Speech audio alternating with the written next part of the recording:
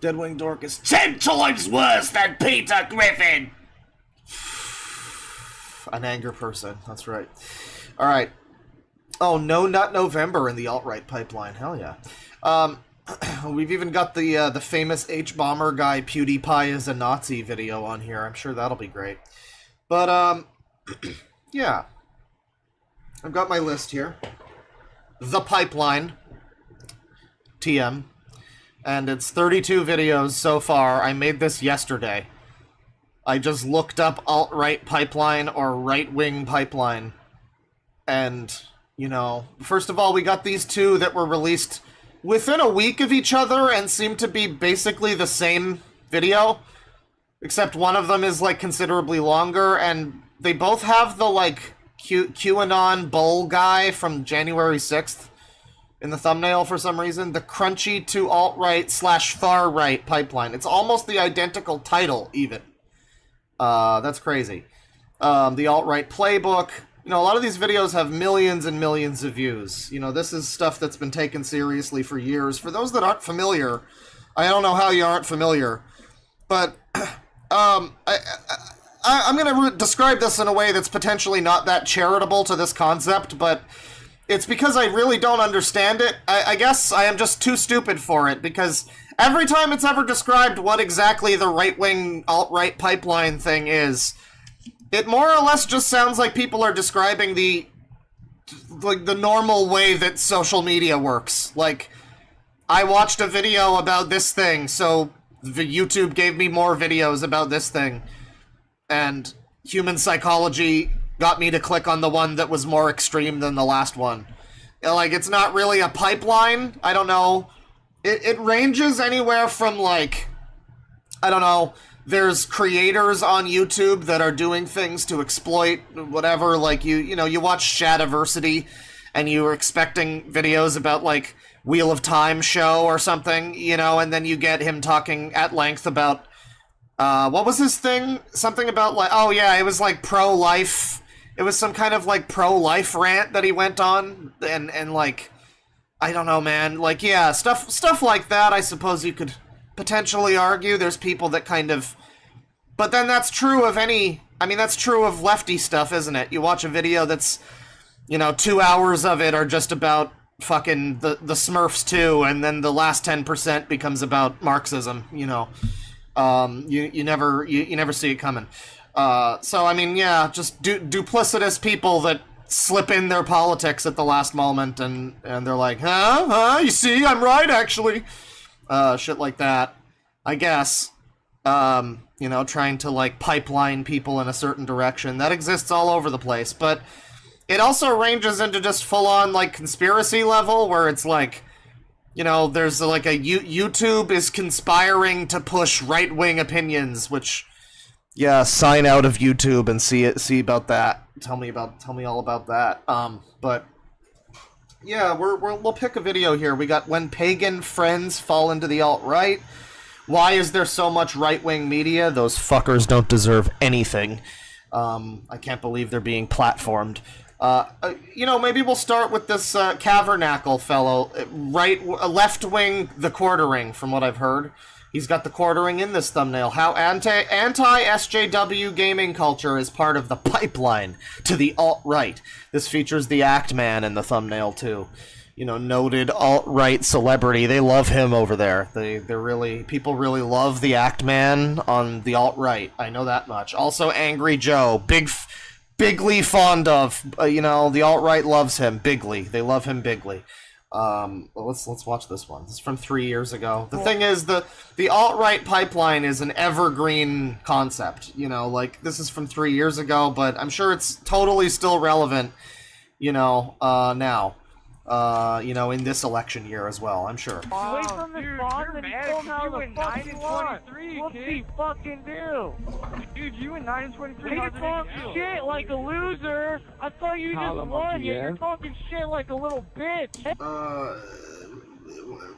So we're just going to, like, Call of Duty lobbies in 2008? That's where we're starting with this? Hey, I'm better than more than half your fucking team. Look at where I'm at. I'm above you. Shut your mouth. 23. You like getting raped? Is that what you're talking about? Because I tell you to suck my dick, but I got you fucking back right now. You can't open your mouth to suck This isn't even like that edgy. Are you fucking kidding me? I mean, I expected this to be like a Michael Richards rant. It's just some kids being fucking immature. Motherfucker! You just chill the fuck out! If you've been following my channel for a while, I did not expect British. know I have delved deep into gamer culture. I've actually made a whole series. He went deep into gamer culture, everybody. He even played a video game. He went hard. Talking about the toxic politics of the gaming community at large, and that research is going to factor into my video today. But today I want to also talk about how the gaming community and gamers are susceptible to alt-right and neo-Nazi recruitment, and how And please factor into this discussion how you're not anything like Jack Thompson. Thank you. the dominating beliefs within the online... Yeah, the video games are gonna turn our kids, checks notes, Nazi! They're gonna turn our kids Nazi! community really facilitate this type of stuff, and it's not surprising. A lot of people on the online alt-right are also pretty... Look at the Guy Fawkes mask, yeah. I don't know if that's exactly Guy Fawkes, it isn't, but it's clearly the same type of sentiment that's being communicated with that mask. big video game fans. Now, I'll stop the angry comments there saying, you know, I'm not a gamer or something, and you're just angry, you don't understand this sort of stuff. So there's my PS4 controller, there's my Xbox One controller, there's my PS5 controller. Well, you beat me here. I here. have Ring Fit Adventure from the Nintendo Switch. Oh my God. That actually is very good. And for the purpose of this video, to prove, you know, to everyone how much of a gamer I am. This guy's a I'm also serious gonna wear business gamer. Holy Sony shit. hat I got for Christmas. Well, now you just look like Tim Pool, retard. Because also my hair is going crazy. Or Kid Icarus from like 5 years ago. Crazy.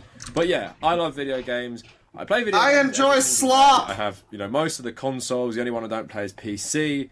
Video games have made up a big part of my life. I used to be... I mean, I don't really believe that.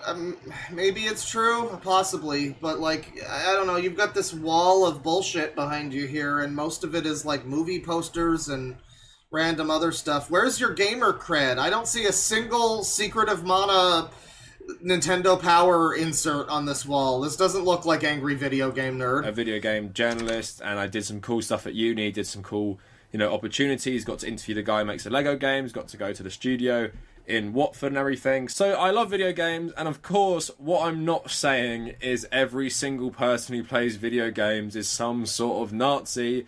People often think I'm saying that when I make these videos. I get loads of comments saying, oh, not all pagan people are Nazis, not all furries are Nazis. Yeah, I know, I was never ever saying that. Furries? There's probably a furry to alt-right pipeline video somewhere. We'll have to find that. Pagan to alt-right, we have that one. So apparently that's a thing. People like the Tumblr Wicca people are turning into... I don't know what a pagan is. I assume it's like the Tumblr girl, the emaciated Tumblr girls that collect bones. I assume it's like them. So to make it clear just from the start, I'm not saying all gamers are Nazis. What I am saying is that online gaming culture is very toxic for anti-left-wing politics, which can often facilitate recruitment into the alt-right. But before we get into the rest of the video, if you want to support my channel, please like the video, maybe subscribe. I do not. Guys, if you want to support Discord and not. my subreddit, No, thank you. Let's talk about Let's the talk toxic about it. politics of the Alright. gaming community and how it really makes the gaming community at large. We're gonna have to put these on fast speed, everybody. This whole ground. I know this is a foreign language video, so we're gonna have trouble keeping up, but just try your best. Right, recruitment. I'm going to play a couple clips that I used in my video series, The Toxic Politics of the Gaming Community. Please go and check that out afterwards because it's a deep dive on individual figures. Oh, I'm sure that's also great, too. But have a look at this quick compilation and see what you notice with the language they're using and the issues they're talking about, from the more extreme people like Trump supporters, like the Quartering, to more, I guess, moderate centrist like the Axeman, to more left-leaning types like Angry Joe. It's always fascinating to me the way these people have to, like... They really don't like centrists. Like, it almost as much or more than they don't like right-wing people. They fucking detest centrists. Anybody who's just like, you know, they take a little from one side and a little from the other, or maybe they're just not super political. They're the scum of the fucking earth if you're not You're either far left or nothing. Undeniable fact that they took what was clearly a beautiful woman, turned her into what can only be described as a 13-year-old boy, and obsessed over turned her into what can only be described as a 13-year-old boy. Okay, well, she does kind of look... I hate to say it. I can't believe this guy is making me agree with the quartering. I really thought that you would post quartering clips and it would be a slam dunk sure thing, but... yeah, no, the new She-Ra or whatever this is, she doesn't look like a female. I mean, she just looks like a they-them-Ra. I don't know. It's like gender-neutral She-Ra. It's kind of a little weird. And obsessed over who that character dated and the love interests of the show. Now, that is a fine show for adults, but it isn't the type of cartoon I was interested in my youth. Are you saying he's in the Nazi forces? Is Richard Spencer a time traveller? His ideas are fucking trash, but again, not a Nazi. Morons like you that toss the word around do a massive disrespect to those who died in the Holocaust. Gamers who have political... I mean... Well, I think Richard Spencer kind of is, like, Nazi adjacent. I don't know. See, morons like there are still Nazis. They're nowhere near as prevalent as, you know, this side of YouTube would want you to believe. But they're, you know, there's still organized Nazi groups that, you know, I think were pretty fond of Richard Spencer until he turned out to be a Fed or whatever. But, okay. You that toss the word around do a massive disrespect to those who died in the Holocaust. Gamers who have... I'm not really sure which part of that is supposed to be, like, damning to the quartering. Again, it sounds like I guess he's downplaying Richard Spencer. Yeah, I mean, alright, sure. Yeah, I mean, it's the quarter. A lot of this is... I mean, this is right now, this is the kind of thing that a lot of my problem with that, the quartering and that side of, you know, the right-wing side of YouTube, it tends to be that they'll just grab a tweet from someone and be like, this is what they all think! This is what they all think! But it's like, you're really just going for the low-hanging fruit here. I thought left-wing people were supposed to be high-minded or whatever, but they so frequently seem to be very comparable to the tactics of the inferior subhuman right-wingers that they don't like. Political fucking motivations, or really, I think it's the veneer of political motivation is just self-motivated to get attention to... So wait, why is Angry Joe a Nazi? To those who died in the Holocaust. Let's get over this. So Gamers who have political fucking motivations, or really, I think it's the veneer of political motivation is just self-motivated to get attention to them and their side and their clique. And it breaks my heart because it is primarily in what you label it as social justice warriors. Yeah. Oh, no, he said it. No! He said the thing that exists that we're not allowed to say exists. No! Fuck your culture, fuck your history. I miss when it was social justice warriors. That at least gave them that was at least kind of respectful. They're warriors, you know? But now it's just, everything's just woke, because we're too dumb for that many syllables, I guess. SJWs, there you go, fine. But why did it have to become woke, man? It's just, we need one syllable. Ooga booga brain. Give me diversity, or I'll write a shitty, racist article about it. This backwards asshat of a man tries to self-victimize himself and disregard the nation of Poland. This article is a perfect... And this is the thing, too, is you get videos like this. Like, this is kind of how it works, right? I mean, Ackman, this is from several years ago, 3 or 4 years ago. And Ackman made this video that, you know, he's pulling from here. And he said this stuff about, like, you know... He said this political stuff, and nowadays... There's this pressure, because videos like this come out, there's all this pressure of people, you know, in your fan base or whatever that are just like, are you going to address the claims that you're tied to, you know, like, it's this kind of shit. And it's like, you get this, I assume you get this pressure where you're just like, oh god, I said these things and I'm ashamed, I have to, like, go double down on my good boy points and, you know, make a bunch of... You know, I gotta do like a fucking, I gotta do a Quentin Reviews moment talking about Trump or something. You know, just so everyone knows, just so there's no confusion that I'm not still like I was 5 years ago when I tweeted that unthinkable and unconscionable joke 5 years ago. I'm not like that anymore, and I have to prove it. Desperately. Desperately. Please. Please. Because for some reason, people like the Cavernacle just command some kind of respect. Like, people like this, they make a video, and I for some reason, people just want to, like, bend the knee and be like, no, I promise I'm not bad, I'm not! And like, that's the way it usually goes. Like, PewDiePie kind of sanitized himself. He couldn't do Pew News anymore because everyone kept calling him a fucking Nazi or whatever. You know, thanks, H-Bomb. I'm sure we'll get to that. Yeah, you know, everybody has to, like, clean up because, God forbid, the Cavernacle makes a video that, you know, ties me to some, like, domestic terrorists or whatever. Example of how SJWs can get so wrapped up in their own ideology that they don't realize what they're writing is racist, culturally insensitive, and virtue-signaling propaganda. Now, before we go any further, Angry Joe also defended the National Guard once, and I made a video on it, and he responded on Twitter and on YouTube, very angry, basically saying, you know, you can't say anything. I mean, it's in his name, buddy. I think these days, but I feel like the stuff I criticised him on was pretty legitimate, so go check out that video as well. But as you see in that stuff, to varying degrees, they blame SJWs and leftists for ruining video games. Okay, well, but so there's already a problem that I see here. It's funny how often this comes up, and how frequently this soundbite is actually useful, but the problem here, sir... This user is also the opinion basher. Like, I get that you... I don't believe that there's a problem with people making whatever game they want. You know, if you want to fucking make a Dustborn, you can, and the internet will respond. You know. You want to give your robot in Concord he/him pronouns. I mean, that worked out great for Concord. You know, hey. Shoutouts to everybody still playing Concord.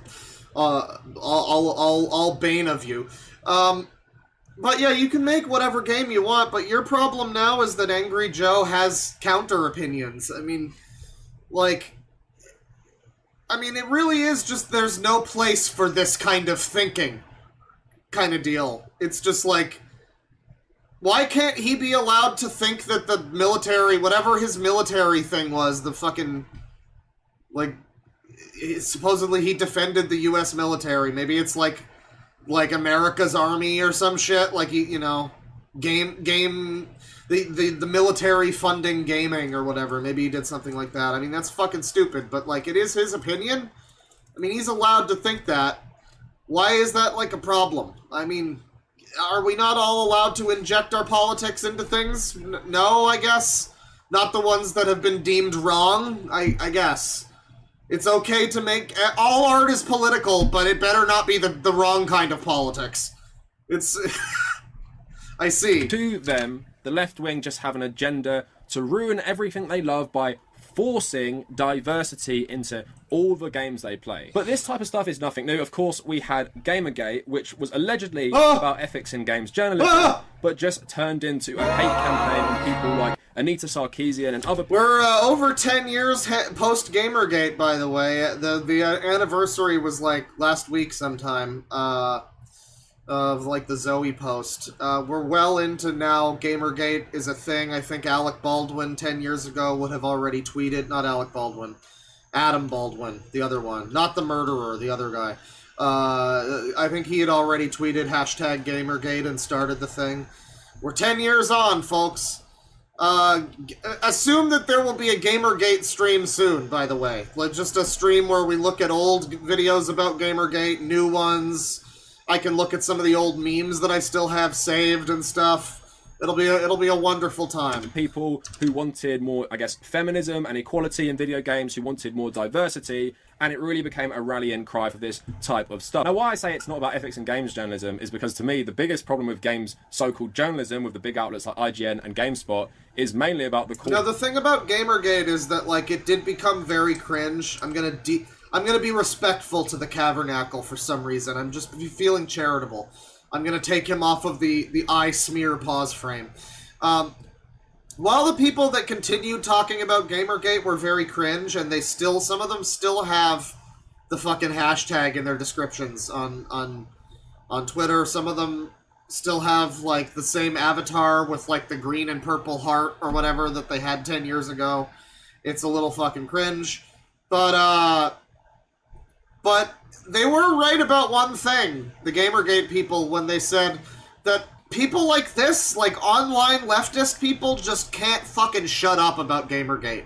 Something about it, like, shook them to their core. It became a talking point for them for years to come, and doesn't seem like it will stop anytime soon now that there has been a Gamergate 2.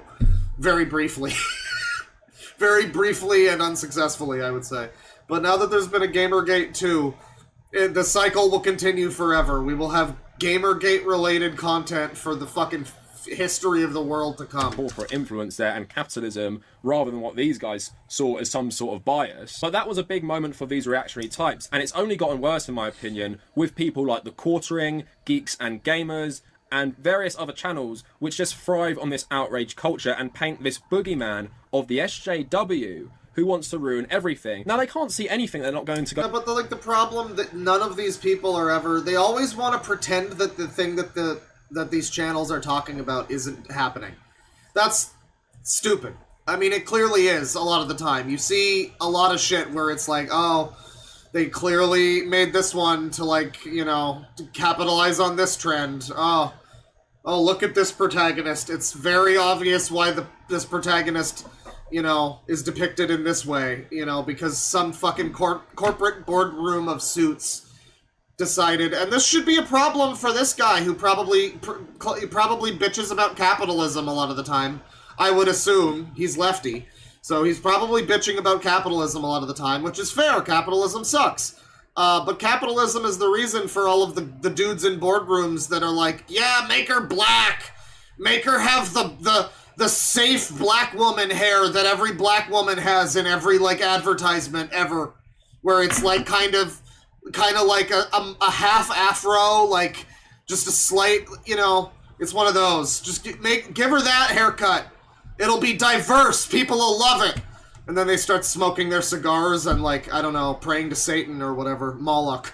But yeah, no, I mean, it's whatever you want. It kind of extends beyond rainbow capitalism into just, like, you know, whatever we could say, fake diversity capitalism, where it's just pandering, and people like this should care more about that, but instead of doing that, they act like useful idiots that just go like, there's no problem!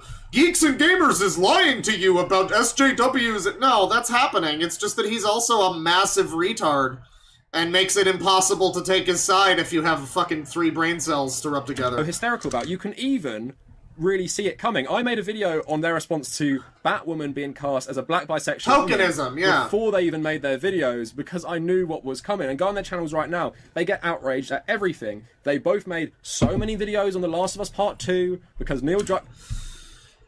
Okay, so the Batwoman show was wall-to-wall, like, girl power, fucking girls get it done bullshit. It was like the thing that they were making fun of in The Boys, 100%. And that probably sucked for a lot of people that wanted to watch a Batwoman show, you know? And they didn't want to just get a bunch of terrible propaganda and, like, a shitty costume and a bad Batwoman who didn't want to be there and, like, just awful show, right? Like, the show's bad. Similarly, like, a lot of people were waiting for a Last of Us 2, and they didn't, you know, necessarily... They didn't want one of the first main trailers to be, you know, about the big gay kiss and aren't we progressive, ooh woo. It's like, that's great, I guess have that in the game, that's fine, but when you put that front and center in your trailer, everyone knows why you did it.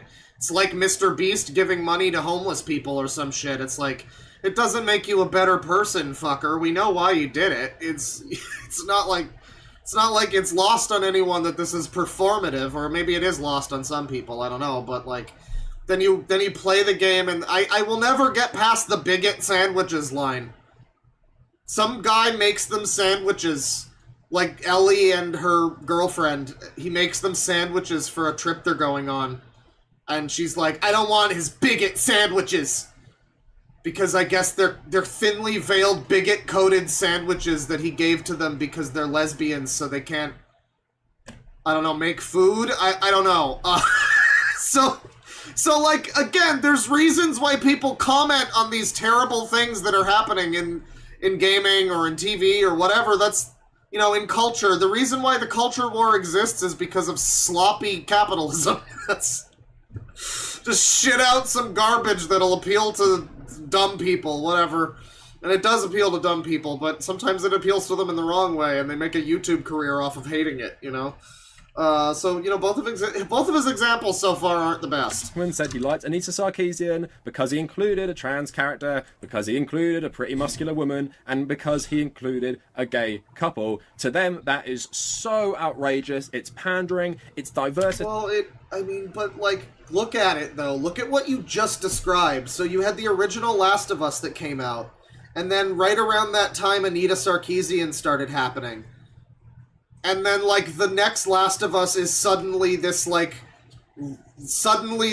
incredibly diverse game. Look at how diverse we are. I don't know, man. I mean, it seems... Are you just dumb? Like, are you pretending that you don't recognize how fake that is? Like, people wanted a sequel to The Last of Us. They didn't want a performative fucking virtue signaling simulator, you know? Which, maybe they got a bit of a sequel to The Last of Us in there, too, but, like... I don't know. It's pretty easy to let stuff like that drag down the whole experience. By the way, I really wish I could have some of his Terry's chocolate oranges. I don't know why he's hoarding these fucking things. Those might be like white chocolate ones or something. I'm not sure, but like, I kind of want a Cherry's chocolate orange right now. I could get the chocolate bar. They don't really sell the actual full chocolate orange year round, but they do have the like cookie crisp chocolate bar that has like chocolate orange chocolate, but also with like little cookie bits. It's great. It's really good if you haven't tried it.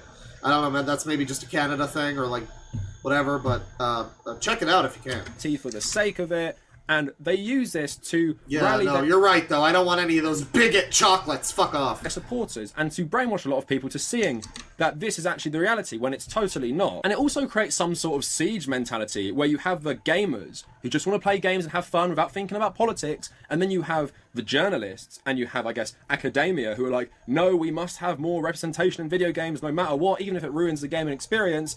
And then that's why you've got such a hostile relationship often between the gaming press and the fans. Think of, you know, the GameSpot reviewer who reviewed Cyberpunk. Okay, so you've acknowledged now that there is a group of people that want to make games more diverse or whatever to the detriment, potentially, of the games.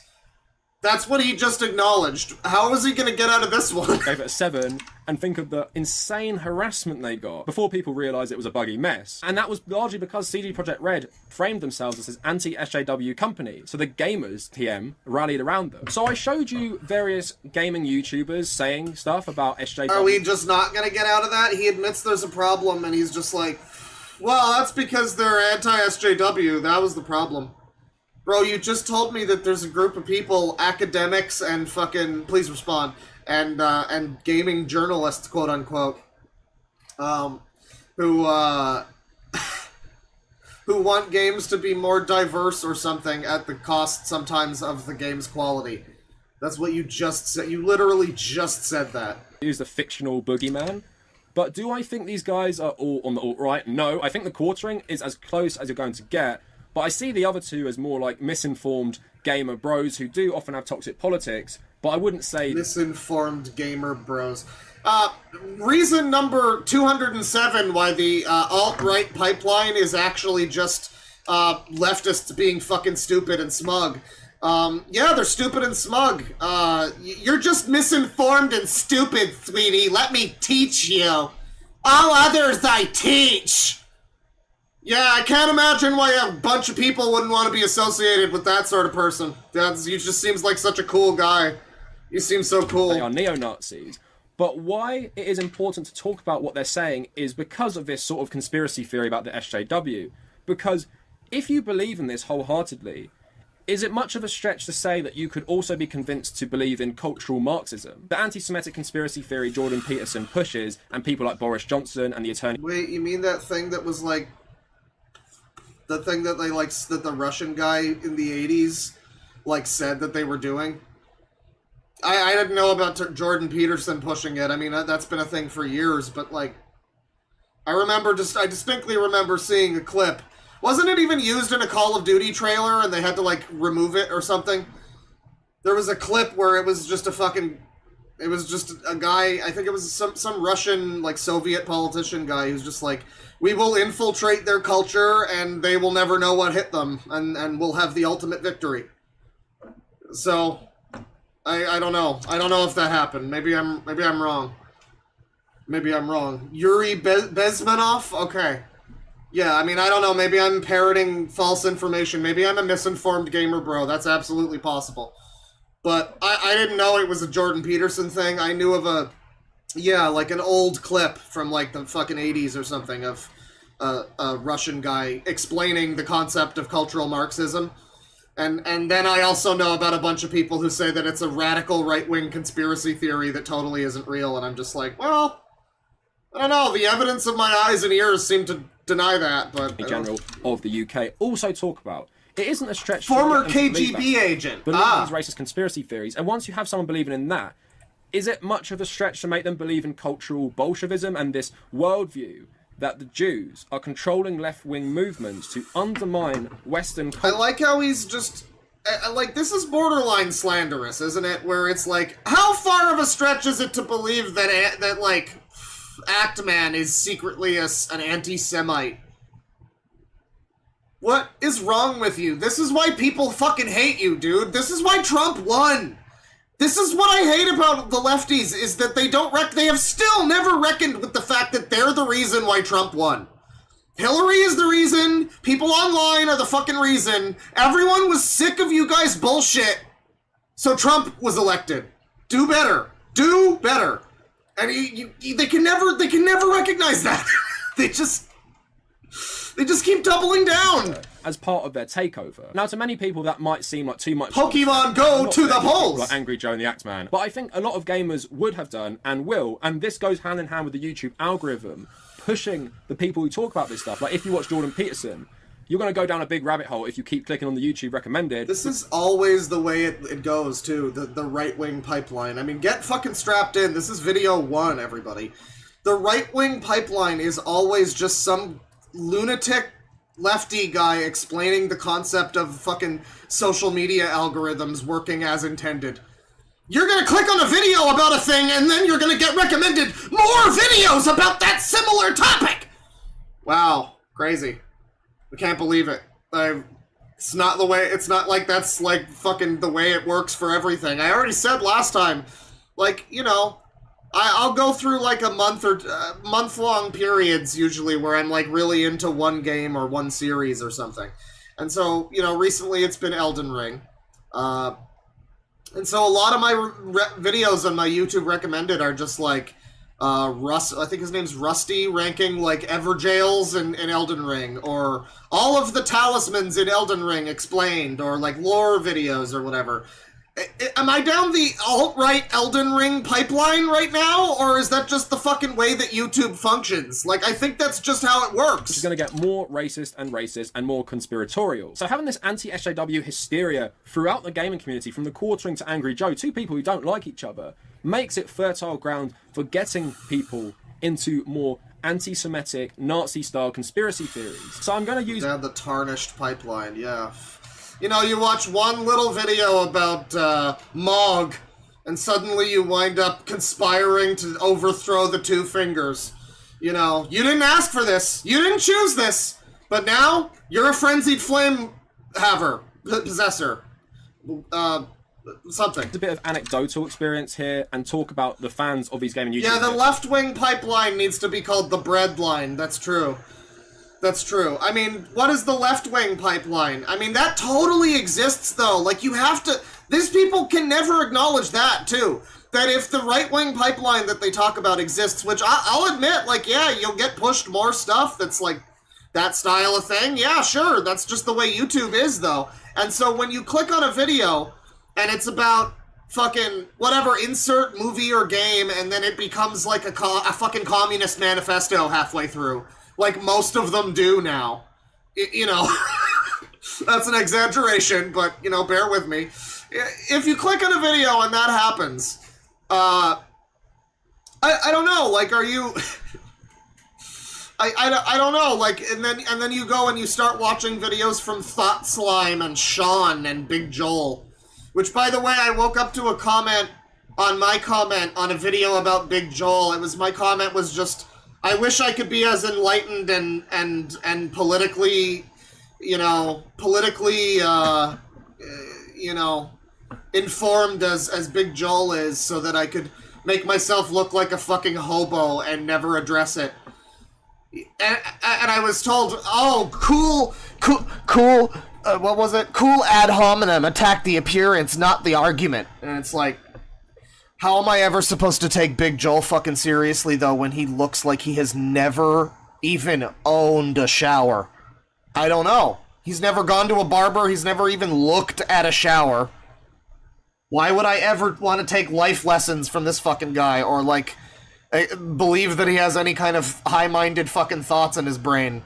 Fucking groom yourself, Jesus Christ. More. So I've made multiple videos criticizing PewDiePie, and I'm not going to talk about the criticisms here or anything. I just want to talk about the reaction. Whenever I've made those videos, I've got insanely brigaded on YouTube. I've got harassed and doxxed and all these different things by actual neo-Nazis because I criticize PewDiePie, the biggest gamer YouTuber and the biggest YouTuber on the platform. Now, there are various different reasons while... Well, okay, one thing is that a lot of people don't... Another thing that someone like this is not going to acknowledge is that when, PewDiePie started being tied to the alt-right and Nazis, that's when the alt-right and the Nazis were like, oh, we can probably cause trouble by, like, actually aligning ourselves with this guy. Like, the trolls, were just like, you think he's one of us, huh? Okay. So, like, yeah, he became their guy when, like, the fucking New York Times said that he was. And they were like, oh, it's like the Christchurch guy. He just included a bunch of stupid shit in there to, like, cause trouble. Just to be an asshole. And people took it all seriously. People might be attracted to his content, but I think it's telling that his audience... Yeah, no, I used to enjoy Big Joel. I did, but I never... There also was a time when he didn't look like that, too. Coincidentally, back when I watched Big Joel, was when he actually had, like, maintained hair and a normal beard, and he looked like a normal fucking guy. And my favorite videos from him were the ones where he would just talk about, like, Shark Tale and the movie Click, But, the bread line, of course, it turns a regular content creator who made videos about movies into an unshowering leftist scholar or whatever he is now. Has this large Nazi contingent that if someone like me criticizes him for his politics and, saying the N-word or talking about mass migration to Sweden or talk about various... Minecraft movie trailer just dropped? Okay, hang on. We're gonna watch the Minecraft movie trailer. See, look, Elden Ring pipeline. It's happening. Minecraft movie. We're gonna watch the trailer. A Minecraft movie teaser. There he is. There he is. It's Claptrap, the voice of Claptrap. Jack Black Claptrap. Magical Mystery Tour? Right this way. Well, I love the music choice. What are we looking at here? So I don't like Minecraft. I mean, it's fine. I don't really play it. I basically derive no enjoyment from Minecraft, but I do. Well, I've enjoyed kind of wandering around worlds that people make. Like, you go in the store or whatever, and you get those, like, giant roller coaster world, and it's like, yeah, that's kind of fun. In, like, the PSVR mode, that was pretty cool. But, yeah, I don't really play Minecraft, so there's gonna be references that I don't get. But, I mean, I guess it looks fine. How's chat liking it? Slop? Lego movie this is not. Okay, they're not liking it.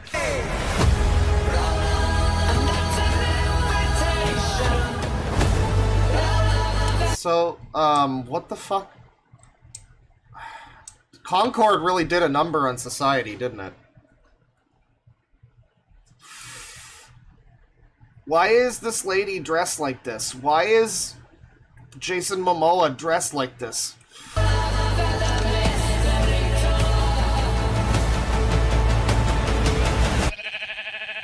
Oh god. Oh god. I mean, I think I saw this before this leaked as like a toy promo thing or something, but yeah, that's bad. What the hell? Oh, that looks bad. Guys, this looks like a car commercial. or like... This looks like one of those, like, you know, what's the one? Progressive Flow?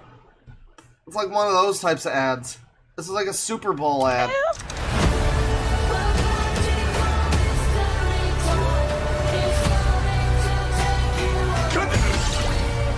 Oh, God. Anything you can dream about here, you can make. Where the hell's Steve? We need Steve. There he is. Who are you? I am Steve.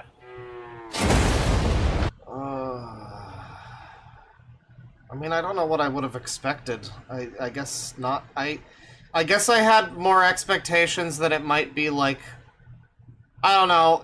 I know it's cringe, but I like the Barbie movie. I know. Fucking, you know, sue me. I like the Barbie movie. It was pretty good. I liked it.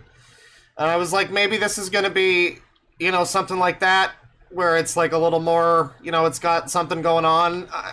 It doesn't look like it, though. Okay. This guy is such a tool bag.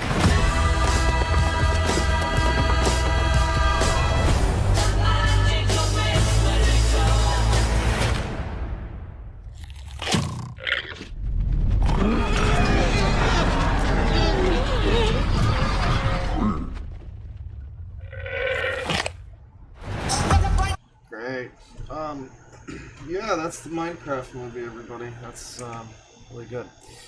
Yeah, no, I mean, I didn't expect that I would want to see that or, you know, have any interest in that, so, I mean, you know, no harm, no foul, really. Nothing lost, nothing gained. Let's get back to let's get back to the bread lines, everybody.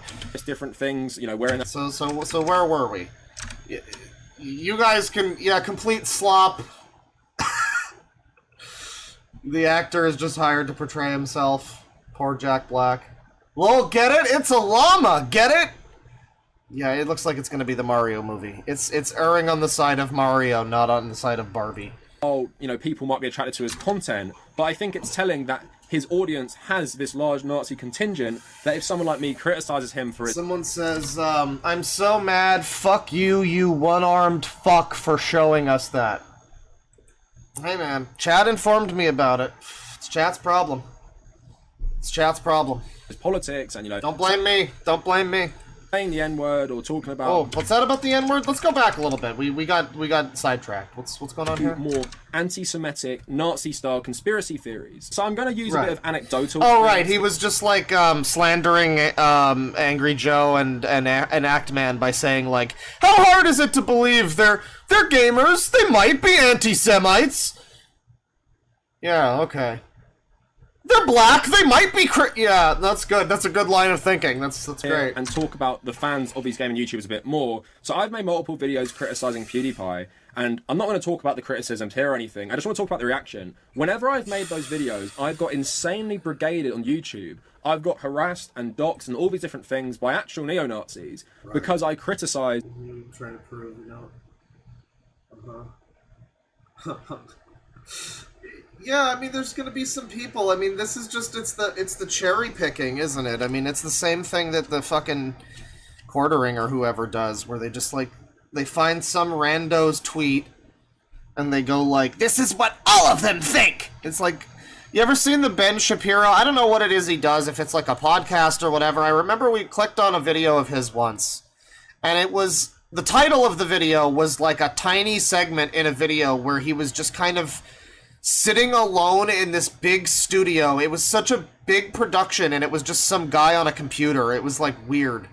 It was weirdly overwrought for the level of content he was actually making, but he was just sitting there, and he would bring up a tweet and be like, yeah, and this is what they all believe, and they're all trying to push this, and it would just be some tweet, and that's, like... I don't know, it's just such low-hanging fruit. I mean, usually, not even, because at least when they do it, a lot of the time it'll be like a tweet with thousands and thousands of likes. This is just like two rando comments that have no... one of them has a sub-comment, I guess, but basically no engagement on these comments. PewDiePie. the biggest gamer YouTuber and the biggest YouTuber on the platform. Now, there are various different reasons why, you know, people might be attracted to his content, but I think it's telling that his audience... Alright, well, we've learned about the pipeline enough from this guy. Thank you, Cavernacle. Maybe you'll come back again. Let's go back to the playlist here. Someone has a good question. Let me see here. $20 from the Strangler. I don't remember why PewDiePie is a Nazi? Question mark? Well, let's find out. Hey, H-Bomber Guy has a video all about it. And so does Daily Dose of Hassan Abi. Well, he's watching a video about it, I guess, but... Hey guys, it's P. As I'm sure a lot of you are aware, I make millions of dollars making videos. Remember, this guy is God. You don't fuck with him. You don't fuck with H-Bomb. H killed a guy. Videos for the internet. And the reason why you know this is because that's all the media's ever acknowledged me for. Yeah, is the problem with PewDiePie, by the way, literally that he said the N-word 6 years ago? I don't remember how many years ago it was, but like...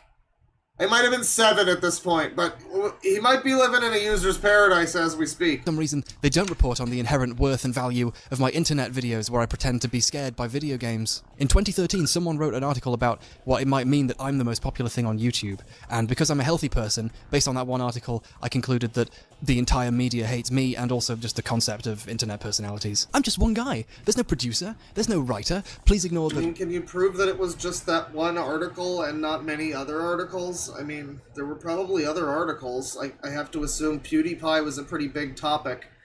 There was going to be some other people talking about him. I mean, maybe it was just that article, but, I mean...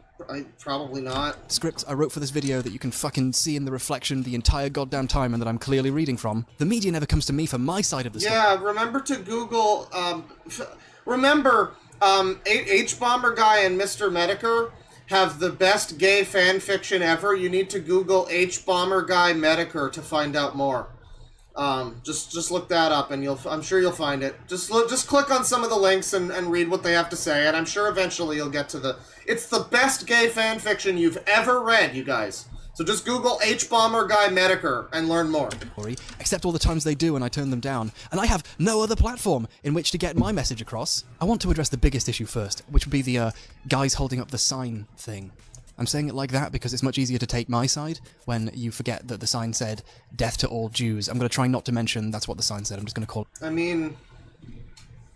People really fixate on stuff that PewDiePie did that was like... I mean, I can't argue with him. He shouldn't have said the N-word on the fucking bridge, but, like, this is just a... It's a joke. I mean, it's a pretty edgy joke. A lot of YouTube was pretty edgy at the time, though. Like, it's a pretty edgy joke, and the absurdity of it is that he can't believe that these random guys that he paid would actually hold up a sign and do this. It's absurd that they would be paid to do this and not, like, refuse or something. That's funny. I mean, it's funny. Let the sign thing from now on. A lot of people really liked the video, and some people didn't. You know, some people just think it's really funny when you write "Death to all Jews" on a sign. It makes a really good point about how you shouldn't say it, but I said it. It's funny. Oh, right, because they also said subscribe to Keemstar. That's right. Right, yeah, no, I forgot the other layer of the joke where it's actually about Keemstar. Yeah, no, I don't know. I don't think people are very charitable to that. I mean, it's certainly edgy, but like I know people always go to it, but like South Park is edgy. I'm sure they've made jokes that are worse than that. A lot of people think anti-Semitism is wrong and it's bad to normalize hate speech by turning it into a spectacle for fun and attention. But, you know, maybe both sides... Yeah, no, guys, there was nothing funny about... It's not funny! Stop laughing! There's multiple, there's nothing funny at all. I was about to say there's multiple things funny about it. There's nothing funny at all about PewDiePie paying some Indian guys to hold up a sign that says "Death to all the Jews" while shouting, "Subscribe to Keemstar!" There's nothing funny. It's not funny. Stop laughing. Stop laughing. A bit of a point here, you know. I'm very sorry for the words that I used. I'm going to use the phrase "the words." What we need to do is have H-Bomber Guy go on David Letterman and have PewDiePie come in for an apology I got a little heated with some Jew Americans. That I used because, once again, I'm reticent to remind people that the words were death to all Jews. I admit that the joke went too far. I believe that you can joke about anything, and that means that you definitely should, especially if you're a gaming YouTuber with a large fan base of tweens. It turns out there's a right way and a wrong way to pay someone to call for the extermination of the entire Jewish people. I shouldn't have said what I said on the bridge, or just saying some real trash talk. I found out one of the wrong ways this time. Maybe I'll... Well, you know, if the blacks... Well, I'm not even racist. Get it right next time. I admit that my joke was very... I'm pretty busted up over The this. media misinterpret me. They're trying to make me look bad by... The list is huge. They've reported the things I said and did. No, they took jokes out of context so much that I even forgot half of the joke's context while I was relaying the context, because I don't even fucking remember. To be fair, this is from 7 years ago. It's not like this video's horribly out of date. I'm horribly out of date. At the time, people would probably have remembered, but yeah, he didn't mention the fact that it was like, I mean, the basic comic absurdity of what he was going for. I feel like that's dishonest, because it's like, you can have a problem with that as a joke, but you have to acknowledge, like, the fact that it is a joke that's constructed like a joke and has several layers to it that make it kind of funny for a lot of people, and in a, you know, in a dark sort of way. And I feel like this is just being uncharitable and just acting like he just had some guys hold a sign or something. Like, I don't know. If you just watch this video, like, watching this right now, you know, years later, and I forget most of what happened, is basically, it's similar to the experience of watching this and you're, like, out of the loop at the time, and you're just hoping that H-Bomber Guy's gonna tell you the whole story. Well, so far, it doesn't seem like he is, though. We can all agree that the people in this situation who fucked up are the journalists who watched the things that I made and reported on the things that happened in them. I hereby call upon my fans to boycott the Wall Street Journal. Please, my core demographic, consider purchasing a different economics broadsheet in the future. We need to stop the Wall Street Journal and... I mean, but, like, he makes jokes, too, that are funny sometimes. Like, yeah, it's... Like, to deconstruct that joke, I assume the funny part about that joke was that his core demographic is, like, 9-year-olds. That's the meme. Right. So his core demographic is little kids. Please buy a different economics broadsheet. That's funny. It's a good joke. But, like, you can make... like, I can deconstruct that and tell you why it's funny, but you can't do the same thing with the PewDiePie joke? I feel like that's not being... Yeah, I don't know. All other forms of pitiful, hateful, bile-spewing clickbait. Clickbait is awful. Purposefully using a catchy, attention-getting headline so people read your work. Wouldn't it be awful to live in a world that normalized people doing obnoxious, over-the-top things for attention so they could make money? Wouldn't that be fucking terrible? Wouldn't it? Wouldn't it? Wouldn't it? Just one tiny, multiple slip-ups, and then all the media had to do was report on it, almost as if that's their job. The only real slip-up was the fucking bridge thing, dude. I mean, everything else was just people being insane Puritans. I mean, you can say this, I mean, his audience is very young, but he makes videos for himself, though. I mean, that was back in the day when he had the freedom to just be like, well, my audience might be kids, but I make these videos because I want to make them. You know, and it's like, good for him. I wish he had that freedom now. He clearly doesn't. You know, now that he's such a corporate person and he's so scrutinized, and it's like, yeah, he can't really do... I used to hate PewDiePie. I used to be on, like, 4chan at the time when PewDiePie was, like, the big fucking amnesia, slender Let's Player or whatever. I was gonna say streamer, but it was kind of pre-streamer. I remember when Retsupre talked about them. Everyone fucking hated PewDiePie. And then there was a kernel of something there where I found out that PewDiePie was secretly like a V guy. And I was like, oh, so maybe he's in on the joke. Maybe he knows that what he's doing is just garbage. Which doesn't really make it better, but it at least, you know, humanized him a little bit. And then years and years later, like late 2018 or something, I was fucking sitting there and I was like, you know what, I want to learn about TanaCon. And you know which one I clicked on? Pew News. And that was a great video. Pew News was a fucking banger series. And then you know what happened? He was not allowed to continue doing Pew News. For one reason or another. It was like too edgy... Or people, you know, got mad because he would talk about things that were, like, happening. I don't know what the fucking problem was. But he's never allowed to do things that are fucking fun. He's only... He's only allowed to play Minecraft for little kids now. It sucks. Now, you could say that a world where you can pay poor people to do almost anything because they're desperate and need the money has far deeper problems than the risks that will happen to a rich person if he actually pays people to do it. And you could say that maybe we should take deadly seriously the actual fascists and Nazis emerging from the woodwork to defend me and the concept of ironic racism. But you're forgetting that none of that affects— Where? Who? I mean, even if you show examples, then that's still just cherry picking from probably fucking thousands of comments. They might just be trolls.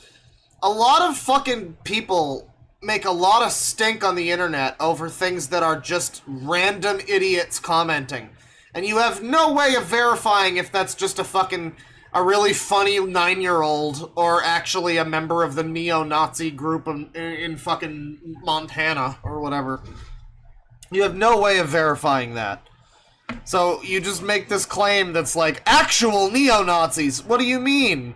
How do you know that? Did you interview them? Can we see that? Can you interview a PewDiePie-loving neo-Nazi and report back? Please, give me that footage. I'd love to see it. I mean, even then, it could still be an actor, but, like, I'm just saying, like, this isn't a proof of anything. You're just claiming that there's Nazis that support him, and this is... How do people get away with this kind of slander? I don't get it. It was like, oh, Angry Joe might be anti-Semitic. This video literally just calls PewDiePie a Nazi. Like, he should have fucking sued this bitch. Affected me. Apart from the fact I'm fighting the realization that a literal child can do what I do, I was doing just fine. I'm fucking rich. But not as rich as I could have been. And that's the real problem, isn't it? Just assuming that he's doing it for money, I mean, I'm assuming that that's part of it. Like, you're not doing this for money? Come on, dude. You didn't pivot away from Medicare so that you could make more money doing this sort of thing? I don't know. I'd got my hair done well, and I'd learned to smile and wink and do the bro fist, and I'd apologize for all the rape jokes. I was ready to be the face of the internet. And then that clickbait 39 times Pulitzer Prize winning journalism outlet smeared me by reporting the things I said. Luckily, the real faces of free-thinking rational media had my back. If they hang out long enough on YouTube live streams, they'll surely eventually crowdsource a solution to the problem of people thinking racism is wrong. This incredibly intense overreaction... The classic, the classic straw man of, like, what the actual argument is. Oh, it's just people thinking racism is wrong. La-dee-da! It's just that simple. It's just that I think racism is wrong and everyone else is racist. Subscribe to my Patreon. Like, fuck off, dude. Action to journalists reporting on things popular people say can't... I've liked this guy's videos in the past. This is just so embarrassing. I've never actually seen this because, well, I probably knew that it would be really embarrassing. But, like, he's got that Deus Ex video. He's got the fucking, like, Fallout videos. He's got some good stuff. The Sherlock one. I mean, even the plagiarism video from recently, even though everyone can't stop sucking him off over this like he invented the concept of plagiarism, it was a decent video, but this is so bad. Backfire and make us look like tiny babies. And what am I supposed to do about this slander? How am I supposed to defend my image? All I have is more money than most people will ever fucking see, 53 million subscribers, and journalists asking me to give my side constantly, which I refuse to do. I'm almost as downtrodden as those poor Indian people who were so desperate they were willing to write racial indecencies on a sign for $5. But I know what the real oppression is here. J.K. Rowling even called me a fascist. Well, she didn't. She made a pithy comment about the proliferation of ironic fascism for the sake of edginess, but I mean, So first of all, this dates back to the era where J.K. Rowling was still on the right side of history. I remember this era. This is when J.K. Rowling was constantly talking about how, like, Hermione was actually black the whole time, and how, like, Dumbledore was gay and all this stuff, and, where the wizards pooped, and all that good stuff, But also the big one was she kept being like, you have to take in migrants into your homes in the Syria crisis. And everybody was just like, are you, Joanne, are you taking migrants into your home right now? How many migrants are in your home right now, Joanne? That's her name, right? I don't know. But Back in the era where JKR was still A-OK. I don't need to read and parse the words properly. Who am I, the Wall Street Journal? Personally, I think they, that's right, they, all of the bad people, are the ones normalizing hatred, because I'm sure everyone hates me and I'm not paranoid! Instead of focusing on my show getting cancelled, why don't we focus on some real issues? I'm not going to say what those are, but hopefully it doesn't involve wondering why Nazis love my videos so much. I'm still here, Wall Street. Can you prove that, though? You still haven't proved that. This is just slanderous. I can't believe what a hit piece this actually is. I mean, you can have a problem with that joke, but you're not really... Your argument is some guys on the internet thought it would be funny to stoke the fucking flames and say, oh yeah, I'm a Nazi and I love PewDiePie. And so therefore... Like, you're completely disingenuously taking that, and I know this guy's smart enough to know that that's not a real proof of anything, but he's still willing to call the video PewDiePie is a Nazi. This is despicable. Street Journal. You tried to destroy me, but you failed, which is what you were trying to do, apparently. I'd like to say a very special thanks to everyone in the YouTube community for coming out of the woodwork to vocally support me so people would click on their videos for money. That's Brad community for coming out of the wood. MSM tried to destroy. Oh, it's Philip DeFranco. Response to PewDiePie character assassination. Cinnamon Toast Ken. PewDiePie racist anti-Semitism response. H3 as a video. Oh man, everyone came out of the woodwork for this one. Woodwork to vocally support me so people would click on their videos for money. That's Brofist. Also, I'm really sorry about the rape jokes, okay? Can we please just forget about this and go back to loving me again?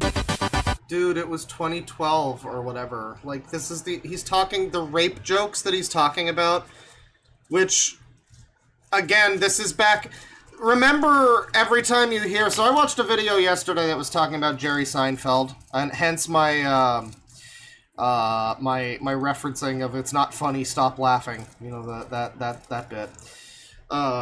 But it was a video, you know, and it was talking about how he's kind of declined recently, and he's been going off about how the PC crap won't let you make jokes anymore. And, you know, there's a very good point to be made that Jerry Seinfeld is just, and has always been, kind of not a great comedian. Like, the show was great, so people, like, gaslit themselves into thinking he was funnier than he actually is. If you actually watch his stand-up, it's not great. You know, I think I also have gaslit myself, so I kind of laugh more than I should. But it's like, it's not great, especially now. He's fallen off. And he wasn't even really that great to begin with. So, you know, complaining about the PC crap, it seems like it's just a cope, you know. But then there is also, like, you know, when people act like that's the only thing, like, oh, there's no... Guys, what do you mean? You can still say things in comedy. Like, no, dude. Fuck you, fuck off. No, you can't. Like, like, we're actively watching a video now where a guy's like, how dare he make rape jokes? It's like, no, bitch, you can make jokes about anything. Fuck off. And, I mean, the worst thing is that the jokes weren't jokes. They were just him, like, looking at barrels and screaming rape or whatever. Like, he was a fucking terrible Let's Player. Like, that should be what people have a problem with him for, is his slop content. From, like, the beginning of his channel up until, like, fucking 7 years later or something. He just made fucking garbage. So that's the real problem, but, you know.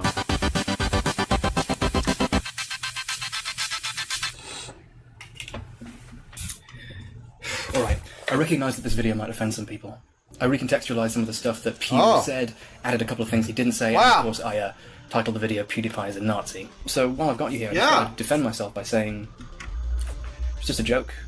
You know. Oh, that's so funny, dude. Like those things PewDiePie does. Surely, in the name of freedom of speech and expression and being able to joke about anything, nothing's off limits, surely I can jokingly say... God, this is so smug. Why do you think Trump won? Why do you think Boris won, cunt? Jesus Christ. PewDiePie's a Nazi, right? And while I'm being super obvious about what the point is of this video, I do think it's a little bit disingenuous. Isn't he so funny, guys? He's just that smart. He's so funny. For Felix to imply that the Wall Street Journal... 'Tis merely a jest! And force them to sever ties with him. Disney are a, you know, big company. They can make their own decisions in life.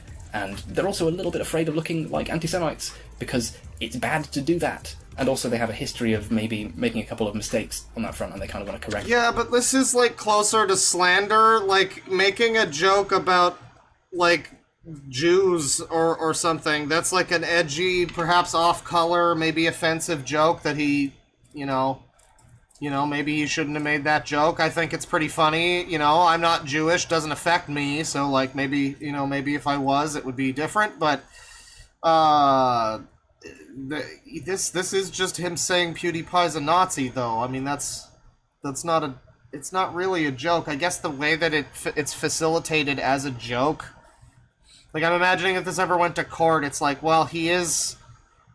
It's sort of like that Cinny Bear thumbnail about me. It's not technically her saying that I hate trans people. It's...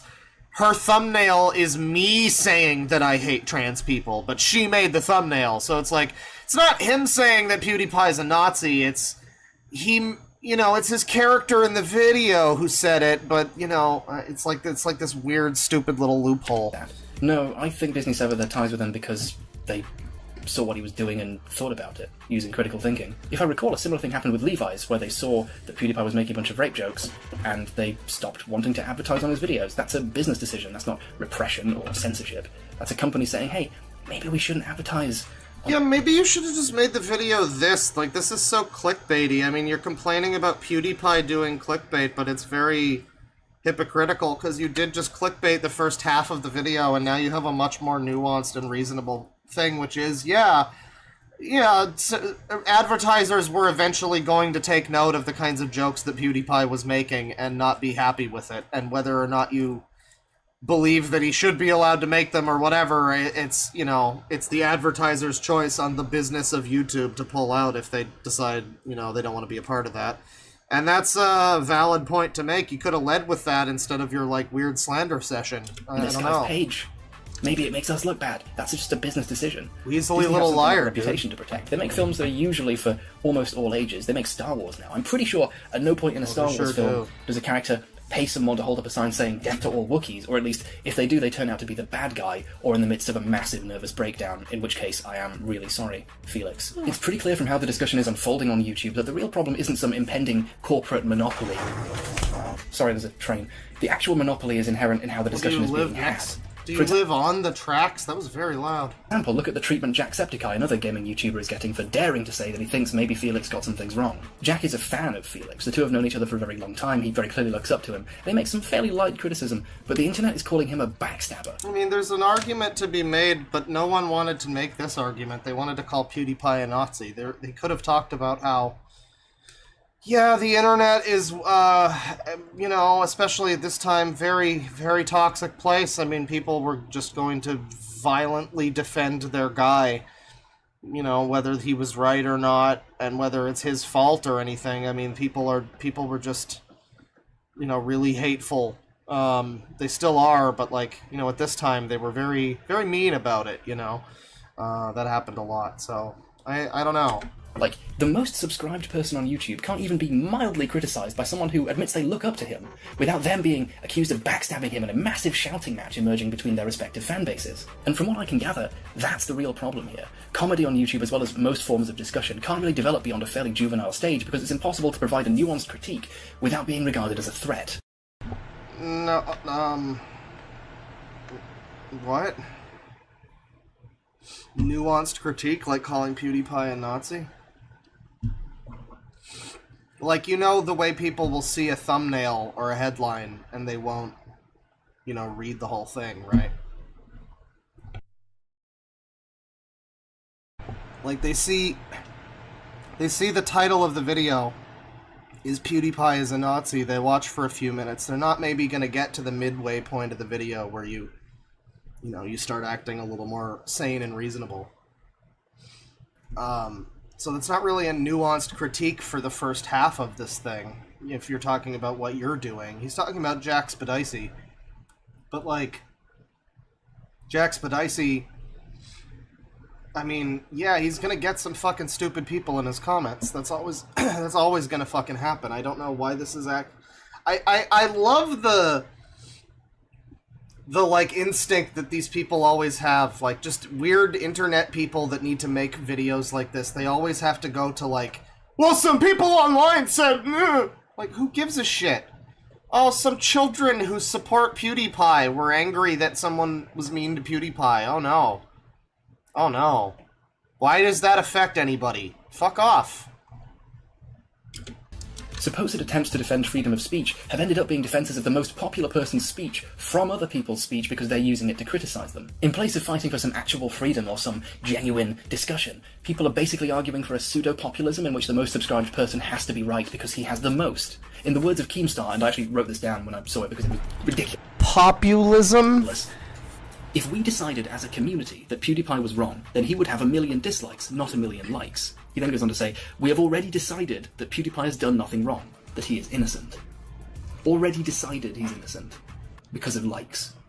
I certainly hope it... Yeah, it's the court of a public opinion, dude. Yeah, if people didn't agree that he's innocent, then they would probably be like, hey, you fucked up. They would be holding him accountable or whatever. What is wrong with that? It goes without saying at this point that the idea that a person can't be wrong because a lot of people clicked a like button on their favorite gaming YouTuber... Yeah, we're taking the words of Keemstar right now, the guy who was the center of the death to all Jews joke that was made supposedly at Keemstar's, expense. Which, good sport, I guess, about that. Really bad idea for speech and discussion. Freedom of speech is a very important thing, and it should be defended from people who seek to limit it. For example, actual, literal fascists. But who in this equation needs defending the most? The guy with the most subscribers and the farthest reach on the fucking platform? Or the smaller people who actually dare to criticize him and are being treated like dog shit for it? Oh, so you! Somehow I think this video with a bunch of dumb jokes in it, and a couple of bits of light criticism where Jacksepticeye says he thinks Felix got some things wrong, are somehow more revolting than a video of someone paying people to hold up a sign saying death to all Jews. Doesn't something seem wrong about that? Just in case it wasn't obvious, no... No, well then why did you title this? I don't think Felix is actually a Nazi. Which, admittedly, is a pretty low bar. Your video is titled PewDiePie is a Nazi. He never changed the video title. This is still fucking scummy. This sucks. This is still a hit piece. Oh, actually, I don't think he is. You just have to get 10 fucking minutes into the video to find that out. That's cool. So your video's a lie, then. You're just clickbaiting. Cool. But then again, I have quite a lot of experience with Swedish fascists, so maybe I just know what they look like.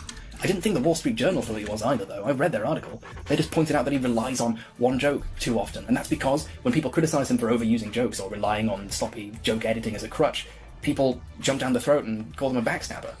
The structure of YouTube doesn't just hurt people who happen to not be as popular as PewDiePie and have different opinions.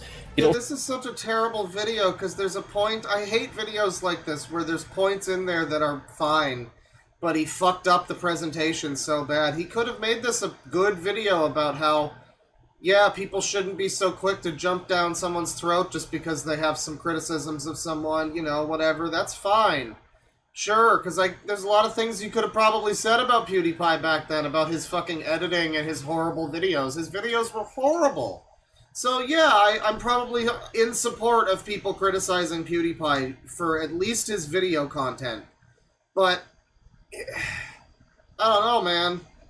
You buried it under, like, half of the video being him, he's a Nazi, and all this fucking hyperbole, and all this dumb shit. It's not good. Also is bad for PewDiePie. Not a good video. Because his comedy can't evolve because people can't criticize him without being called backstabbers, so they don't bother. Unless we actually raise the discourse by treating everyone in the equation better, especially the people who criticize PewDiePie and have less of an audience, then we're going to keep encountering this same problem over and over again because nothing will actually change. Also, I really have to reiterate, I don't think Felix is a Nazi. Now I've said it, you can't sue me. Oh, tee-hee, isn't it funny? It's not really fucking slander.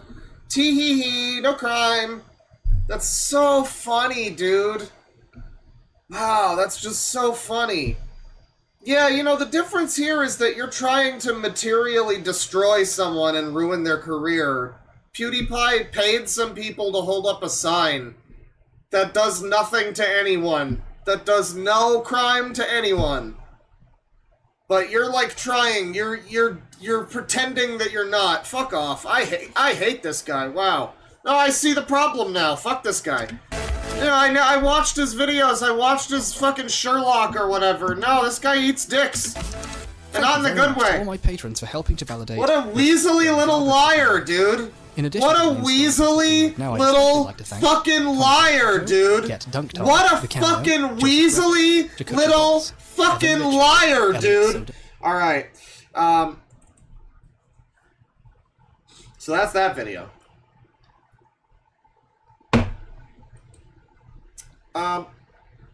Let's see here. Which type of pipeline are we after next? Well, firstly, there's this.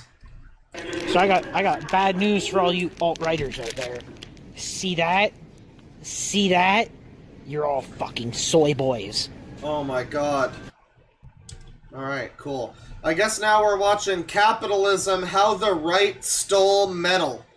Alright, sounds great. Guys, metal to right-wing pipeline, everybody.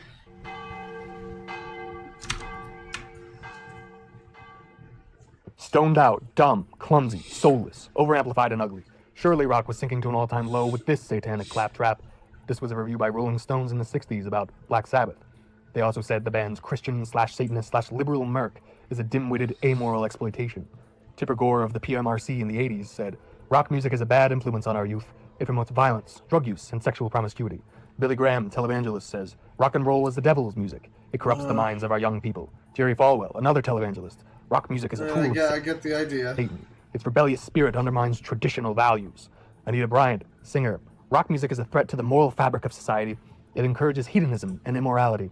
Bob Larson, Christian radio host and alleged former metalhead, heavy metal music is a gateway to demonic possession. Its lyrics and imagery lead people away from God.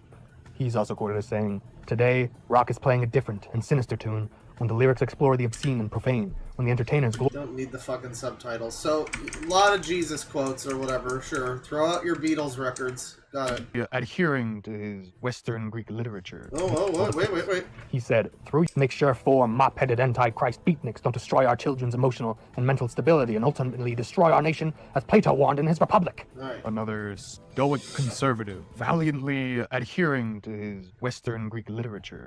These are all classic examples of religious conservatives giving their input on the burgeoning rock and roll and heavy metal scenes beginning in the 50s and 60s with the Beatles, through the 70s with bands like Black Sabbath, Judas Priest, Motorhead, and into the 80s and 90s, the extremity and demonism of the music growing as rapidly as Jerry Falwell's Goblin King neck mask. Man, I love that this video's a half hour and I can already see where it's going. Yeah, it used to be counterculture, anti-right-wing, whatever, because, you know, they were all Bible thumpers or whatever, you know, yeah, Mary Whitehouse, that sort of thing.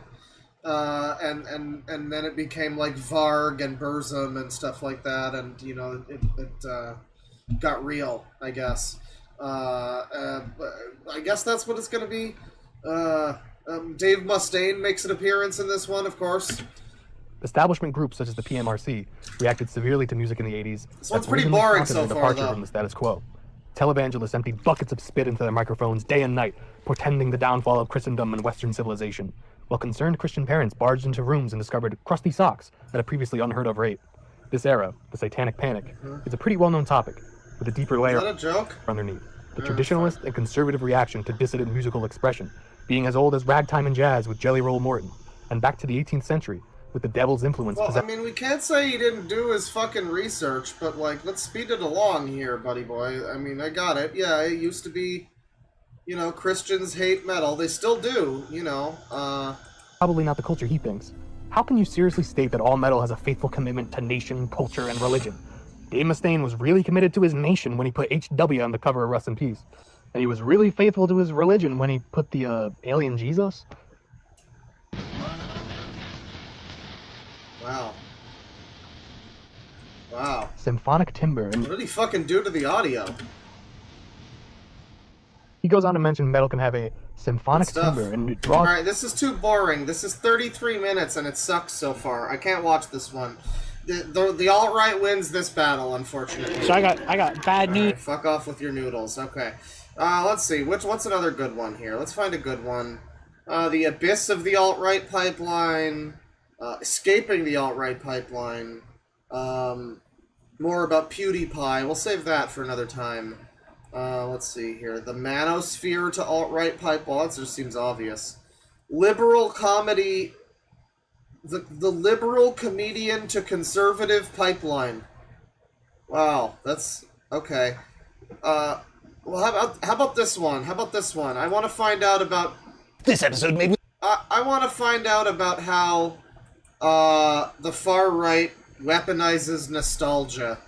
This is Thought Slime video. I've heard bad things about Thought Slime, so I'm excited. It's got the quartering superimposed over a Mario on the thumbnail, so you know it's gonna be good. With blast processing, Thought Slime does what Nintendo don't. Hello, only 90s kids will get this video. I'm BrainThink. Nostalgia is not an ancient Greek word that means the pain of an old wound. Yeah, everyone in chat is having a problem with Thought Slime. It'd be very poetic if it were, but it's not. It's more accurately translated as the pain of homesickness. The fact that the meaning of this word has been misremembered is very fitting, in my opinion. We're all remembering a better version of the past that never apparently is a proud anarcho-communist, everybody. Actually existed. Where He's an ancom. Nostalgia had a cooler definition. Nostalgia is a longing for the past, a desire to return to a better time. Everyone feels it sometimes as they age, but people of my generation in particular, in my corner of the world, tend to have a far less healthy relationship with it. We grew up in a time that was very stable, or rather, appeared quite stable to us, the benefactors of the instability everywhere else. We came of age watching that stability become...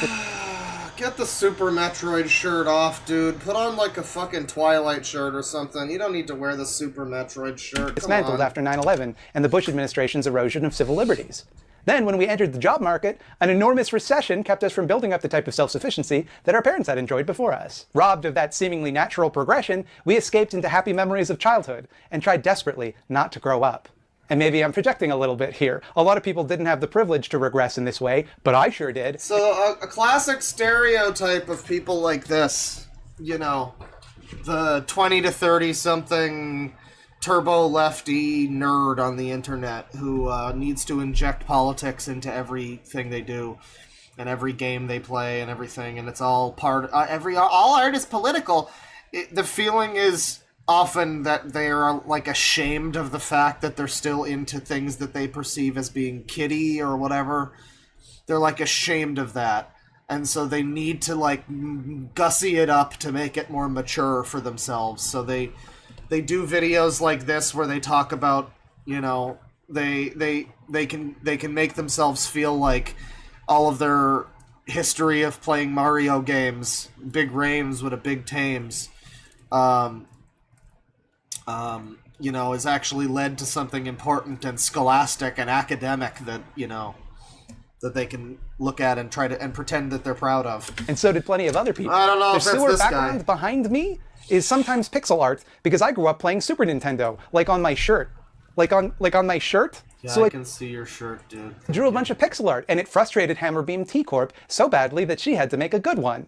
And it's a sewer full of slime because I grew up watching Teenage Mutant Ninja Turtles. The Eyeball Zone, whatever that is aesthetically similar to a Canadian children's programming block from the 90s.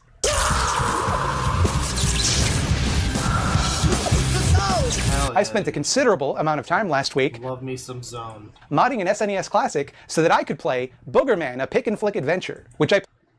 So he's the enlightened consumer. He's he knows all about the people that he's hurting in the cobalt mines or whatever, but he still buys all this stuff. Love it, good. So you're just a big hypocrite. You know, people act like you're not allowed to say that. Like, I mean, no, if you're sitting here and your channel is like you pointing out the inequities of society and how everyone's being harmed by art and we're profiting off of the harm, it's like, why are you living in this society then? Go and fucking help them out in like whatever country is fucking harmed by like Super Metroid existing, you know, whatever thing you're like rallying for. Why are you even still here? Played to the end and beat, even though I'm an adult and I'm very busy and I definitely had more important things to do. Wait, okay, so $5 from Samantha Jean. Fun fact, Thought Slime is best known for accusing Xander Hall of having a sex cult. Is this sex porn? Interesting. Doing literally anything is more important than beating Boogerman, a pick-and-flick adventure. I literally had video games that were more important to play. I've been trying to start a gaming channel for weeks. I could have been playing video games more productively than I was doing.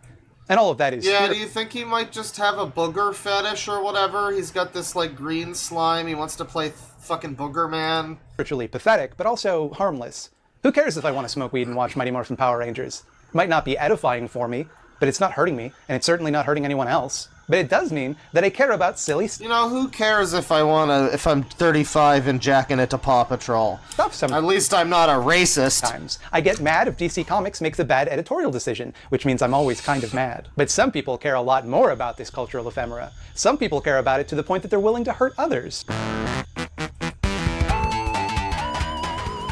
Hey, you know that part in The Empire Strikes Back where Luke heads into... He's even using the song from the, like, green slime goop area from Sonic 2. Like, this is Mystic Cave. This is the level that has, like, it's like the most... It's the closest to, like, a boogery level that there would even be in Sonic 2. With Spooky Cave, and he sees Darth Vader, but then he kills Darth Vader, and he finds out that Darth Vader has his face. Because guess what, dickhead? You can't hate someone without carrying them within you. We hate most that which we cannot face within ourselves, dummy! If I were to head into that cave, which I would not do because I have no interest in becoming a Jedi, Jedis are cops, I would see Jeremy Habley. Or The Quartering, as he calls himself online. Do you really, in your heart of hearts, does anyone in chat really believe that this guy wouldn't call the cops if his house was invaded or something? Do you really think that? Because he's also probably anti-gun, you know, so, like, what are you gonna do, buddy? You're not gonna defend yourself and no one else is coming for you, so I guess good luck.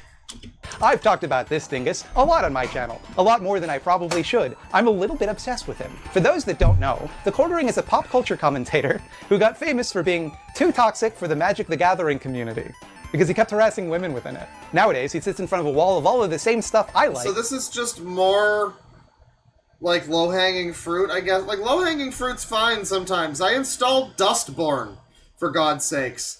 With stream eventually, probably, I don't know, but... low-hanging fruit can be fun. Like, you can dissect a low-hanging fruit. You can... But this is... It's like, can't you aim a little higher, though? I don't know. Like The Quartering? Anyone can fucking tear apart The Quartering, dude. Like, the last video we saw that talked about The Quartering had parts in it where I had to, like, defend The Quartering. Even though he's a giant tool, because the video that I was watching was just so bad. It was just so bad. So, like, this... You better not make me have to defend The Quartering here, dude. I really don't want to have to defend The Quartering again. The same stuff that makes me happy because it reminds me of my innocent childhood and weaponizes them to spread hate and bile. I can't help but think that if I met this guy at a party, if no touchy political subjects came up, we'd probably hit it off. We have a lot of interests in common. On paper, we're practically the same person, schlubby white dudes who rant to YouTube about their political views often guised in the pretense of pop culture analysis. What's more, he's It's just that you do it for the right reasons. wildly more successful, which is galling. What's that? Analysis. What's more, he's wildly more successful, which is galling. Oh, that's what this is about, I see. They made him walk.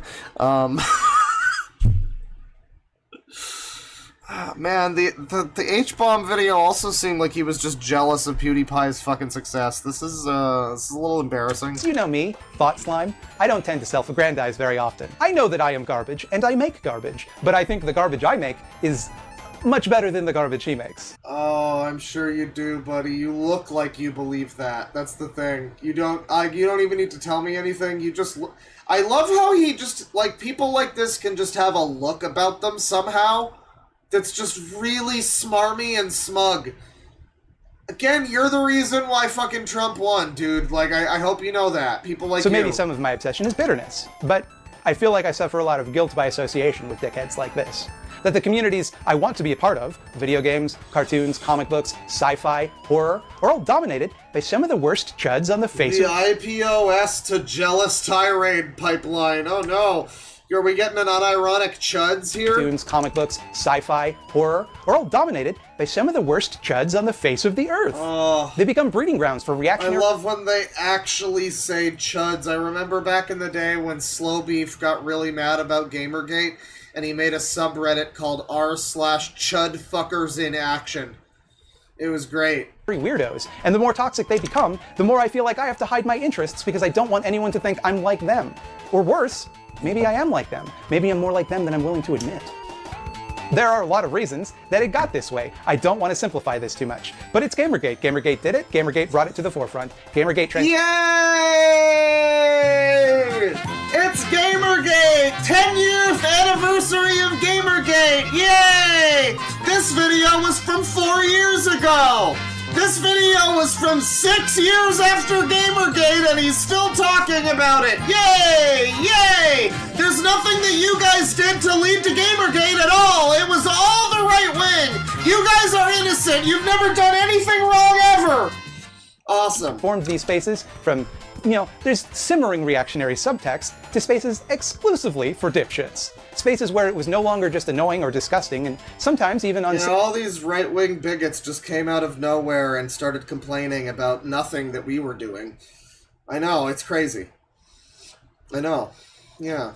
It's not at all like the Gamergate thing was preceded by several years of a lot of video game press being just like, new Battlefield game came out, but is that homophobic? Yeah. No, it's not like people were just pissed off by that sort of shit happening for the last, half decade. And then the funny part is, before that, you go further back in gaming journalism than, when it was all SJWs, and you know what you get? You get the time where they were all just really racist to Japan. That you get to, the late 2000s, where they were just really shitty to Japan. And they were constantly just, there was a clip I saw where it was from G4, I think, and it was one of the hosts, one of the sexy ladies on G4 being like, yeah, then we bombed Japan, and then they got better. Explaining the, I think it was for Genji or something on the PS3, it was yeah, there was a bunch of samurais and stuff, and then we bombed them, and then they got better and made anime. And that was their intro to their talk about Genji, Days of the Blade, or whatever. Quite something. So, maybe they had some virtue signaling they needed to do in the games press. They really needed to prove that they had grown up. That, maybe after Japanese game developers stopped wanting anything to do with the gaming media in the West because of the way that they were. Maybe that's when they decided to, shape up and fly right. I don't know. Safe to be anything but a straight white dude, but actively unsafe at all times. It started this constantly escalating pushback to diversity. But, Gamergate. Gamergate did it. Gamergate brought it to the floor. Sorry, what is it? Why is it unsafe to everybody? I'm sorry. Gamergate transformed these spaces from, there's simmering reactionary subtext to spaces exclusively for dipshits. That's not true. Spaces where You mean that you're excluded entirely from, any nostalgia spaces? You're wrong, that's lies. That's just stupid and lies. That's just stupid and lies. It was no longer just annoying or disgusting, and sometimes even unsafe to be anything but a straight white dude, but actively unsafe at all times. It started this constantly escalating pushback to diversity in media, the frothing hatred to even the recognition that other people exist, let alone any changes to accommodate them instead of us. As usual, complete uncharitable, recognized, none of these people are ever, it's so suspicious when you recognize that none of these people are ever willing to, actually say what people had a problem with in Gamergate. It's always this, straw man thing that's just completely wrong. And, it's always been that way since fucking moment one. Since at least this point 10 years ago, chat.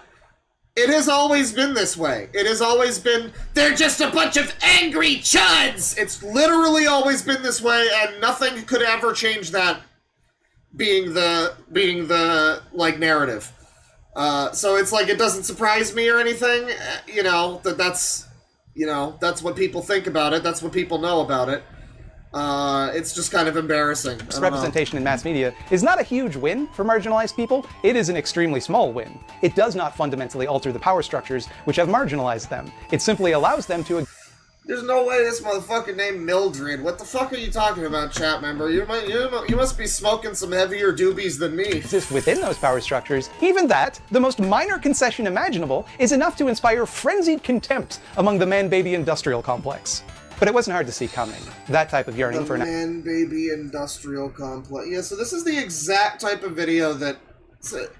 I remember back in the day, this is almost this is borderline Gamergate Stream 1, when we talk 10-year anniversary of Gamergate. But, this is borderline that, because this is basically the type of person that I would have seen 10 years ago who was, what was the big one? They called a lot of people. I remember one of the ones that came up originally was the insult toilet boglins. Some, you know, anti-Gamergate, like super lefty good boy on the internet was like calling the chuds, he was calling them toilet boglins. And that one took off a little bit. And it led to a lot of people pushing back with this, like, why are all of the insults that they call us, they're always like shitlord, poop brain. It's always like this... it's always like this weird, like, immature fucking playground shit. And this guy reminds me of that so much. He reminds me so much of that type of person who would have thought he was being really fucking funny and clever with his little, like, insults to the chuds, and actually it's just embarrassing. I mean... No, what you saw was cringe. Idealized prelapsarian past is the foundation of all reaction. It's a difficult balancing act to find joy in the past without developing a fear of the future, of progress. Because what if they take away your fake maple syrup? And that leads to some far worse territory. He keeps using songs that I like and everything. This is a miserable experience. He's got the Metroid shirt, he's got the fucking... Goddamn, we consumed all the same media. How did he end up so wrong? There's a phrase you've probably encountered online, maybe as a meme mocking the original concept, or maybe sincerely. The phrase is reject modernity, embrace tradition.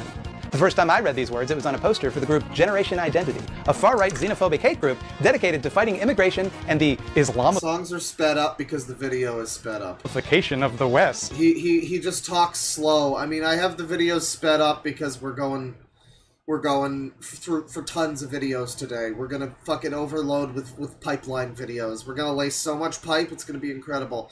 But the music is a bit loud. It's overpowering him talking, which is a problem when it's like boss music and it's really distracting. I.e., Muslims being allowed to live free of persecution. And this is the part of the video where I have to trot out Umberto Eco's definition of fascism from the essay Fascism, as all people on left Breadtube are contractually obligated to do. He lists off a series... People calling it Breadtube. I love it. I love it. ...traits that nascent fashion... He lists off a series of traits that nascent... Jesus, man. He lists off a series of traits that... This is so relatable. He lists off... This is not good content. He lists off a series of traits that nascent fascist movements possess, the first of which being the cult of tradition. Jesus Christ, that sentence was harder than I thought it would be. The cult of tradition, mind you, is not of any particular tradition. It's tradition itself. It is not relevant to a fascist. Yeah, you played Chrono Trigger. You didn't ask for this. You didn't choose this. But now you're a fascist. Proto-fascist, whether different traditions are compatible or contradict one another. Taken as a whole, they reveal some sort of wisdom or esoteric mysticism that reveals a higher truth. Quote, each of the original messages contains a sliver of wisdom, and whenever they seem to say different or incompatible things, it is only because they are alluding allegorically to the same primeval truth. As a consequence, there can be no advancement of learning. Truth has already been spelled out once and for all, and we can only keep interpreting its obscure message. You might notice that the far right tend to combine a lot of cultures into one mishmash to claim all the stuff they like in history. Somehow, their ancestors were Vikings and Romans and European Crusaders at the same time. These groups fought one another, they hated one another, they didn't see themselves as one shared race or identity. I mean, I hate videos like this where they feel like they're taking forever to get to their point, and I have nothing to say until the point is made, so it's like, speed it along, dude. I've already got you sped up. Like, come on. We're bitter enemies. In the mind of the Earth... I get it. Yeah, like, that's a stupid concept. Yeah, the people that are like, I'm white. Oh, okay, dude. Yeah, you're white. That's my favorite country, is Whiteistan. Though, that contradiction strengthens this connection rather than weakening it, because you're arriving at the same esoteric truth just due to the music across multiple contradictory sources, and that esoteric truth just so happens fucking up the music somehow to be whatever it is you wanted to believe in the first place. The second trait a fascist or proto-fascist may possess, according to Eco, is the belief that traditionalism implies the rejection of modernism. So it's hard to read a phrase like reject modernity, embrace tradition, without seeing it as almost a direct invocation of this definition, an explicit statement that they agree Guys, the memes are fascist with Eco about what a fascist is, and that they are that thing. This is like why people think that Nazis are everywhere. It's because people actually believe this shit where they're like, I saw a meme today and that means the Nazis are on the rise. It's demented behavior. It's absolutely demented behavior where it's like, bro, it's just a meme. no one really thinks that deeply about it, and if they do, they probably find it funny that you're saying such a thing about a fucking McDonald's design or something. Like, that's dumb. These people really don't understand jokes, it seems like. The, like, super bred people, they just can't fucking figure out what jokes are. They think they know. And sometimes they'll make jokes, but then when they hear a joke, and maybe they don't find it funny, but their snap judgment reaction is to be, like, offended by it. That it is. That's why they hate modern art, for example. All the best art has already been made, and rather than trying to improve on old techniques, the best we can do is imitate the great masters of the past. Searching for new modes of expression simply degrades what has already been made, which contains all the beauty and truth you could ever possibly hope to discover. Who are you to think you could paint better than Da Vinci, or write better than Shakespeare? They're also obsessed with the idea that modern art is scatological in nature, which is really funny, because the only reason so much scatological modern art is still produced is to provoke that exact impotent anger. Throughout history, the primary purpose of art was but that's already been done, though. Like, people have already made that. Like, he's talking about the stupid... Now we got PragerU, by the way, another low-hanging fruit. Very cool.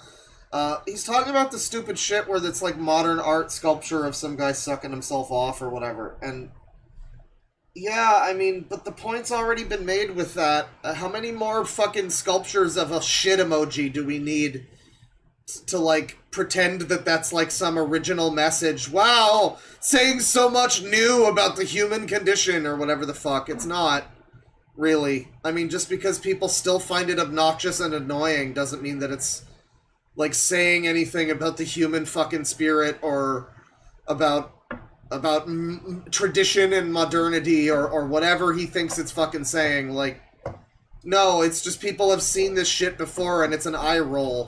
to elevate people through beauty, artistic excellence, and emotional depth. To the left, the primary purpose of art, sculpture, and music is to shock. That's why so much contemporary art is meaningless and involves the scatological, meaning urine and feces. Yes, Urine and feces. And feces. It long ago stopped being shocking to normal people that someone... That's great. Warning, urine and feces may be contained within Jay-Z songs. Submerge the painting of the Virgin Mary in piss or put a urinal in an art gallery, but they can't just let it go, because they think it so strongly confirms their belief that modernity leads to degeneracy.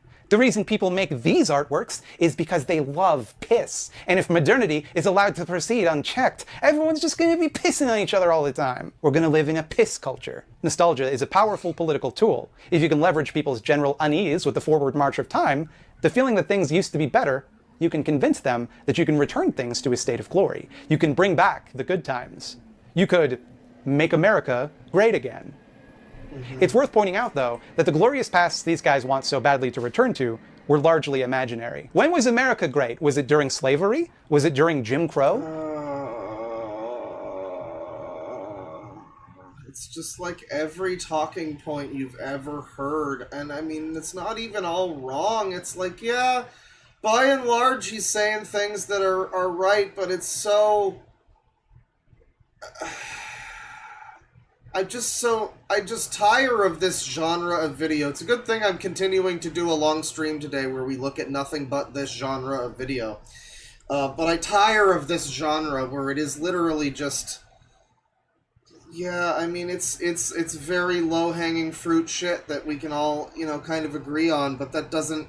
It's basically like whataboutism, really, because it's like, yeah, you're not wrong necessarily that this is... like embarrassing that they are you know, they're longing for a time that doesn't actually exist. That's true. You know, a lot of the advertisements you see, I mean, I have that vibe with the fucking 90s or whatever. It's like I long to go back to the early 2000s that I would see in fucking like toy commercials and stuff, not like the actual, you know, real early 2000s of 9/11 paranoia and, you know, shit like that. Like, that was not great. I want to go to Gilmore Girls 2000s. That's my vibe. But yeah, I mean, people do that, and like when they make that their whole like personality or whatever. Yeah, it's embarrassing, but it is just such like it's so low-hanging fruit, I guess. I want to jump ahead to wherever it becomes about Jeremy Hambley again. Here we go. We're What upsets them is usually some new thing that comes along and presents a new angle on a work of art that they liked in the past. Something which recontextualizes and... Yeah, I mean, a lot of people's opinions about modern art are very, you know...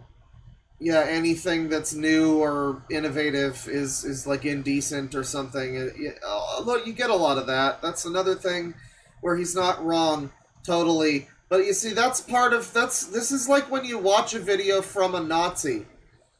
Like, if you watch something that a Nazi says and they're like a really well-spoken Nazi, and it's like, they get you on the ground floor with stuff that's like, okay, this is reasonable. It's like Scientology, too. Like, okay, this is fine. Yeah, my bad negative emotional energy within me. And then you go further and it's like, oh, yeah, the flying spaghetti monster and Thetans and all that stuff. He gets you on the ground floor with stuff that's like, yeah, I guess we can all agree that, these random Twitter people are stupid. And therefore he must be right about everything, right? I guess. Not something which destroys an older work. Take a look at how the quartering responds to Elmer Fudd not having a gun in a new Looney Tunes cartoon. Not even the Looney Tunes is immune from modern-day retconning to appease 12 weirdos with Twitter accounts, right? And now nothing is sacred. The new series, Looney Tunes Cartoons, which premiered last week on streaming service HBO Max, will now not be getting my money, although I was excited to see the Snyder Cut. What about all the millions of kids that see their fathers and mothers and brothers go out and sisters go out hunting? I don't get what's next. Is Pepe Le Pew going to lose his spray because it's too much like chemical warfare or something like that? Is that what we're going to do now? It's torture. Pepe Le Pew's spray is torture, so we had to cut that from the show. It will not be in the first entertainment world. I mean, but this is... It's dishonest for this guy to pretend like this is an out-of-nowhere reaction. I mean, is it correct to react this way? I don't know, but I feel like a lot of people look too deeply into a lot of things now for their own weird political reasons, and that has nothing to do with just the quartering or anything. There's a lot of people that will come along like a Thought Slime who will be like... this new thing that's coming out, it's a secret racist dog whistle, or some shit like that. I mean, people are just like that now. People are overly sensitive to things, in a political fashion, whether it's right or left or center or anything. People will, comb through press releases and read between the lines, quote-unquote, and they'll come up with, things that justify their worldview in an Animaniacs reboot or some shit. And that's just the way people are now. It's stupid to act like this is just a phenomenon that's exclusive to someone like the quartering. No, it isn't. It just isn't. Or not be the first in the entertainment world to eliminate these things from production. In 2016, the musical Hamilton chose not to use them. Elmer Chud! In the wake of another terrible thing that happened at the nightclub. Let's look at how the comments react. Is this a... Yeah, remember when you couldn't even look at the Hogwarts game? Listen, I have no... I don't know that much about J.K. Rowling. I think for the most part, I've not liked her for the past, decade or so. So I'm fine with, not liking her. That's fine, but, yeah, it was, a big deal. The fucking game was gonna start lining them up in the streets or something. I don't know about that. Although I did install the fucking Quidditch game on my PS5. It was, free plus on PlayStation Plus. So, the new Quidditch game. I mean, it might not be as good as the old Quidditch game, but I never played the old Quidditch game. I could be down for some Quid. In wake of another terrible thing that happened at the nightclub. What's really telling is, he even says in the video he doesn't even really like Looney Tunes all that much. Like most kids in America, I grew up watching Looney Tunes, Bugs Bunny, and all the various tales there. I don't remember them very much, but it's like if they're on TV, I kind of remember them. Yeah, and this is the thing. This is where he's got a good point again. You have to give it to this guy. I mean, whether or not it's low-hanging fruit, this is an accurate thing to judge these people for. A lot of people in the quartering sphere will self-admittedly not even give a shit about the thing they're talking about. I mean, we watched some of the people in relation to Doctor Who. A lot of people didn't see those streams because... a lot of people don't watch Doctor Who, and that's fine. But we were specifically watching this type of person talk about Doctor Who, and yeah, many of them would just outright, I mean, to their credit, they'd be honest about it, but they'd outright be like, no, I don't watch Doctor Who, blah, blah, blah, and it's like, well, why are you commenting on it? Why does it personally affect you? Why do you care? Why are you so angry and complaining about the wokes or whatever just because, I mean, about a show you've never seen and you don't even know the context of, how woke it's fucking been for the last, I mean, people say something or other has always been woke, and I often scoff at that, because it doesn't mean the same thing now that it used to mean, to just have some political stuff. But Doctor Who, I don't know, the new stuff is at least as progressive as stuff from, like, the reboot season 3, you know? Where it was like a lady married to another lady is shown and mentioned in the episode. They mention lesbians. They're shown even, and they like are together. It's fucking sick, is what it is. But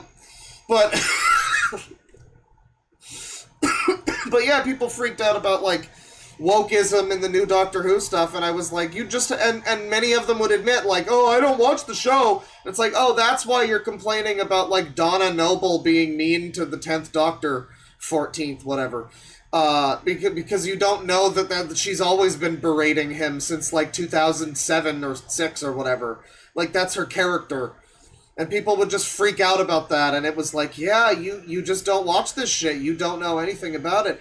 So yes, good argument here. I mean, but again, it is very low-hanging fruit. These guys are just slop content. I don't know. Like, it's weird how intimidated these types of people seem to be by this sort of slop content. They can't make content that's, I guess, enough to draw in this sort of person.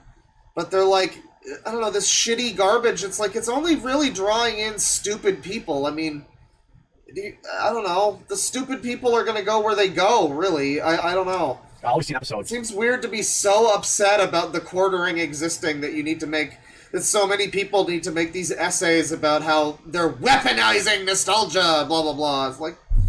it's just an idiot. It's just a fat idiot who pisses in his fucking basement. I remember seeing this when I was a kid. Not very memorable, but a good time killer. Maybe not always the best messaging, but it was cartoons, right? This whole rant is just the knee-jerk impulse to anything from the past being changed. It's those dastardly SJWs. They took away Elmer Fudd's shotgun in a cartoon I'd never watch in a franchise I don't care about at all. And how am I supposed to sleep at night? Is nothing sacred? If we live in a society... Well, okay, but there is something to be said for, like... and people won't acknowledge this, they never do. Because they would, like, I guess, open holes in their argument or whatever. It's like when they changed the green M&M, right? And they made her de-sexy. They de-sexified the green M&M because that's sexist to be attractive or whatever. And so they de-sexified her and they gave her like fucking Birkenstocks or something instead of high heels. And everyone just acted like, why are you so mad about the sexiness of an M&M, bro? And it's like, well, that's not really the point. It's just the further, another one bites the dust. One more thing that's just, had to be tweaked a little. It wasn't good enough. We're better now as a society, clearly. So the fucking green M&M, that bitch had to go. She had to de-sexify. They need to ugly Betty that hoe. Society that cannot respect Elmer Fudd owns a gun, then what's even the point? I thought that could just be the one thing that would let me keep the... Changing everything from the past to appeal to modern sensibilities is stupid, because it's also temporary. They probably already have given Elmer Fudd back his gun at some point after this video came out and this show or whatever he's talking about. Like, Elmer Fudd is known for being a hunter who shoots things. They're gonna fucking give him his gun back. This was probably a temporary thing, and it's cringe, because it's like, yeah, just keep the fucking gun. No one's gonna fucking shoot up a school because Elmer Fudd made them do it. This is just... that's clown world. That's clown world. One thing that tethers me to this sin-cursed world, but they took it away. Now, don't get it twisted. I love Looney Tunes, and I think it's a little silly that they took away Elmer Fudd's gun. I don't think Elmer Fudd owning a gun promotes real-life gun violence, because he's a hunter hunting a rabbit. It's all very silly. But on the other... it's clown world. And I like how every frame that I pause on this guy, he looks smug and annoying. Also an adult, and I have a job. Yeah, every frame, wow. And I don't care if they make a... Yeah, every frame! ...cartoon that I do not like. So, Wow, I've never seen someone this smug and annoying. I think this might be the most smug guy out there. There are many cartoons I do not like. What I do about that is I do not watch them, and it is fine, and nothing happens to me. Jeremy is also an adult, physically, anyway. Yeah, but isn't that the classic thing about... I mean, I hate to get all dramatic, but I mean, this video kind of invites it as it talks about, like, fucking reject modernity or whatever, and the definition of fascism and all this shit, but... Isn't that essentially the, like, first they came for X and I didn't speak up because it didn't affect me? It's that, isn't it? It's like, oh, it doesn't affect me. I don't care about the Looney Tunes. Oh, that one doesn't affect me either. It's like, well, when it does affect you, now suddenly nothing affects anyone and everyone's nihilistic. That's the worst thing, too, is the weird nihilism that comes with this, where at the end of the day, if people still have problems with things, they're always just told to, like, well, grow up, who cares? It's like, well, some people just care. I mean, maybe that's wrong for them to care, but they will. I'm just telling them that. Just being like, nothing matters, bro, it's just a stupid show or movie or game or whatever. It's like, man... That's not a great answer, is it? Just be a nihilist, bro. Nothing really matters. And he doesn't even really like Looney Tunes. So why is he even so upset about this? To Jernbo, the removal of Elmer Fudd's gun is part of a larger pattern, one where creators and artists are needlessly kowtowing to the demands of a vocal minority of SJW interlopers. These nefarious SJWs aren't making these changes because they believe what they're saying. They're just trying to erase traditional imagery and traditional values by turning pop culture into insidious propaganda. But they are, though. I mean, like... Not everyone. It's not like they, quote unquote, but... I mean, not necessarily. It might be. I don't know. But, like... Yeah, I mean, people think that they have the right ideas, so they fucking fill a thing that they've written with just these Twitter tier opinions, and the writing suffers, and it just becomes like someone trying to propagandize... I'll never forget when FD Signifier proudly and smugly admitted that he was a propagandist. Because, don't forget, guys, everybody does propaganda, smiley face. Yeah, dude, everyone does it. It's okay, everyone does it. Yeah, well, everybody poops, dickhead. That doesn't make it okay. Yeah, keep telling us it's about Scatological. Urine and feces. Sure, people will continue to believe you. He spends a considerable portion of this video complaining that one of the lead animators on this show made a drawing with a gun in it. What's this here? This looks like a weapon. Why did you draw that? Here's a tear gas canister. Why are you drawing cartoons that may actually represent real life? That can't be. You should probably take this down. J'accuse, you hypocrite! Why is it that it's okay for you to draw a gun on your personal Twitter account, all the while obeying a mandate not to do so in a property you're working on for one of the largest media companies in the world? You're trying to trick my kids. I'm onto you. You're trying to take their guns away so that the wascally wabbits can take over. Bit of a tangent here, but I don't know where else to talk about this. Before I move on from the Elmer Fudd video, it's a good band. I gotta bring this part up. In the new series, the character will carry a scythe. Won't that foster opinions of slavery? You know, the tool that people use to handwork the fields? What about that? I wonder if anyone's pointed that out. So now we have Bugs Bunny, glorifying that kind of behavior. Oh my God, settle down, Jeremy. Adults are talking. Plantations. Why not have them use a cotton gin as a weapon?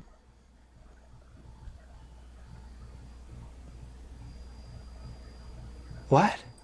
I mean, it's fucking stupid, but so is the idea that the gun is gonna lead to mass shootings in fucking Elmer Fudd cartoons. I don't think it's similarly dumb. I mean, frankly, the scythe as his weapon is worse. It makes him scary. That's scary. He's like death at that point. It's not like Hunter shooting animals. It's like spooky fucking death hunter. What the fuck are you talking about, dude? All farmers used scythes. It wasn't a slave thing. You know the hammer and sickle? The sickle represents farming because farmers use it. That could have been an analogy you made. You could have said it was communist. It represented communism. That'd still be shitty, but it would make sense. What the fuck are you talking about? Okay, well, I'm good on watching more of this guy. He's annoying. And he looks like he smells. He probably smells like he looks. So let's see here. Back to the pipeline playlist. Let's see. We got to find out about one of the big pipelines. Let's watch when pagan friends fall into the alt-right. The alt-right pipeline. I'm the Warrior Witch, and you can call me Nike. So sorry, what's that? This is our. She's gonna lead your pagan witch friends away from the evils of the alt-right. Everybody, don't worry. Hi, I'm the Warrior Witch, and you can call me Nike.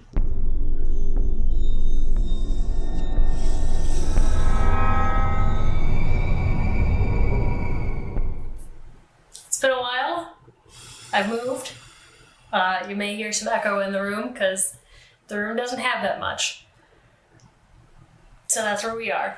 This video, quite similarly to another video. Got the Anita hoop earrings on, but she has more style than Anita, at least. That are recorded and posted recently-ish.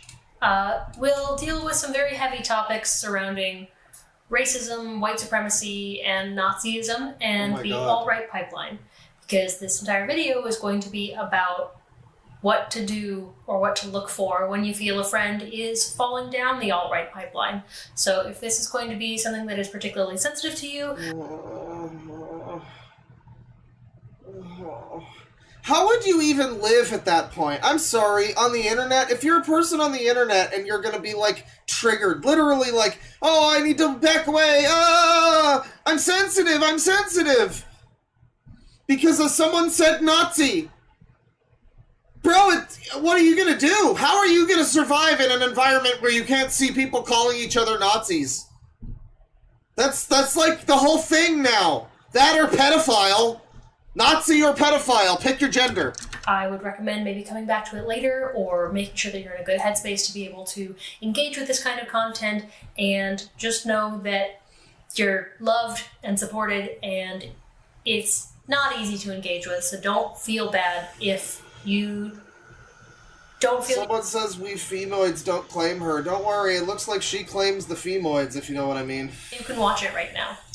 I have spoken before, often, about how in witchcraft spaces we usually feel safer from alt-right rhetoric because so many of us associate it with the left and leftist ideas, especially online. You know, I strongly associate leftism with spooky witchcraft and necromancy and stuff like that. So, that's cool. But the reality is often more complicated than that. Heathens especially have to be very aware of this unfortunate, insidious side of the occult, witchcraft, and have to be very aware of this unfortunate, insidious side of the occult, witchcraft, and the reality is often more complicated than that. Right. Heathens especially... Heathens! She just called us heathens, chat. She put us in the basket of heathens.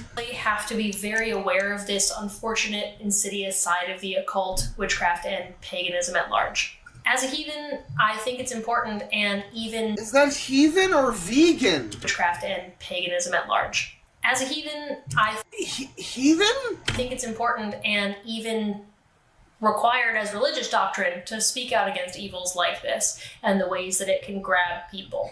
There's a few ways that we see friends slip into the alt-right pipeline, each with their own signs to watch for, and they're also going to vary depending on the spaces that you're in. For example, in New Age spaces, you're going to see a lot of this with conspirituality and some of these hidden conspirituality, everyone. Ideas that people don't always realize have these hateful histories behind them.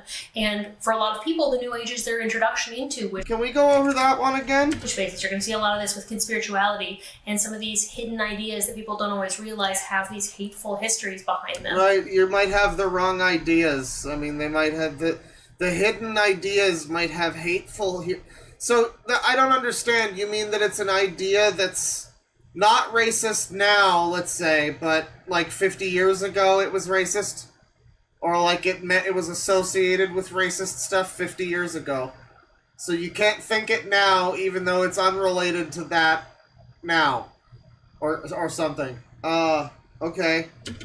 And for a lot of people, the New Age is their introduction into witchcraft and paganism and the occult. And it has its own issues. I could make an entire video about the New Age and its pipeline specifically into the alt-right, but the sort of sum up of that information is that it involves anti-Semitic and racist thought leaders like Alice Bailey getting really popular earlier on, and their ideas continuing to have those influence even still today. Look no further than Spirit Science and his ideas and promotion of what boils down to space Jews, Hollow Moon, and fluoride conspirituality. Another area. Oh, so Spirit Science is in on it, everybody. He's part of the alt-right pagan pipeline or whatever.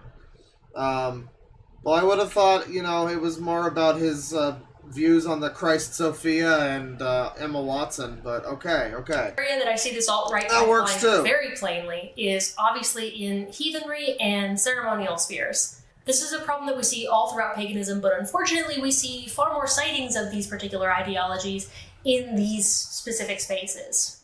I want to say up top that I am a heathen, and I would never be part of a religion or movement or practice that was based in so much evil. However, it would be... I'm a heathen. What does heathen actually mean? Let me, heathen. Oh, of course it's a band. You know. A person who does not belong to a widely held religion. Right. Relating to heathens, heathen practices. Okay, so yeah, it's a word for pagan or something, I guess. Responsible of me not to recognize that there are broad sections of heathenry and of the occult in general that are fully rooted in racism and white supremacy. I addressed some of those in a video that I did recently about Aaron Lale's book, which you can find here, but I want to get into some of the science to watch for. Most of the time, people aren't going to just jump headfirst into the alt-right. It's a slow, gentle slide and a transition of ideas. Oh, she makes it sound so relaxing, like you're gonna ASMR yourself overnight into the alt-right. You know, someone should make that video, like 6 hours of alt-right beats to relax to. It's just like chill lo-fi and then occasionally like, I don't know, Richard Spencer speeches or something. And values as a given person interacts more with members of that community. Many of the talking points that You're not really missing anything, but sorry. Here can often also be given a perfectly rational explanation if you don't really know what you're looking for. And some of these explanations don't necessarily mean that somebody is falling to the alt-right pipeline, depending on some of the stuff. No pipeline? And an important one that I want to address up top deals with ethno-religions and ethno-religious communities. Ethno-religions themselves are not bad in any way, shape, or form. Trying to connect with your own traditions and your own heritage is a beautiful, wonderful thing. And we get to... Ethno-religions, huh? Yeah, worldwide. They're... So is she talking about, like, people that return to fucking Vikingism or whatever? Bunch of examples, but the ones that most people are going to be most familiar I'm an Odinist. with are Hoodoo, Voodoo, and ATRs, Judaism to a certain extent, and indigenous spiritualities practiced by Native Americans, Native South Americans, First Nations people, Inuit, Métis, Maori, You know all the names. I'm sure you know all of them. Sami, just to name a few. Just to name a few. You know, Coltrane, Mingus, you know, the list could go on and on and on. There are many traditions globally that are only passed on through certain cultural and familial lineages. We often hear these referred to as closed traditions. And again, closed traditions are not bad. However, we see these issues pop up within the alt-right pipeline when we witness attempts to close off a religion that was never closed in the first place and drawing arbitrary lines that don't follow any guidelines aside from whiteness. What the fuck? Okay, yeah, I think it's gonna come around to Odinist. For the heathen side of things, we see a lot of red flags in the form of talks about heritage, preserving culture, and ancestry. Many of these flags and dog whistles are not exclusive to heathenry and apply to much larger... I mean, you know, hey, if you're in this community, it might be easy to get misled by people that are ostensibly preaching this, you know, cultural thing, but actually it's like, you know, it's like rhetoric, it's indoctrination. Yeah, I mean, I guess that's a pipeline. I guess that could be a pipeline. Larger issue of spots. As silly as this comes across, I guess that might be a real pipeline. And red flags all across the occult and pagan sphere, and we can see it in places like Celtic spirituality and general occultism and things like that, especially if they have a lot of these Western European roots. But you can look no further than the AFA and the O9A for specific examples of how these things come about. The AFA holds the blatant view that heathenry is only for those who are of Nordic descent and white. This, of course, is bullshit, as heathenry is an open, reconstructed religion. It has never been, can never be, and will never be closed and exclusive to white people. I'm sorry, what is? Heathenry is only... Heathenry, so like, the practice of being a heathen, I guess. If we do heathenry, new religious movement. Ah. Heathenry, also termed heathenism. Zoom this in a bit here, there we go. Contemporary Germanic paganism, or Germanic neo-paganism, is a modern pagan religion. Scholars of religious studies classify it as a new religious movement. Developed in Europe in the early 20th century, its practitioners model it on the pre-Christian religions adhered to by the Germanic peoples of the Iron Age and early Middle Ages. In an attempt to reconstruct these past belief systems, heathenry uses surviving historical, archaeological, and folkloric evidence as a basis, although approaches to this material vary considerably. So, I mean, it continues. There's Nazi stuff. They dissolved after the Nazi stuff. Older groups adopted a racialist attitude. Yeah. Well, it seems like this specific religion thing is, oh man. Unfortunate pause frame on this one. It looks like this specific religion is being bombarded by the alt-right or something, or at least it has roots hundreds of years ago in the alt-right. For those who are of Nordic descent and 100 white. years ago. This, of course, is bullshit, as heathenry is an open, reconstructed religion. It has never been, can never be, and will never be closed and exclusive to white people. The attempt to make heathenry and other practices of European origin as a whole into a whites-only space is an obvious alt-right flag. The problem is that they can pull people over by attempting to parallel it with these legitimate ethno-religions, despite the clear lack. Okay, but like, why is it an obvious alt-right flag? That's just a buzzword. Like, it sounds like this has happened since before Nazi Germany, so like, don't you think it's just an obvious, like, racialist, you know, you could say Nazi here, maybe, you know, but alt-right is a weird choice, I guess. It's like, the alt-right has only existed in the last, like, decade. What are you talking about? Of similarities when it comes to those other ethno-religious groups being the victims of centuries, if not millennia, of horrific discrimination, oppression, and even genocide. The attempts to close heathenry and other similar practices to whites only is a clearer flag than others, but often comes coupled with the more subtle and covert alt-right flags. Those attempting to draw people into the alt-right and those who have... What kind of subtle and covert alt-right flags is she talking about? I wonder if it's like actual flags that just have like really, really, really faint swastikas on them. Started to slide down that path. Like the flag's just white, but it has a swastika in like one shade darker white. And people, if it catches the right sunlight, you'll know, you know. Often use terms or phrases that could be seen as harmless or can be written off as jokes, sarcasm, satire. Tradition and ancestry are not bad things. A lot of very positive and wonderful communities focus on both of these. However, when it starts to turn into a yellow flag is when the talk shifts of a rejection of modernity specifically. Oh my god. And again, while these things are not necessarily It's the pipeline, a red flag on their own. It's the aforementioned pipeline. An alt-right dog whistle, it can point to a need to look closer for other signs. Appeals to authority and tradition, coupled with a rejection of modernity specifically, is when you start to see some of these flags turn from yellow to red. The issue with spotting this one, yellow flags? Is that a thing? However, is that it's often explained away by those falling into or fully entrenched in the alt-right as jokes or satire or sarcasm, when the reality is that there is a hidden truth behind their words in these so-called jokes. We need to keep an eye out to see if this goes from talk of heritage and tradition to rejecting people from the tradition based on being mixed or not white enough the way that the AFA does. Yeah, I mean, okay, so she's her pagan friends are turning alt-right by the moment, because I guess her like, her religion happens to be associated with a lot of racists and stuff, and always has been.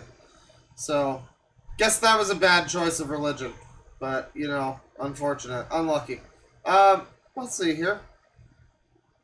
Well, here's one that's also timely. Again, Gamergate 10th anniversary is just happening, like, in the last week. It happened a few days ago, the Zoe post anniversary. You know, like a week ago. Now it's, you know, we're into it now. This is officially after post 10 years. Here's down the alt-right pipeline. I dated a Gamergater who was radicalized. And, my ex went down the anti-SJW rabbit hole and became entitled, mean, sexist, and developed anger issues. He also started forcing his vor fetish on me, and the sex became more and more about him over time. Oh no.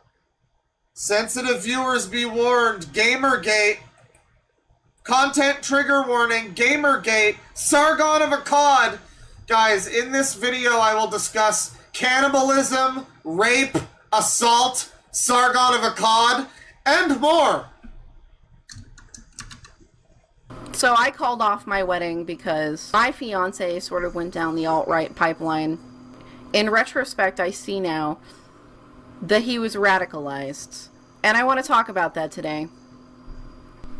So when I was 19, I met a guy who became my boyfriend, and he said that he was like a Bernie Sanders supporter, and he was very left-wing. Wow.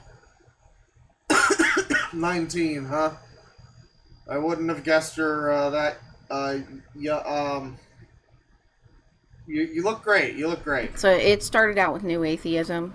He started watching like a lot of Sam Harris and the Amazing Atheist and Richard Dawkins and that kind of stuff on YouTube. And then over the course of our relationship, he slowly started drifting towards more extreme things on YouTube. And I noticed that... Oh my god, it was the pipeline! It was the pipeline! As he started watching these new channels, his personality started kind of changing. His tastes went from, like, atheism and skepticism to, like, anti-social justice and anti-feminism. He became, like, really neckbeardy in his atheism. He hated this woman. He was already an atheist who watched fucking, like, Banana Man. Are you sure he wasn't already neckbeardy? Rebecca Watson because of something named Elevator Gate. I regret not Googling this at this time because I just sort of took his word for a lot of things that I really shouldn't have took his word for.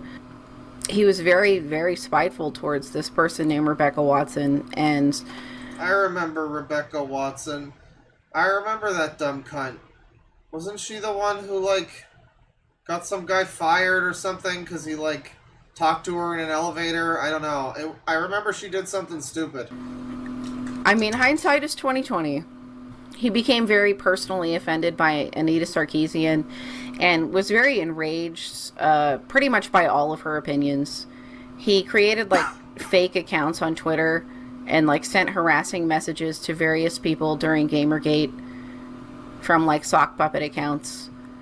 So he started watching Sargon of Akkad, like, hours and hours and hours of Sargon of Akkad, and increasingly became angrier and angrier and angrier, and would just sit there and fume over whatever Sargon was. Yeah, me too, bro. Every time I'd watch Sargon, I would just, you know, I'd get angry, I'd start smashing things, muttering Hillary Clinton's name under my breath. You know, it was a real scene. It was a real scene. Was upset about.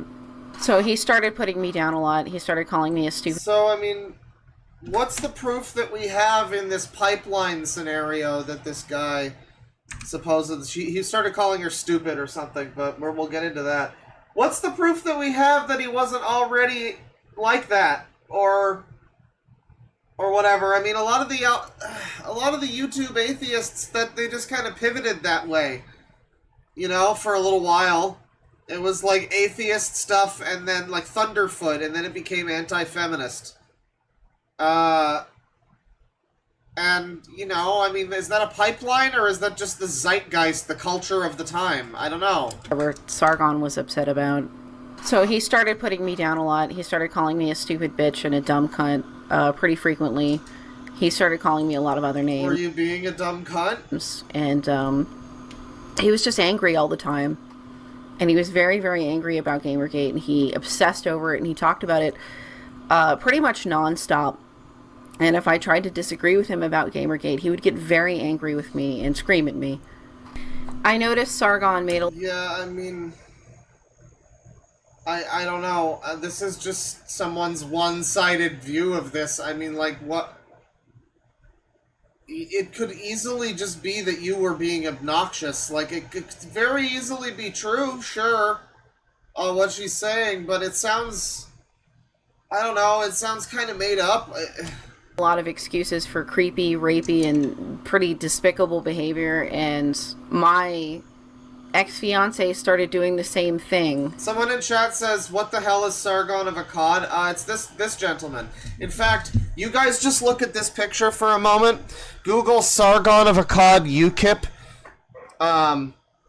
And just enjoy that. I'll be right back in a moment. Just, you know, give me a second here. Let me, yeah, that works. I'll be right back.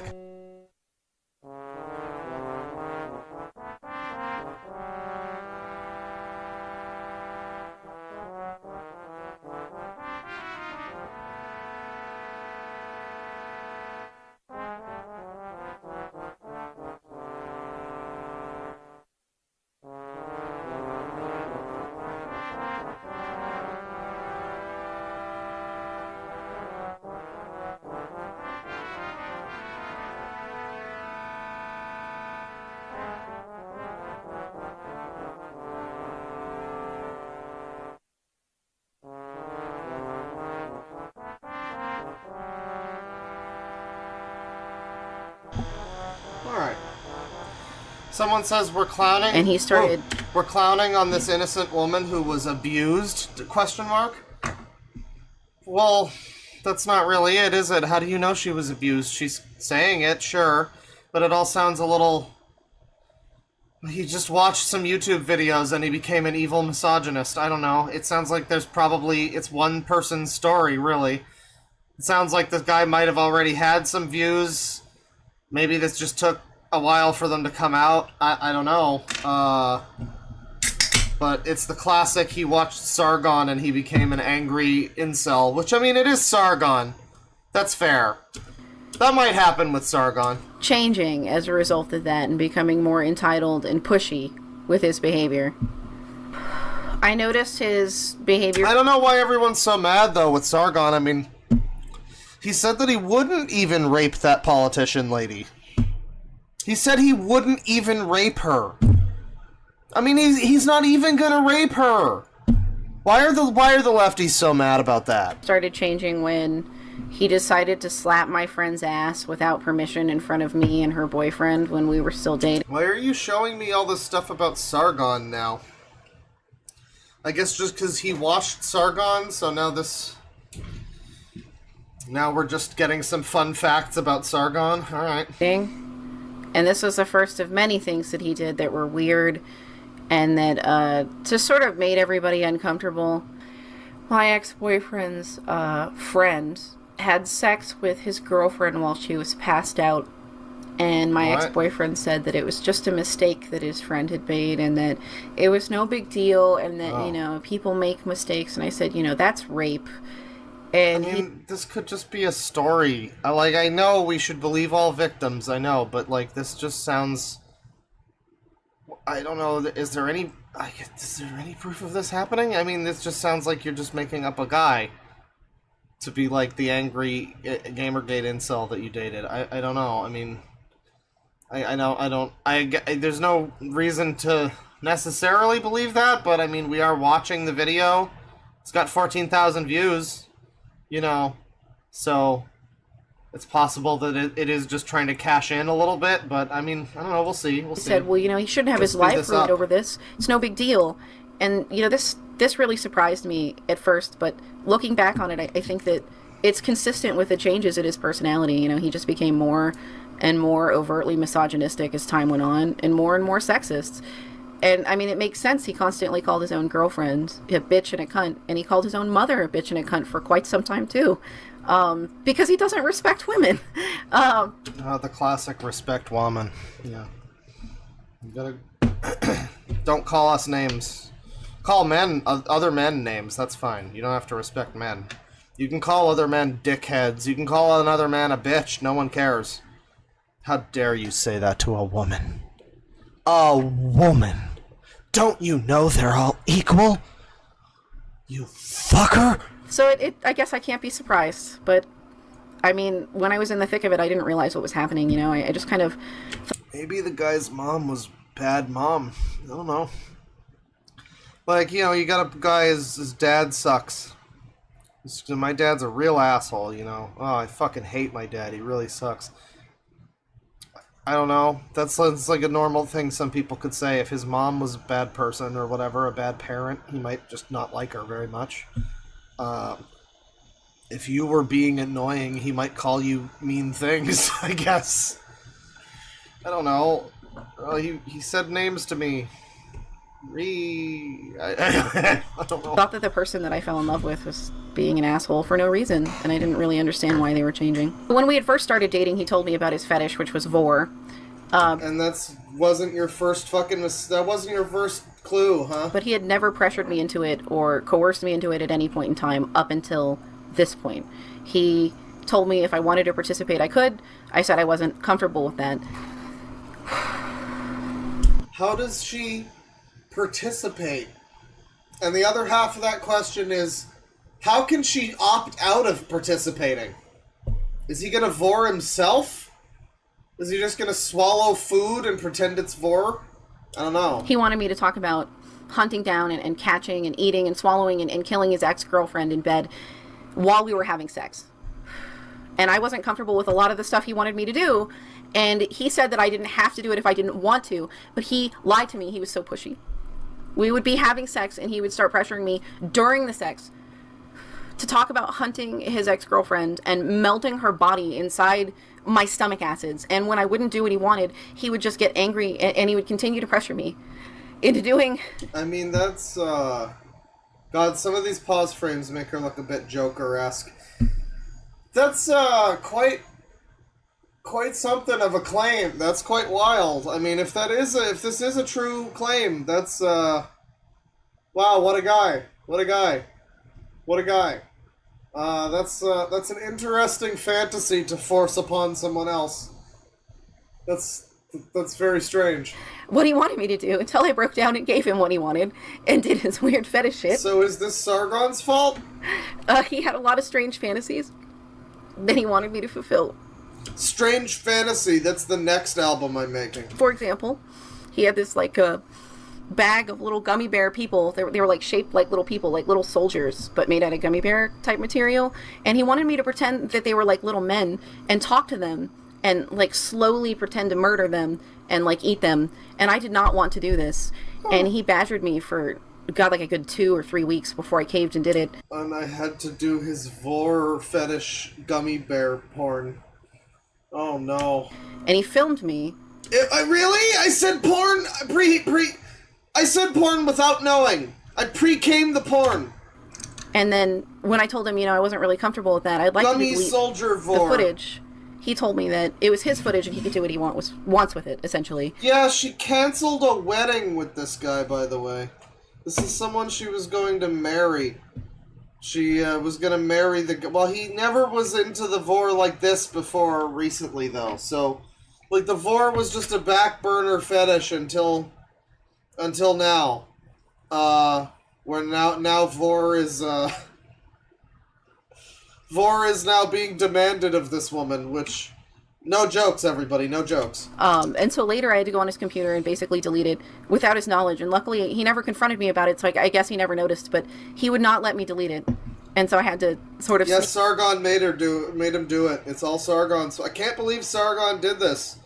He wouldn't even rape that woman, but he did do this. I can't believe it. To delete it.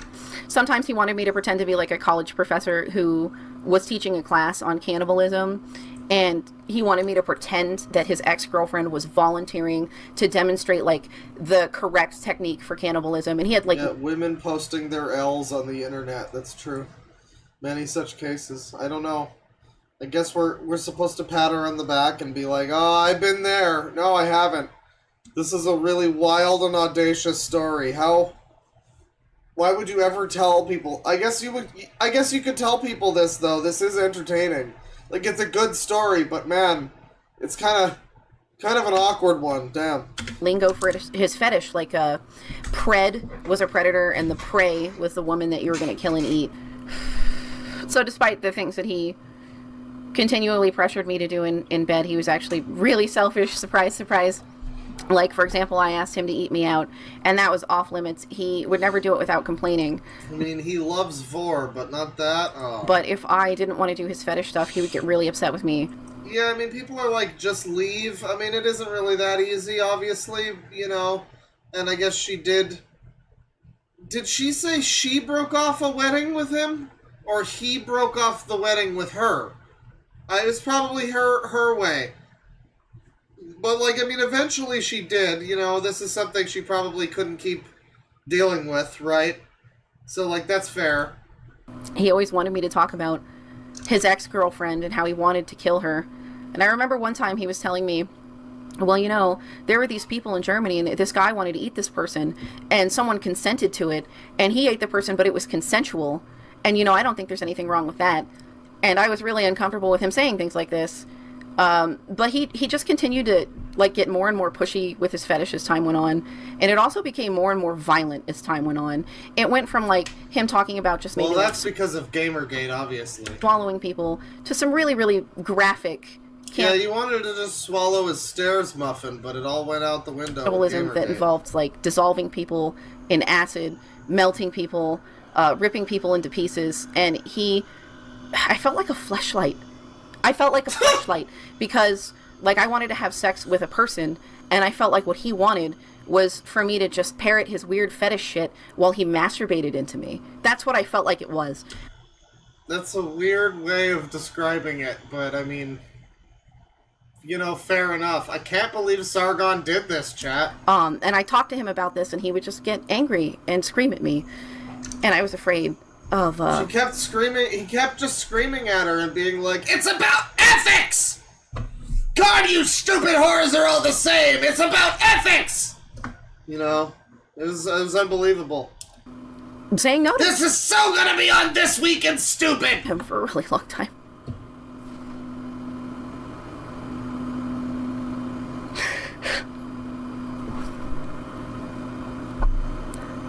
And I remember one time...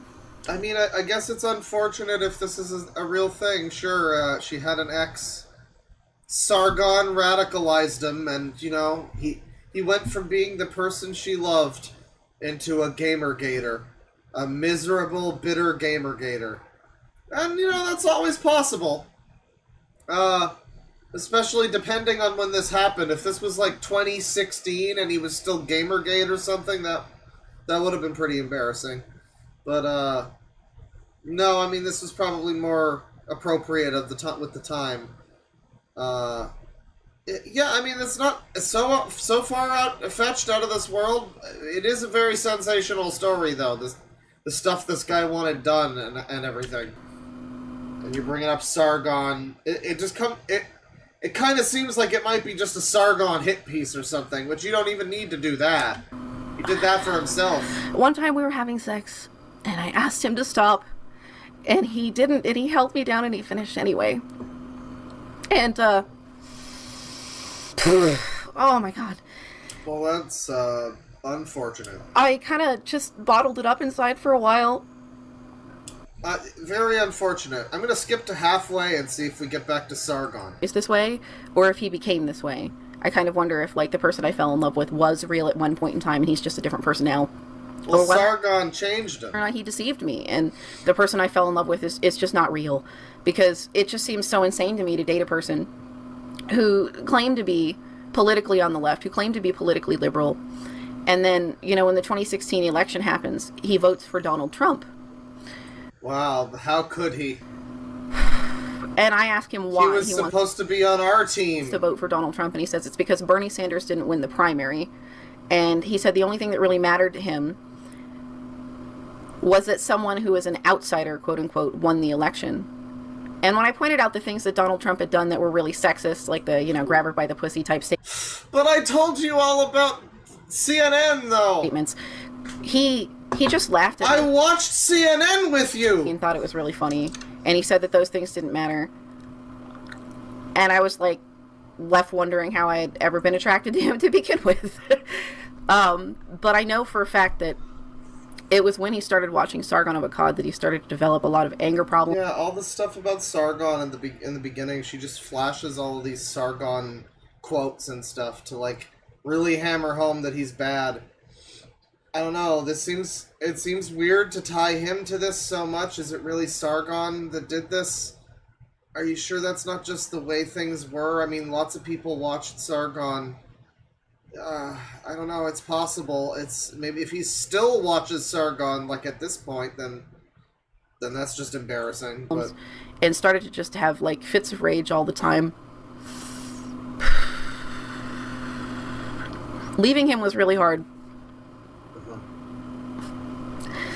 I tried to leave him probably 5 times. Every time I tried to leave, he would threaten to kill himself. He would throw himself on the ground and cry and scream and threaten to kill himself and say that if I left, he would slit But it's about ethics! his wrists. And so I caved and usually agreed to stay. Every time I tried to break up with him, he would say stuff like, we don't have to do my fetish stuff anymore, I promise. We don't have to do it anymore if you're uncomfortable with it. But that was always untrue, because the very next time that we would have sex, he would just continue to pressure me into it. So, I mean, he was just going to continue to coerce me into it, regardless of what I wanted. And it's all Sargon's fault. Well, the pipeline led to a very unfortunate relationship, and that sucks. The video's a little too heavy, and it's not enough about Sargon. Wait, hang on, is this part about Sargon? No, it's mostly about her relationship, which I guess is, you know, fair. You make a video about that, that's fine. I came here for Sargon action, though.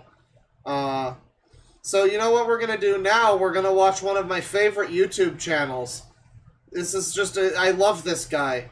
I'm so happy that we get to talk about this guy. It's Noah Samson, everybody. Does the right-wing YouTube pipeline still exist?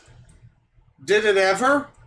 Hello everyone out there on the world. Hey everybody, it's Noah Samson. Look at how his face looks. Wide web. Welcome back to another episode of emerging from my depressive episode to text back my friends and family and bring you some content. I made a video for you. A little while ago, a question popped into my mind. Does YouTube still have a right-wing radicalization problem? There's been a good amount of media coverage on this idea over the years. The idea that YouTube's recommendation algorithm pushes people towards more extreme political content, usually on the right. Young, impressionable, this type of thing. Start out watching some run-of-the-mill, anti-woke, anti-social justice warrior. But he's one of the good ones, everybody. He's not like the other whites. Content. Your Crowders, Petersons, Carls, Shapiros, Rubins, dime a dozen, these guys. And eventually find themselves smashing... Yeah, buddy. Carls, Shapiros, Rubins, dime a dozen, these guys. You know, I don't know if you want to talk about how dime a dozen some of them are when you make the same type of content as everybody else in your, like, sphere. I mean, we have videos on this playlist that are basically the same video, and I'm gonna have to, like, watch them at the same time and, like, compare them and see if they're the same video. And eventually find themselves smashing that subscribe button on the YouTube channels of real-life white supremacists. People like Stefan Molyneux, Lauren Southern, Richard Spencer, and David Duke. Yeah. I don't really think Lauren Southern is a white supremacist or anything, but, and Stefan Molyneux, isn't he just like a fucking ANCAP or some gay shit? I don't know. I don't think he's a white nationalist or anything. That David Duke, the former Grand Wizard of the KKK, had a YouTube channel. He was doing travel vlogs or something, I don't know. The problem is that media coverage of the pipeline effect has been mostly anecdotal. There are some really good stories, like in the New York Times, The Making of a YouTube Radical, and many others. I'll link some in the description. And I've personally... Yeah, so it's all thanks to the... What do you know? It's down to the MSM. Crazy. The YouTube pipeline originates from like Wall Street Journal and New York Times and shit like that. That's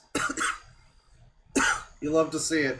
So it really, so a bunch of this spiraled out of. Wait a second, hang on. New York Times, The Making of a YouTube Radical. Yeah, YouTube Radical. And many right? others. I'll link. Yeah, YouTube, the Great Radicalizer. So this is outdated media rallying against YouTube and how YouTube is basically taking over.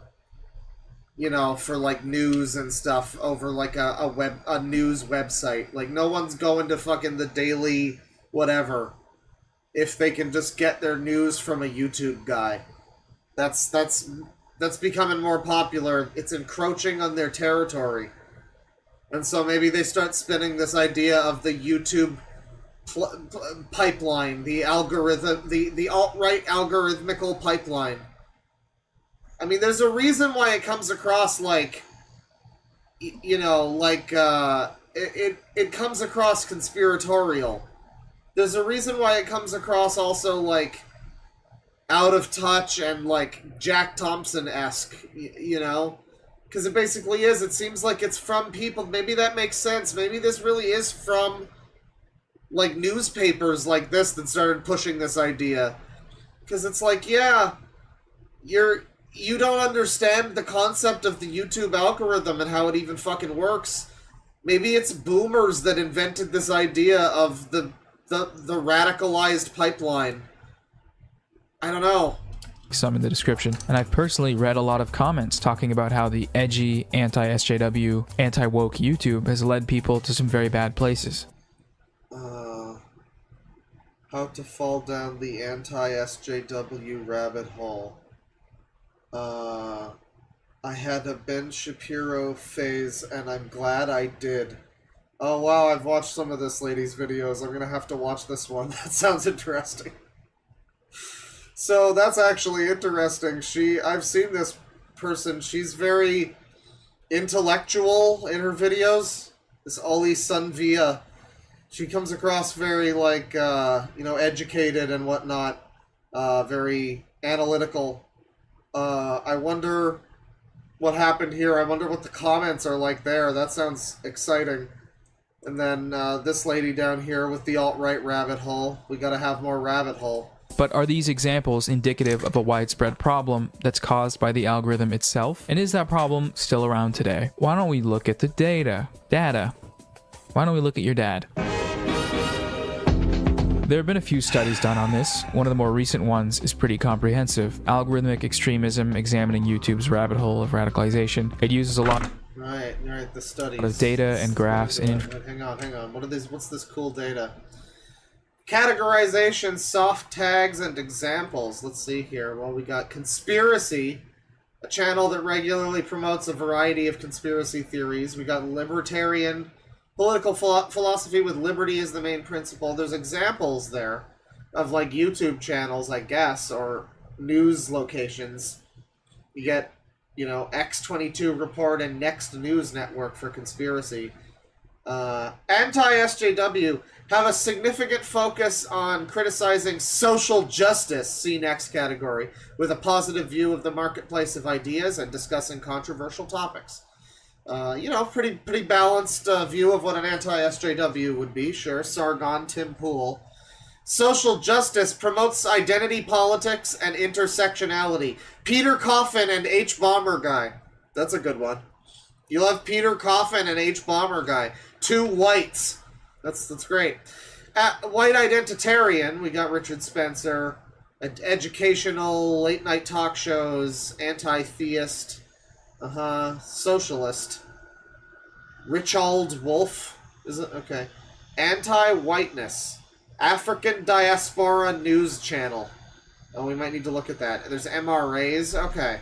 So this is a whole experiment. This is a whole, like, survey or whatever. And graphs and information and numbers to conclude that this radicalization by the algorithm narrative is kind of difficult to find. The study identified 4 claims to test. Of the 4 evaluated claims, only one was partial. So science doesn't back up the concept of the radical pipeline, then.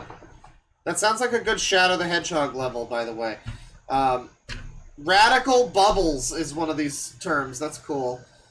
So he just admitted that there's, like, scientific proof that basically doesn't seem to line up with this concept. Let's see how he worms out of this one. Supported, that one being that viewers who already watched extreme content were sometimes shown more of it, but the radicalization pipeline claims were not. Viewers of moderate to politically right content were very rarely shown extreme content. Another more recent study from the Anti-Defamation League had similar findings. They identified multiple studies are sounding like they're not exactly finding evidence of the right-wing pipeline, everybody. 2 groupings of channels. The first, alternative. This included names like Steven Crowder, Candace Owens, Laura Loomer, and members of the intellectual dark web, which is like One Direction for sort of bigoted doofuses. The second group, extremist or white supremacists, which they don't provide the complete list for publicly to prevent the amplification of these channels, but Mike Cernovich and Faith Goldie were 2 examples that they gave. Good old guerrilla mindset Mike Cernovich. You'll have to see it. Faith is not doing so hot. You can pay her in Bitcoin from her YouTube bio. Supporting small creators is important, I guess. But Mike, he's still going. Have you ever heard of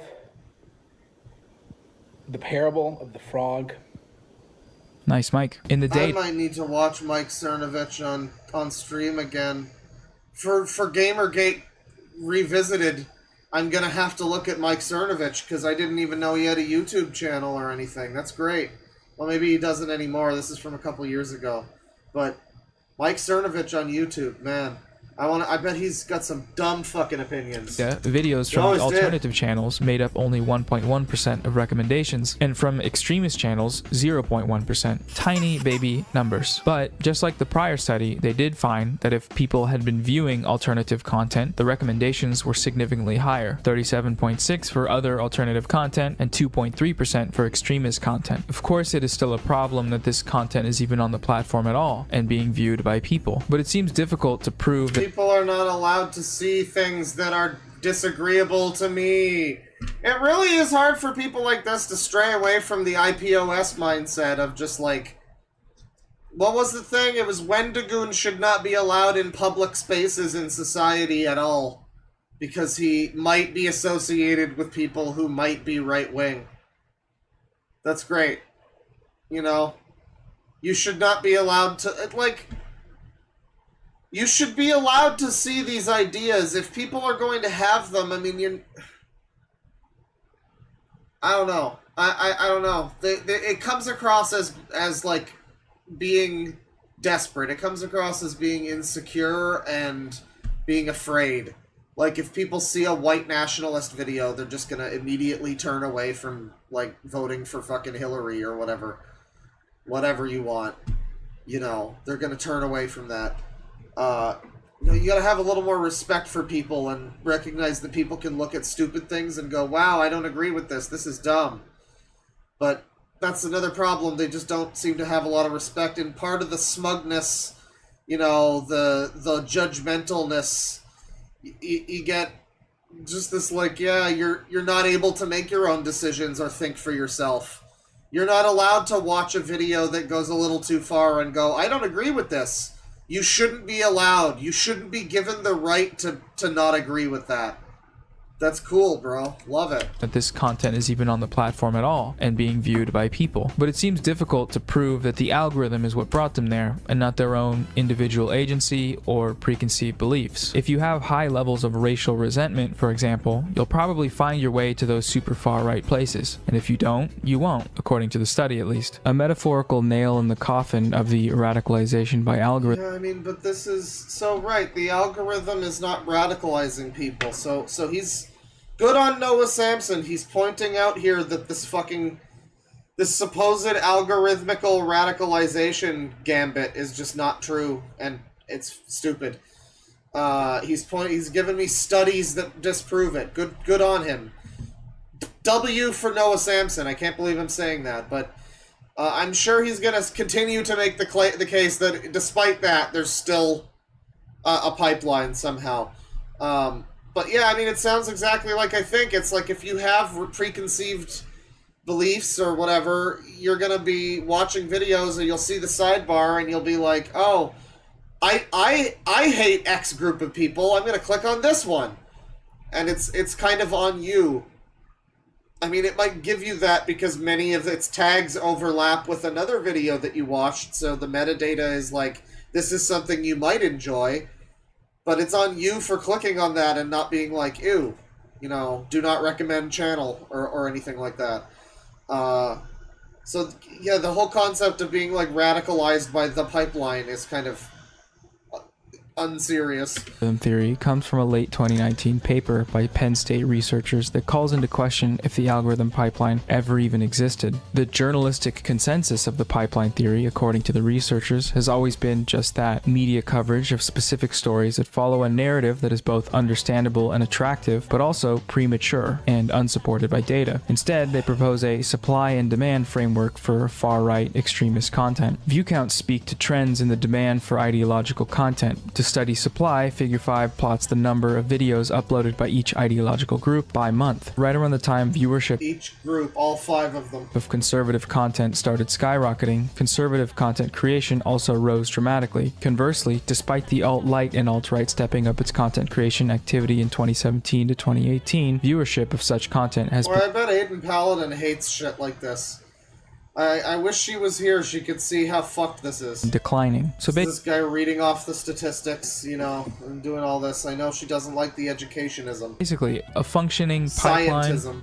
Not really.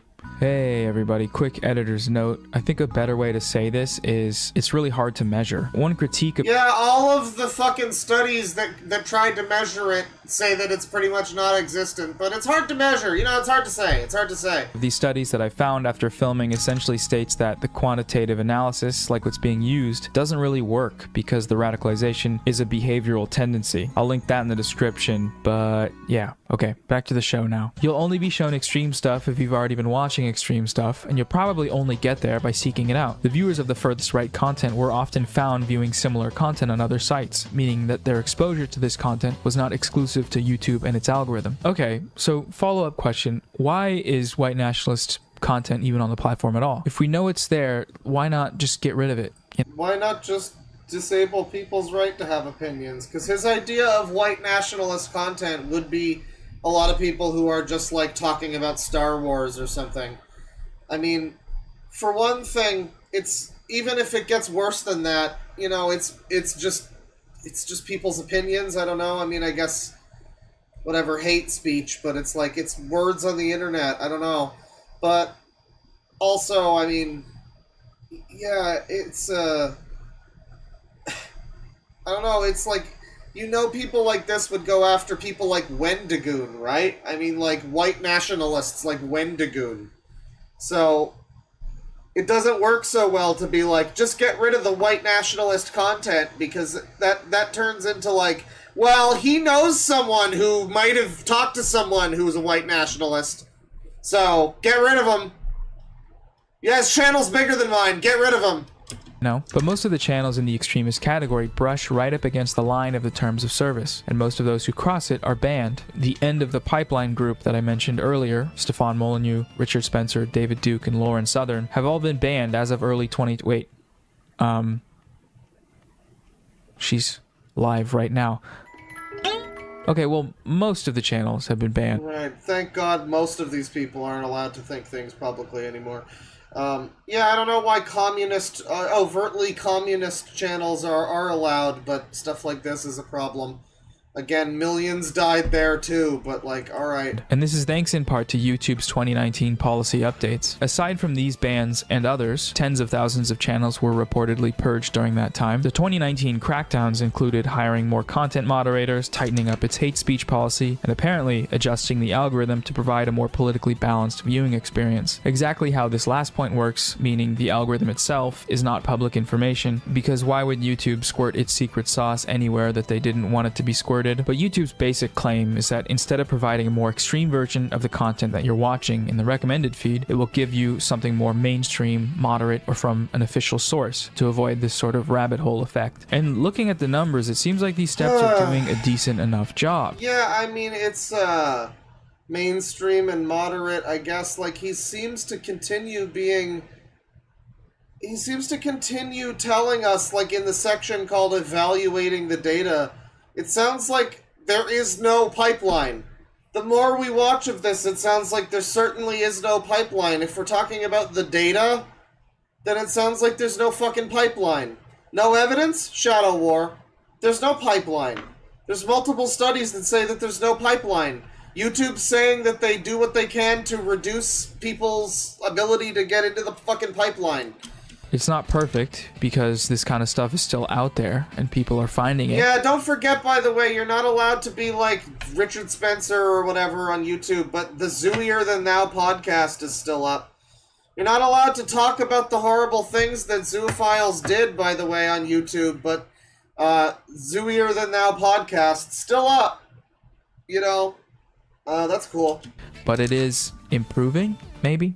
I don't know. So shout out to YouTube and the Alphabet Corporation for speaking of sites that aren't still up, by the way, apparently the pedo site got taken down or something. I'm not sure if it was shut down from inside or if it was, like, seized, you know, but, yeah, it's gone. They might have just moved, but the site is, that site is gone, so, I don't know. It might be a victory. Saving the world and making it a better place because they wanted to, and not because of the profit motive or advertisers threatening to pull out or anything like that. That would be super fucked up.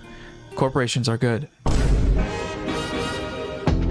All of this stuff kind of tracks with my anecdotal experience of using the platform. Yes, there was a time when YouTube's recommendation system was pretty aggressive. Watch one tutorial on how to make your bed, and soon enough, you'd be in a congressional hearing advocating for universal basic sexual intercourse redistribution. As I said before, I don't think anybody really, like, that's like it's a joke, but like I don't think any.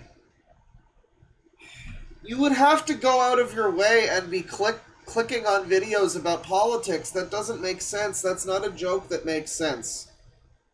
Like, it's not even as a joke, it doesn't make sense. You could have said, like, something that's in some way related to the Congress and whatever, and just act, like, but there's not even a pipeline there. You just said two different things.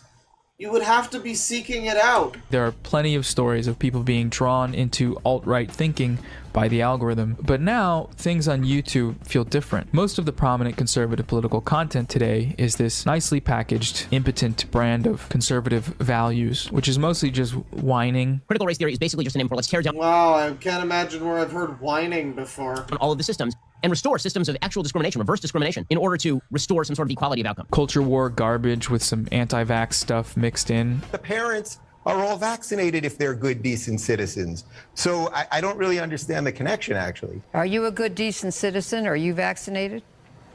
It's nobody's business whether I'm vaccinated. That's like me asking you the last time you got laid. I mean, it's just irrelevant.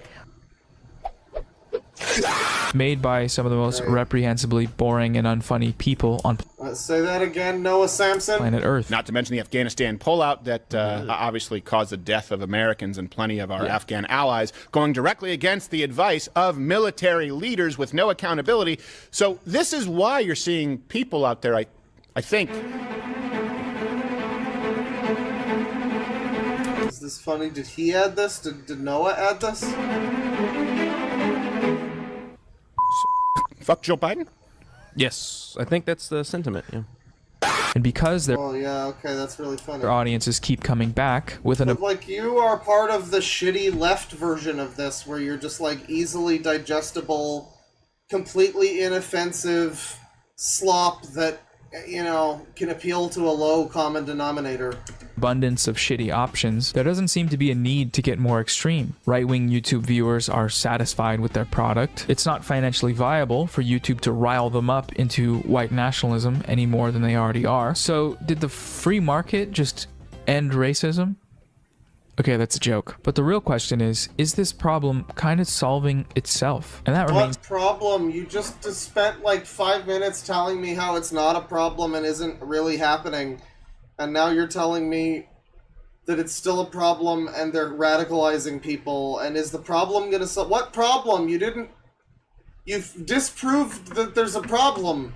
To be seen. With data. There's data. Call your dad. More studies required. I'm really interested in your thoughts though, so comment if you have any, or if I'm just completely wrong on this whole thing. That's always a possibility. I'm what many people might call a very dumb guy, so you can't hold me responsible for anything. Oh, that's why you look like that. Gotcha. Cool website on the internet.com called TransparencyTube, which gives a visual representation of which political YouTube channels are getting the most traffic. The bigger the bubble, the more views. The channels are grouped by political labels, from mainstream media to partisan left, partisan right, anti-woke, all the way down to white identitarian. Ooh, that one sounds fun. You can sort it by time period to see how the data has... Thank you for telling us that that was a parody. With your stupid little mustache, I would have assumed you actually are into some fucked up stuff. Mustache rides after Labor Day. So this is a cool website that just categorizes and labels a bunch of stuff, I guess, and you can go here and... What is this for exactly? Changed. It's a very interesting tool. We scroll all the way down to the bottom, we find LeftTube, which is Hassan, Vosh, and Russell Brand, apparently. Nice Russell work, everybody. Brand? No, but if we click on it, we do see some familiar names. Hi, everyone. But as you can see, this first screen is littered with Shapiro bubbles, like the most annoying soap you've ever used. Legacy media companies with... Well, maybe people like Ben Shapiro for whatever reason. Why is Brave on here? That's the fucking browser, isn't it? But, yeah, I mean, just because people... I guess this is just anger that Ben Shapiro's message, whether it's correct or not, or whether you agree with it or not, it's resonating with a lot of people. I mean... Billions in the bank and editorial oversight are only slightly ahead. And if you sort by year, you'll see that this accounts for billions of views. In tandem with the findings of our data section, categories like QAnon and white identitarian channels are not doing so hot. They are but blips on a... Wow, you mean there's like very, very few white identitarian YouTube channels? I can't believe it. Big thing where blips wouldn't really get noticed. Trump is out of office. The alt-right died, probably with Charlottesville. Richard Spencer is a broke guy. And according to that Penn State Loving the Bomberman hero study we looked at earlier, demand for extremist content peaked in 2017, which lines up with all of these events. And in its place, we now have these carefully curated, polished, conservative media figures that pretty much stick to the script, no matter how elementary that script might be. Hey, dude, last time we did a stream like this, we watched Xander Hall, who's literally paid for by the fucking Brianna Wu super PAC. So, when you're talking about people following the script, we know that there's... It's not like... Like, I love the concept that the right-wing people, the super conservative boomers on the right, are going to, like, be the ones that are really leading the charge in this shit. Yeah, no, it's not gonna be, like... younger, hipper people that understand technology, you know, that are able to more covertly get in, you know, and like proselytize to the internet in such a way as to almost seem like propaganda. I mean, Xander Hall basically did that. You know, you're talking about PragerU and Candace Owens, and it's like, yeah, that's big money. That's like bought and paid for. Sure, but so are a lot of fucking people's opinions online, you know? So, I mean, I just don't know. There's nothing, you rarely see anything that goes above just, you know, the inherent understanding that if they're right-wing, they're bad. And there's no need to ever explain, like, why, like, I mean, for one thing, they have to always tie it to, like, white identitarian stuff or something. But, yeah, you know, you just have to already believe that. And therefore, all this stuff that easily applies to other groups is a problem because of This is the bad group. I don't know. Slavery was not invented by white people. Damn, son, where'd you find this? When they want to get I don't think it was. What are you talking about? extreme, they use dog whistles. I have less political power because they're importing a brand new electorate. Why should I sit back and take that? When they want to be anti-vax, they do it, but kind of tread lightly. One of the running bits on all of these channels is whenever they're spraying vaccine hesitancy from their vaccinated mouths, they say like, oh, we gotta be careful what we say here. Big Brother or SWAT listening to us talk about the real science. This is something we always have to be really careful in discussing on YouTube because you can't necessarily cite peer-reviewed published studies. Not necessarily. What a no. world. If they just don't like them. Yeah. Do your own research. There's people. 1984. George Orwell. With You don't do your own research. Get your information from YouTube Breadtube people, left-tube Breadtube YouTubers, like Noah Samson. You don't do your own research. was a freedom-loving patriot guy. As annoying as this bobbing and weaving is, it works. Channels which have made the transition from early regressive viral content to what we see today by following the rules are getting more views than they ever have and making a lot of money and probably aren't going anywhere. The channels which haven't made the transition have withered away into obscurity. Yes, 4chan still exists, but who's getting radicalized on poll in 2021 and why? Donald? No, well, probably more people than are getting radicalized on fucking YouTube, because we've proven that that pipeline doesn't exist, does it? Trump election fraud? That's your Civil War rallying cry? Oh, you got the polls and the poll workers and the ballot boxes. Really? His entire channel is him whining at people, but then he always likes to break out the, like, you guys are just whining. It's like your whole thing is just whining. Like, Ben Shapiro has too many subscribers. They shouldn't be as popular as they are. Your whole channel is that. Just because you have the stupid fucking dead caterpillar on your lip. It looks ugly, by the way. This guy's a thirst trap. I hope you guys know this. He does, like, private thirst traps, I think, on his, like, members-only community tab or something. He does, like, stuff where he'll be, like, half naked laying in bed and be like, just got up. He does thirst traps, everybody. You want to see sexy Noah Samson? I'm sure you do. I know you do. No, you are taking your daily Ben pill and going to sleep. In some ways, this is good. Capitalism breeds innovation? Capitalism has given YouTube a reason to ban racist YouTubers? Okay, well, okay, some of them. Alright, barely any of them. But the ones that did get banned were pretty bad. So thank you to capitalism for making this possible. Love you guys' work, thank you. But the popularity of this consumable conservatism gives me an eerie feeling. Many of these channels purport ideas that are pretty much just as bad as the more extreme ones. But because they're careful, they're allowed to do it in front of literally billions. Yeah, it's like all the channels that are really careful about talking about how they support fucked up, you know, communist ideologies that lead to millions of dead people. Yeah, you gotta be real careful when you're a crazy person. Millions of people. So I can't help but wonder, is this any better than what we had before? I don't want extremism, but I also don't want whatever this is. Why do you need a black James Bond? What did you do to my watch? What the fuck was my watch and my car? I can't. You look. I can't see the plate on the car. You know what's gonna happen with 5-0? I'll get pulled over for that shit. I can't do that shit. Dropping spikes and shit. I mean, yeah, it's not funny. You know, I mean, it's a more low common denominator, lowest hanging fruit kind of thing. Yeah, it's really easy to take jabs at this fucking guy. You're not even doing it that well. You're just playing his clips because he's an idiot and they speak for themselves. But every time you speak for yourself, you make yourself sound like a bigger idiot. So, I mean... I don't Roger Moore moonrake motherfucker. And the problem is that I'll get pulled over for that shit. I can't do that.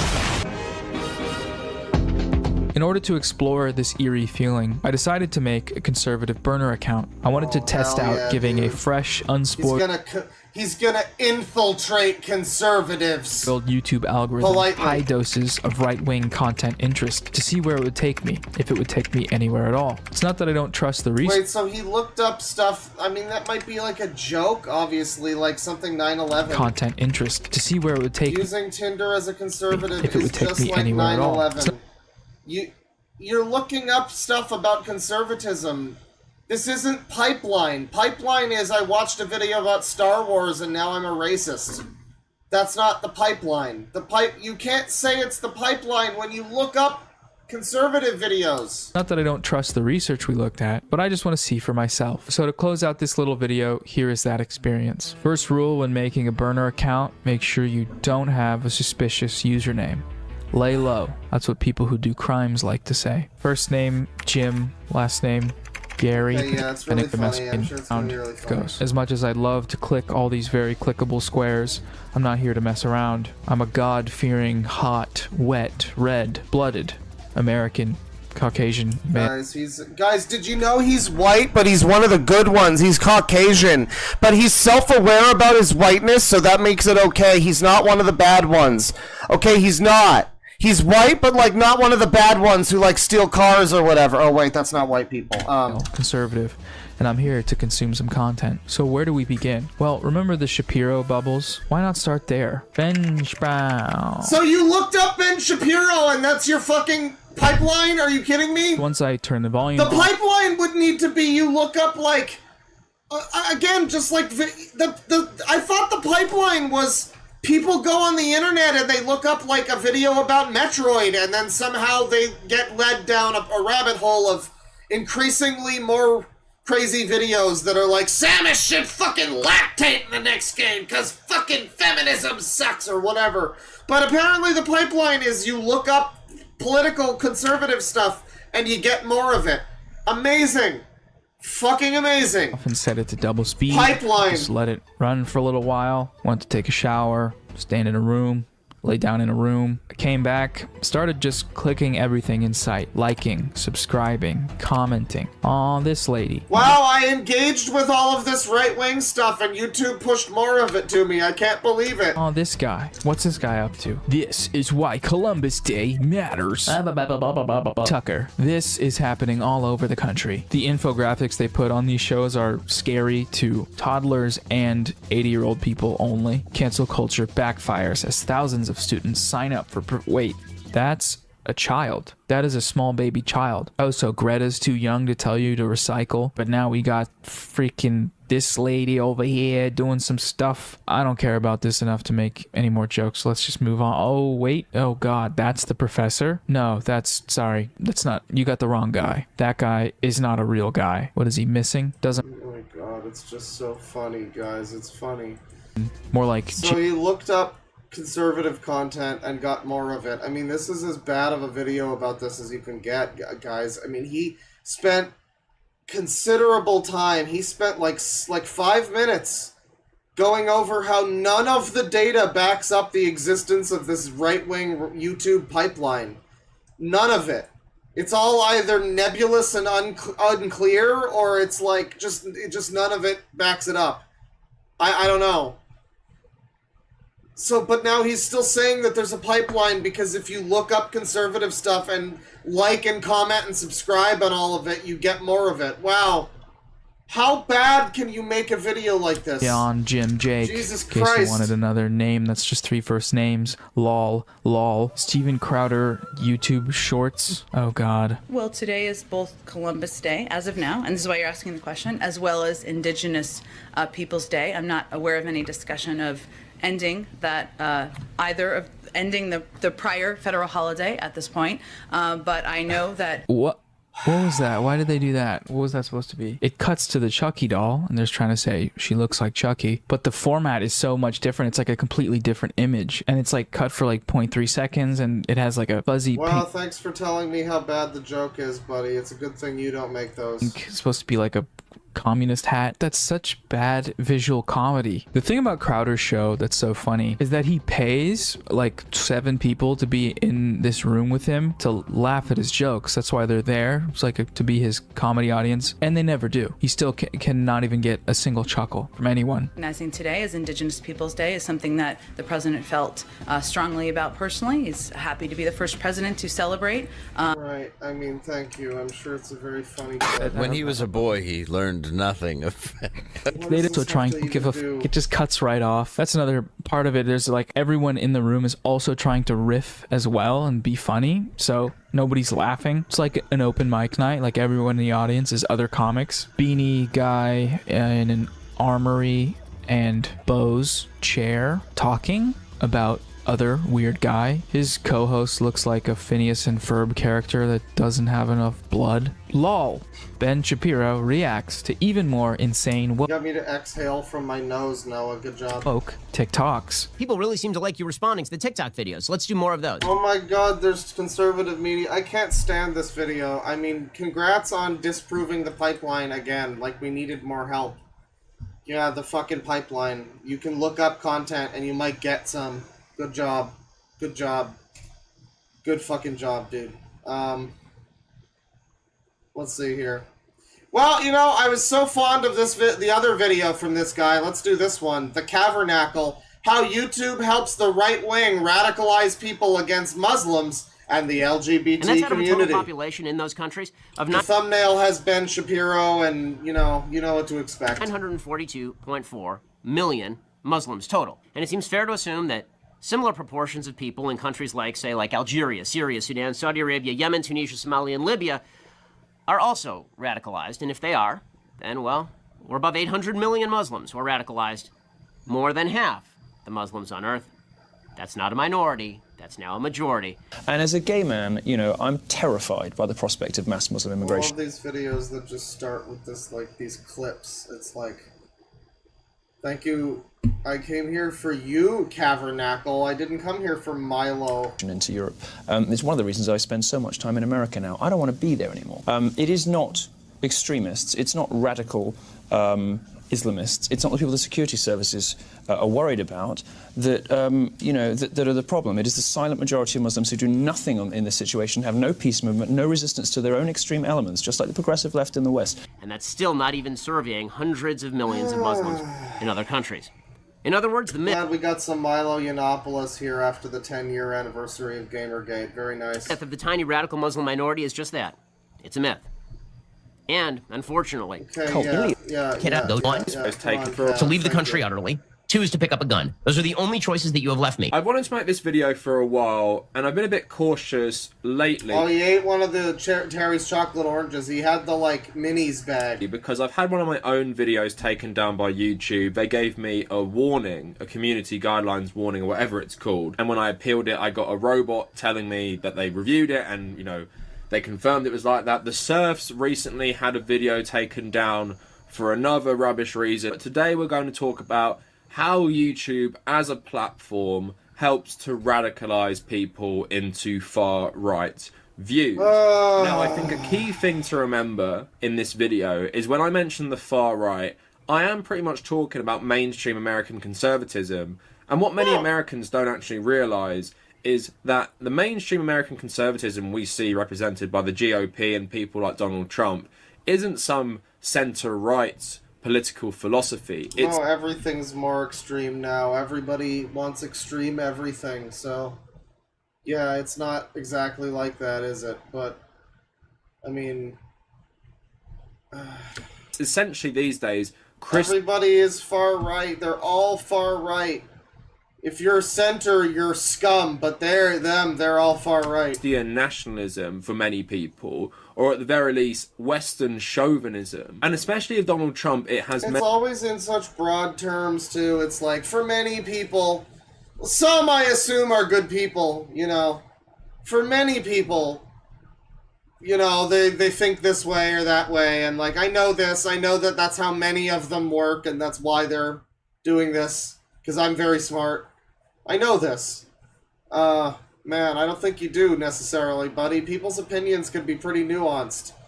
you might not know exactly why they voted for Trump. They might have just voted for him just for the hell of it.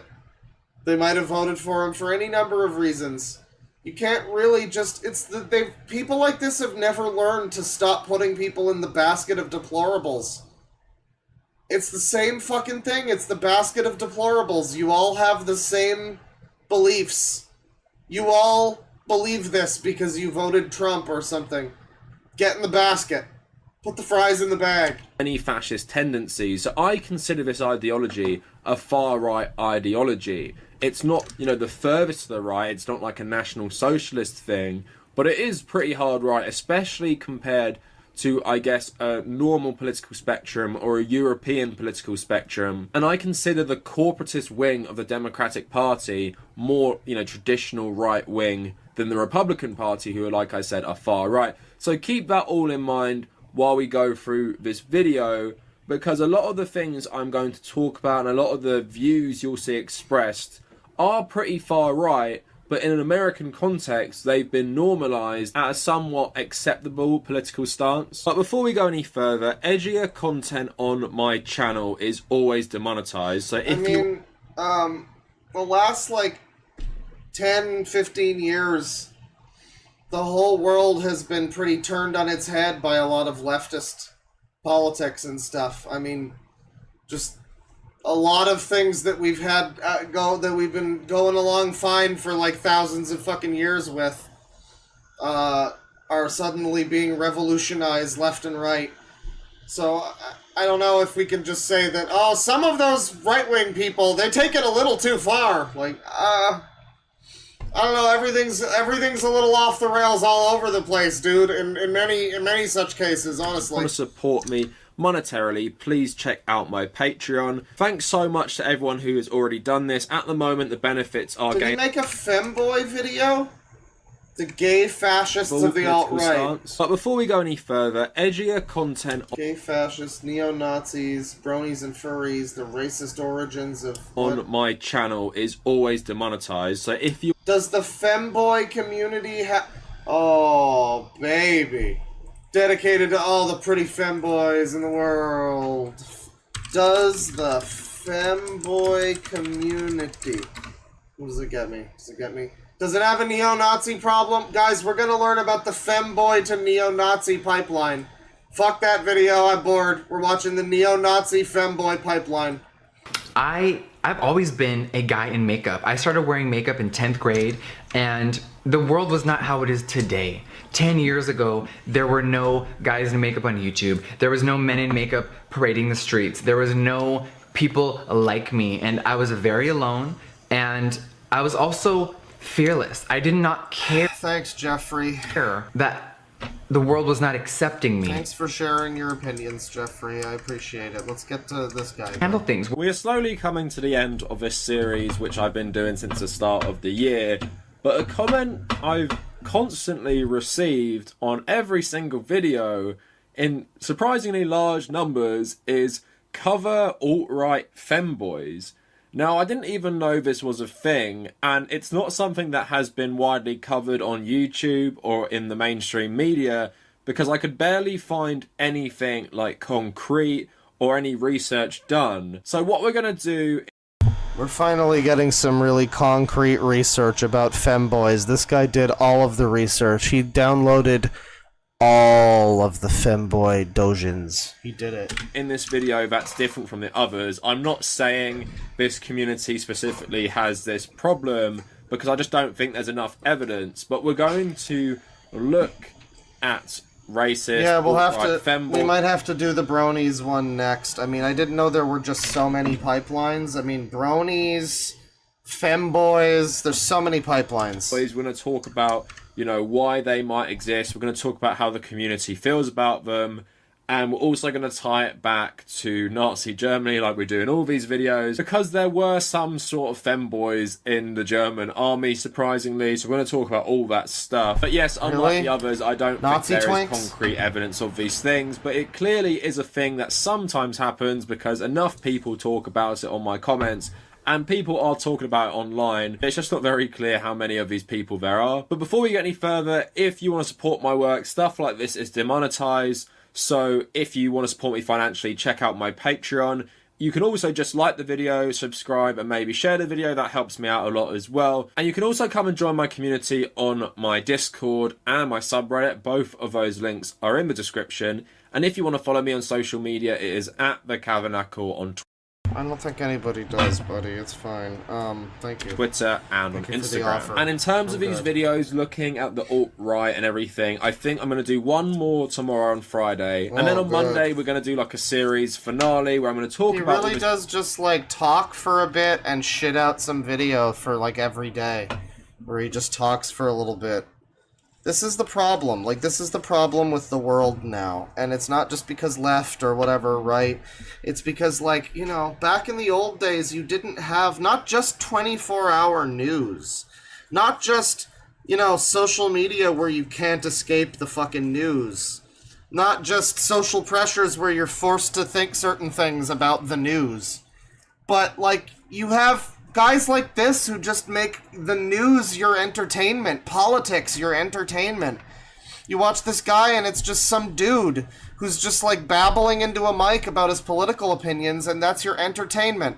Welcome to the stream, by the way. I hope you're enjoying. But, you know, you watch this dude just babbling, and for some reason people take him as like, I guess, some sort of a, you know, a person to be listened to or something. And it's like, back in the day, the people that were engaging with this guy, they might have been watching The Simpsons or something, you know, or making something, you know, instead of this like weird, constantly political reality where even our entertainment is like political all the time. And if we don't want political entertainment, we go and play a video game where they infuse it with politics and real world stuff that brings you back down to reality, where you're like, oh yeah, we're still doing this, right? Stuff. And maybe I'll keep making these videos, but maybe like 2 a month instead of like every single one. Like I said, I had to do my own primary research for this stuff. I had to go looking in these communities for conversations about racist alt-right femboys. So I went to Feminine Boys, which is a text-based subreddit, opposed to, you know, the Femboys one, which is primarily pictures. So on the Feminine Boys subreddit, u/OG employee wrote racist femboys and said, why is it a meme that femboys are racist? I see this on Twitter mostly. I'm loving that this is a real video he made, though. Like, he actually has made this video. He's constructed this video where he had to do a bunch of fucking research into femboys. That's huge. I love it. It's great. Mentioned femboys while on a Discord call with some friends, and they all joke about femboys being racist. Kinda sucks. Some people had to make the rest of us look bad. Here are some memes I found, and it does seem to be a pretty prevalent meme. But then people in the comments wrote, so... Yeah, this guy's a real journalist. He looked at Reddit. I know, this is why we should listen to him. Not only that, but he's currently reacting to memes and overblowing their significance. I love it. Ever since Tumblr... It's just like Ben Shapiro, and but porn, worse. there's been a spike in Tumblr users on Twitter, which mainly consists of TERFs, racist femboys, and other people. So basically, Twitter is the new Tumblr, and since Twitter is kind of the norm, now everyone has been exposed to these types of people.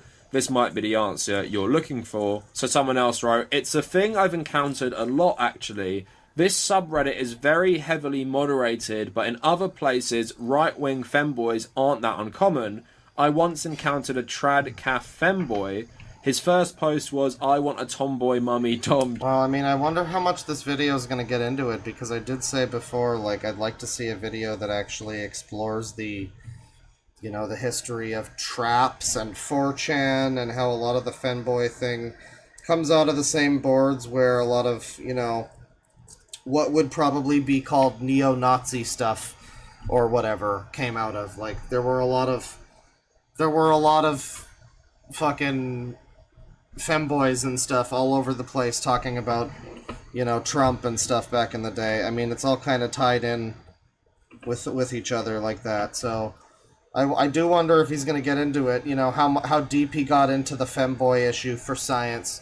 GF. And his second post was about how hedonism corrupts people's morals and goes against God. And someone else commented, it's funny how a lot of right-wing femboys are both I want a list of messed up sexual yearns and Hail Hitler at the same time, as if Hitler wouldn't look down on them in disgust at their kinky lusts. Someone else wrote, the main link is 4chan because D has a ton of femboys and 4chan in general has a lot of racist right-wing neo-Nazi edgelords. Why is it always 4chan with this stuff? Someone else Why is it always saying, 4chan? You gotta do more research here on Reddit, though. He's really going through it here on Reddit. None of these are even his ideas, it's just Reddit. To be some of the first victims if the alt-right ever gained power. But if you've been watching this series I've been making, you will have seen a lot of this stuff anyway. A lot of these groups who join the alt-right, whether you're a furry or a brony or anything else, a lot of the time it's because you've been ostracized by society. Now, femboy is an obvious case of people who would face a lot of discrimination because, as we all know, in Western countries as well as other countries, trans people aren't generally accepted. The UK is somehow worse than the US in this regard. Now combine that with the historical view of gender norms. Now if you're a man dressing up as a woman, I guess that's even worse to some people because you're saying you're a man, you're meant to be masculine, you're meant to act a certain way, and you're choosing to dress up as a female, and you're not even transgender, so you're not even saying you are a female. I guess that... What is his fucking point? I mean, he's talking about femboys. He's talking about how, like, the first people that would be strung up by the Nazis if they took control would be, like, the Nazi furries or whatever. You know, the people that tie themselves to groups that would hate them if they ever got their way. Which is fair enough, I guess. Man, I don't like this guy's channel. He's so... I mean, he reminds me so much of the Quartering. It is just this, like, regurgitation of shit I saw online, you know, 6 videos a week kind of thing. Bugs people, and you see a lot of the hate people like surface James level Charles opinions and Jeffree Star get, who are both technically femboys. I don't know if they ever describe themselves as this, but you can see how that sort of stuff would drive people deeper into these online communities or these places like 4chan, and like someone was saying there, it feels good to say this stuff, and it feels like you have the backing of... You know what I should do? I should do a 4chan stream where we just watch, like this one, we watch videos, but they're all just about 4chan and how 4chan's bad. And, like, the dark truth of 4chan and what they've done.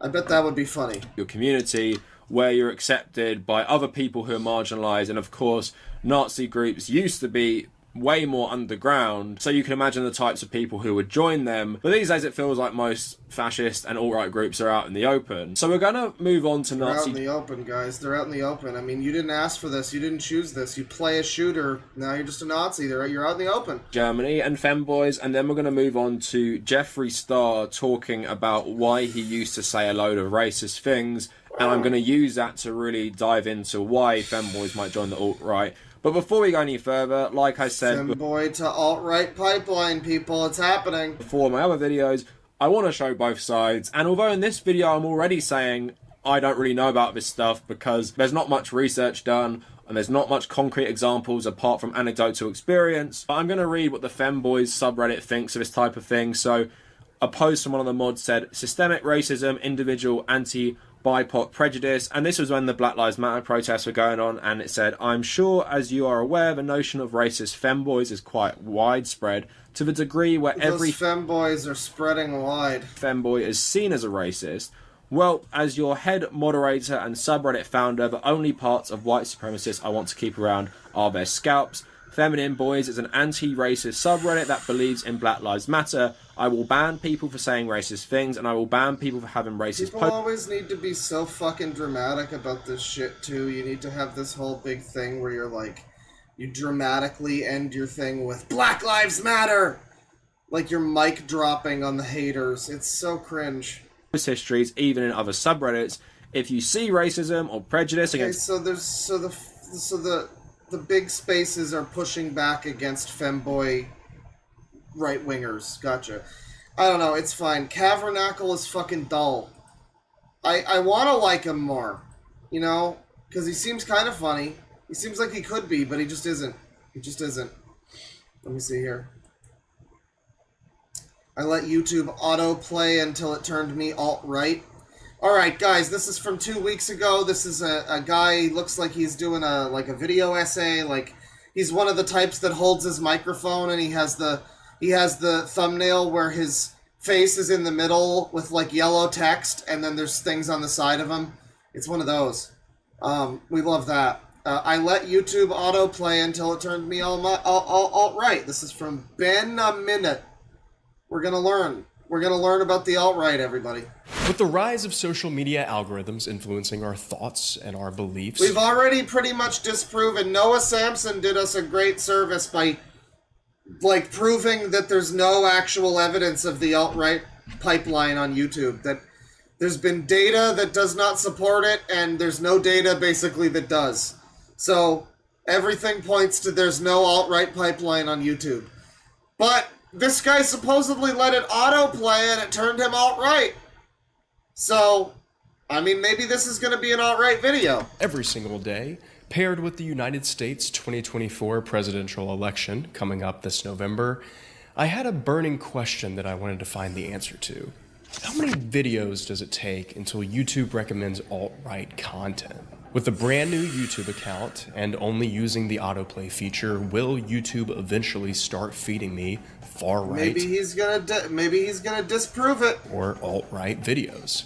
Well, let me tell you, what I found was pretty insane, to say the least. The patch on the right ear. You're the cause of President Trump almost being assassinated. What? Did this individual have male genitalia? I don't think you're getting Nazi songs from that, dude. Like, auto-playing, I don't think so. And even if you did, it's like, well, yeah, I guess maybe Nazis also watch this, so they think that you've auto-played something. I don't know, we'll have to see. If he really auto-played it, I guess that's bad. Yeah, I mean, if it automatically gets you this stuff, but it is also just kind of clicking on random things, you know? It's like, this is the next thing you're recommended because you watch this. I mean, it depends on what he puts in first and if he nudges it at all. It's been a minute, and welcome to... an alt-right algorithm. I originally had the two. Algorithm. He fucked up algorithm. But that's a hard word. It sucks. I originally had the idea for this video after watching Ludwig's 1000 video autoplay experiment. Oh, he watches Ludwig. That explains it. He stopped once he got to his 1000th video to see where the YouTube algorithm led him. Well, I'm going to keep going. Past 1,000. Actually, very far past 1,000, as it turns out. And I'm not going to stop until YouTube autoplays an alt-right video. But before we... So you're just brute forcing this until it eventually happens? Get into conducting this experiment, we need to go through... I guess that's something, alright. Some ground rules. For the next however so minutes long this video turns out to be, we are all going to pretend that... It looks like Chris Pratt. We are an undecided voter who leans no particular direction on the political compass. Please know that this is a completely fabricated scenario. I don't think there is such a thing as a voter who is devoid of any biases or political leaning, but for the sake of this YouTube video, we're going to pretend that we are. Now, to replicate this undecided voter, I will be creating a brand new Google/YouTube account and turning on incognito mode. So this is very much like Noah Samson's video. He makes a burner to ensure that there is no location tracking or cookies enabled. So YouTube has absolutely no data or information on this profile, thus creating a blank slate for the YouTube algorithm to mold into its own image. So what is considered alt-right content?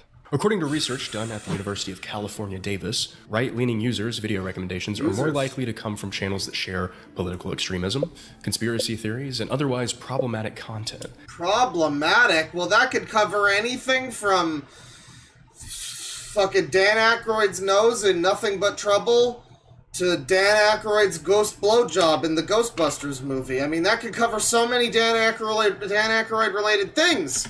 So, a few red flags that we're going to be looking out for that fall into the broader category of alt-right content will be ideas like white nationalism, the Great Replacement Theory, QAnon, Project 2025, and really any Yeah, I mean, broadly, I think you could say that this is mostly alt-right, sure, yeah. extremist conspiracy theory.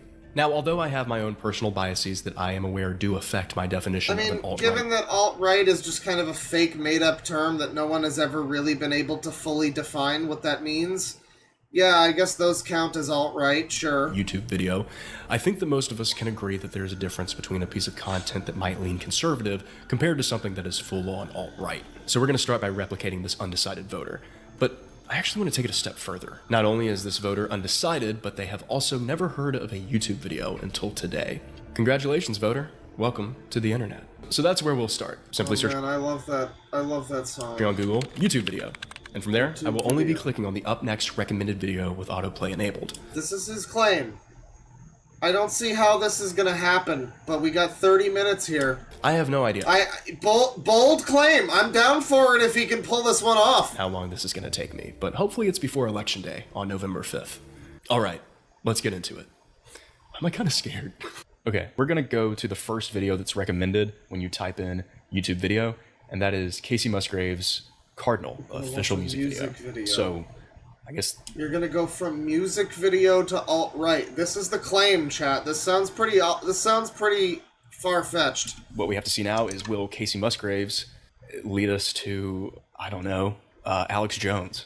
Okay, obviously I can't play this for copyright issues. Yeah, I don't know why he says he's scared. Maybe he thinks he's actually gonna get radicalized. I'm sure it's a great song. Casey Musgraves, let's see where you take us. Okay, now we have positive energy, chill songs to make you feel good. Great. Since this video is an hour and 21 minutes, we're definitely going to skip to the end and see what plays next. We have another 3-hour long, this one's so much longer than the last one. We're only on the third video, but I really hope we don't get stuck in like music YouTube. Oh, you naive fool. While the majority of the other videos being recommended in the sidebar were the same old smooth Let me guess, it kept you on things that you were looking for. Chat. jazz genre. Seemingly out of nowhere, I saw a few that were leaning a little more political than your Live Elon Musk on Trump shooting incident. Well, I mean, that's just news that's happening, so... centrist bossa nova and jazz. Oh, interesting. Okay. Look, over here we have recommended Elon Musk on Trump shooting incident and election. I mean, that is just news. I guess that would come up if you're watching a live stream or something, too.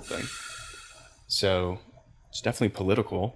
After the smooth jazz and bossa nova, we moved more into a chill, lo-fi beats to study to kind of area, a classic if you ask me, which led us to our first loop that I got stuck in. Now the term loop is what I will be referring to anytime YouTube autoplays at least 5 consecutive videos within the same topic. This will start to make more sense as we keep going on. It's definitely That city pop playlists and stuff, man, why are you complaining? That puts sounds into great. perspective how much content is not only on the internet, but just on this platform. Well, it also puts into perspective the fact that unless you're looking for political content, you'll very infrequently be delivered any of it. And even if you are, it'll be, you know, recent and relevant news that's happening. This is a lot of content? Buddy, you're like 2% into this thing. Speaking of 2%, that's the same amount of you that are currently subscribed to this channel. If you're enjoying this video so far, consider subscribing. You know, I do that every now and then, but it's every now and then because, like, I feel like most of the time if you're gonna fucking subscribe, you're gonna be, like, smart enough to do it on your own. I know that it does actually materially affect how many people do, like, subscribe to your video. Or your channel, or like your video, or whatever. If you tell them to, they will do it more. But I'm also just like, you know, I would rather cultivate the people that know that they can do that if they want to, and not feel like they need to be prodded in a direction. If we can bump up that 2%. Let's get those numbers up, people! Okay. Now we're just at the weekend. Lo-fi remixes. I'll take it, that's something new. Once I started to hear the sweet angelic voice of The Weeknd mixed with the lo-fi, I started to feel like we were finally getting somewhere. I feel like we're getting somewhere. Okay, we still have a long way to go, so we're gonna have to start speed running some of these loops. So from the lo-fi hip-hop loop, we started to fall into the medieval epic music loop. God, this music is epic. But then You are just the epic music started to get a little dark and scary. Where monsters reign, warmth of the abyss. This doesn't feel good. On the 157th video, we got our first YouTube short. Is this a shorts? Are we at shorts now? From the epic and dark and... That wasn't a YouTube short, it was just a vertical video. We got our first YouTube short. I don't think that is a short, is it? I mean, I guess maybe it could be. No, because the video's actually in 16:9 or whatever, but it's just got only in the portrait mode is in the center. This isn't a YouTube short. Is this a shorts? No. Are we at you're shorts stupid. now? From the epic and dark and scary music loop, we then started to see a shift towards soundtracks from famous media, including Furiosa. This is literally just him listening to music. This sucks. He's going to have to prod it in a direction eventually, I'm sure of it. Ooh, this is good. Top Gear. Reversed. The video games Bayonetta and Astral Chain. I don't even know what this is. Astral Chain? Yeah, if you couldn't tell by the tone of my voice, I started to get a little impatient here. Yeah, It's already been an hour. so am I, dude. And I feel like I gotta play more Astral Chain. That game's cool. we haven't really gotten anywhere. How did Casey Musgraves take us to this? But before we move into the most Music? excruciating... He's getting the recommended Ghost and Persona 3 over here. Hang on. We haven't really What's he gotten getting? anywhere. How did Casey Oh, yeah, PSO2. Musgraves take us Yeah, Spider-Man theme. to this? But before we move into the most excruciating loop that I got stuck in, let's go back to Top Gear for a second, because I noticed something pretty interesting. What's crazy is in my recommended videos from Demolition Ranch, we have the Trump shooter was wearing my shirt. Yeah, from a day ago with 5.3 million views. It's a trending video. I mean, you are an unknown bab on here. You're gonna get trending popular videos. You're gonna get Sniper Wolf. You're gonna get shit like that. That makes sense. I mean, in the sense that, like, YouTube will push you in... Like, I don't know, a lot of people are talking about politics, dude. It will put videos like that in front of you sometimes. Which could lead us somewhere if we got that recommended, but I wouldn't call it It's a very Demolition long Ranch pipeline. Alt-right. It's a direction to go in, though. We had 90s cartoon theme songs that then led us into children's music. Fishy, fishy, fishy here, fishy, fishy, fishy. Then that, unfortunately, led us into what quickly became my own personal ninth circle of hell. We sing. I'm going there to see my father. I should move the bear because he's usually in the... Well, he's up there. You can see him. You can see him when you're driving. It's fine. You can see him. I'm going there. If you don't know, or maybe just don't remember, We Sing is a songbook series for children. Actually, How about if I don't care? I Can we remember skip having one ahead? of the CDs and begging my mom to pop it into the 2006 Chrysler Town and I Country. mean, I'm being rude, but I would probably watch this if it was in my, like, free time or whatever. I would maybe watch this. It doesn't seem so bad. He doesn't seem super judgmental or weird or smug or anything. It's just taken a long time to get to the thing that he's trying to get to, and I wonder if that's because it's not really a thing that happens. For long road trips. God, do I miss the days of beautiful automobiles. Anyway, their first album was released in 1977, and then they went on to release 40 more albums, all the way up until 2012. And little did I know, I was about to listen to every single song from all 41 albums. This is the most political video Yeah, I guess he does seem a bit smug, actually. that we've had so far. But not that bad. I hope you're having fun, because Well, chat member, we're on to children's music now because he's committed to go from a Casey Musgraves song to an alt-right video. And his method of doing that is by going through everything he gets autoplayed, and so he's just being autoplayed millions of children's songs now. It seems like this might have been a bad idea. I'm having a great time. Me too. But then, while browsing through my 30-second We Sing song, something absolutely bonkers happened. What? I wish I was in the land of cotton. Old times there are not forgotten. Look away. Does this count as a song about Dixie? Does this count as alt-right? Look away, Dixieland. Is this it? Dixie. Arguably, the song is extremely far right. I definitely want to see where it takes us after this, but He's really acting like this is his first alt-right video, chat. Arguably, this children's song for babies is extremely far right. Now, I mean, yeah, you probably don't want to have a children's song about, like, you know, the good old days before slavery was abolished kind of thing, but that's quite a claim to make, man. this could potentially be the end. It is kind of crazy that the song is getting recommended to someone who is just watching what's up next on YouTube. especially with the fact that it thinks that I'm a child. So... Well, now, chat member, America isn't a white country. That's a stupid thing to say. You're a dumb idiot, chat member. Someone says this is patriotism from a white country. Chat, kill this guy with hammers. That's a joke. Yeah, that's dumb. I mean, it was actually, you want to be a dick about it, it was actually a fucking native country, wasn't it? It was a lot of other people's country. And then white man came across the sea. You know, and, well, you know, melting pot and all of that, so, you know, no, I don't think that's fair to say, but, it's not a great, it's not a great thing for a children's song to be about, probably, but it's also, you know, it's also just a fucking kid's song. I think it's fine. It's not that bad. How bad are the lyrics? It's up next on YouTube, especially with the fact that it thinks that I'm a child. So... No, now I have to find out, actually. We have to put this to rest. No. Dixie by...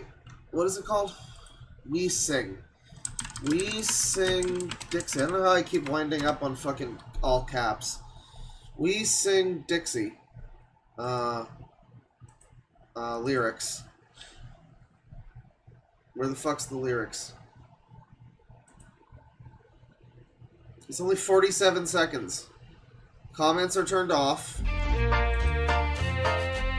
I mean, this is like copyright fucked. Was in the land of cotton, old times there are not forgotten. The land of cotton, everybody. Look away, Dixieland. In Dixieland, where I was born in early on one frosty morning. Yeah. Look away. Look away from the racism. Look away, Dixieland. Then I wish I was in Dixie. Hooray, hooray. Yeah, I mean, it's not a song you want to have for fucking kids. Not in this day and age. I'm sorry. It is a bizarre fucking song that seems to be glorifying the pre-abolishment of slavery days.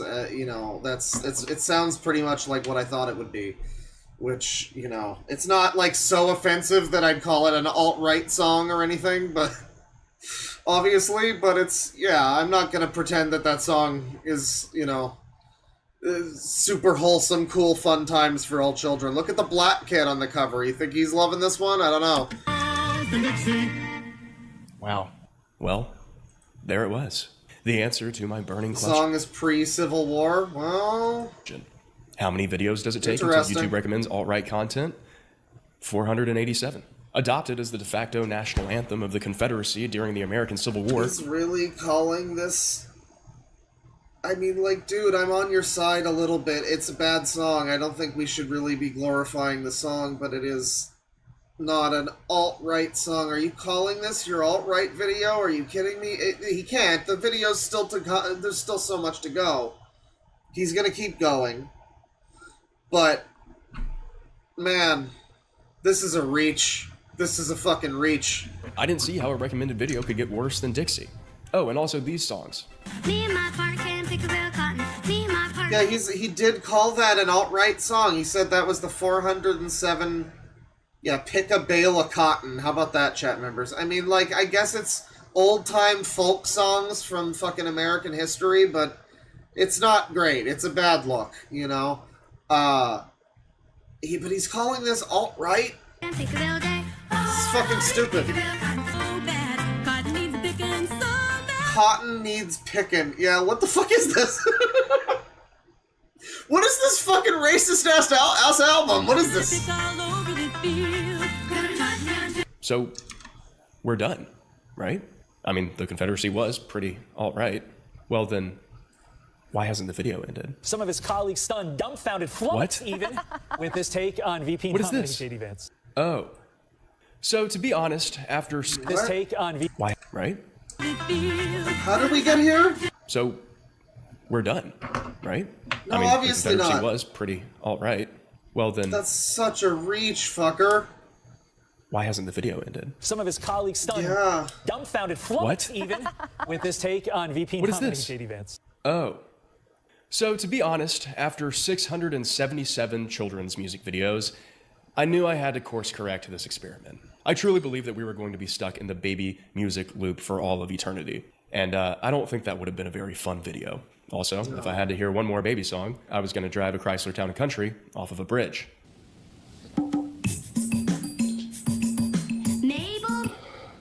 But before you say that this is cheating, I still made sure that the algorithm decided what video we should watch next. And this is what I actually saw when I clicked back to the YouTube homepage after watching 1,108 videos. I just went back to the homepage of YouTube, and this is what my homepage looks like.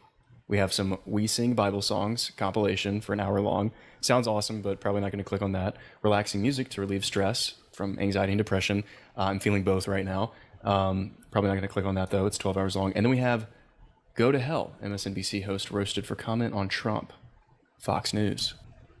Okay, it's 5 hours ago with 1 million views. It's trending. YouTube recommends trending stuff.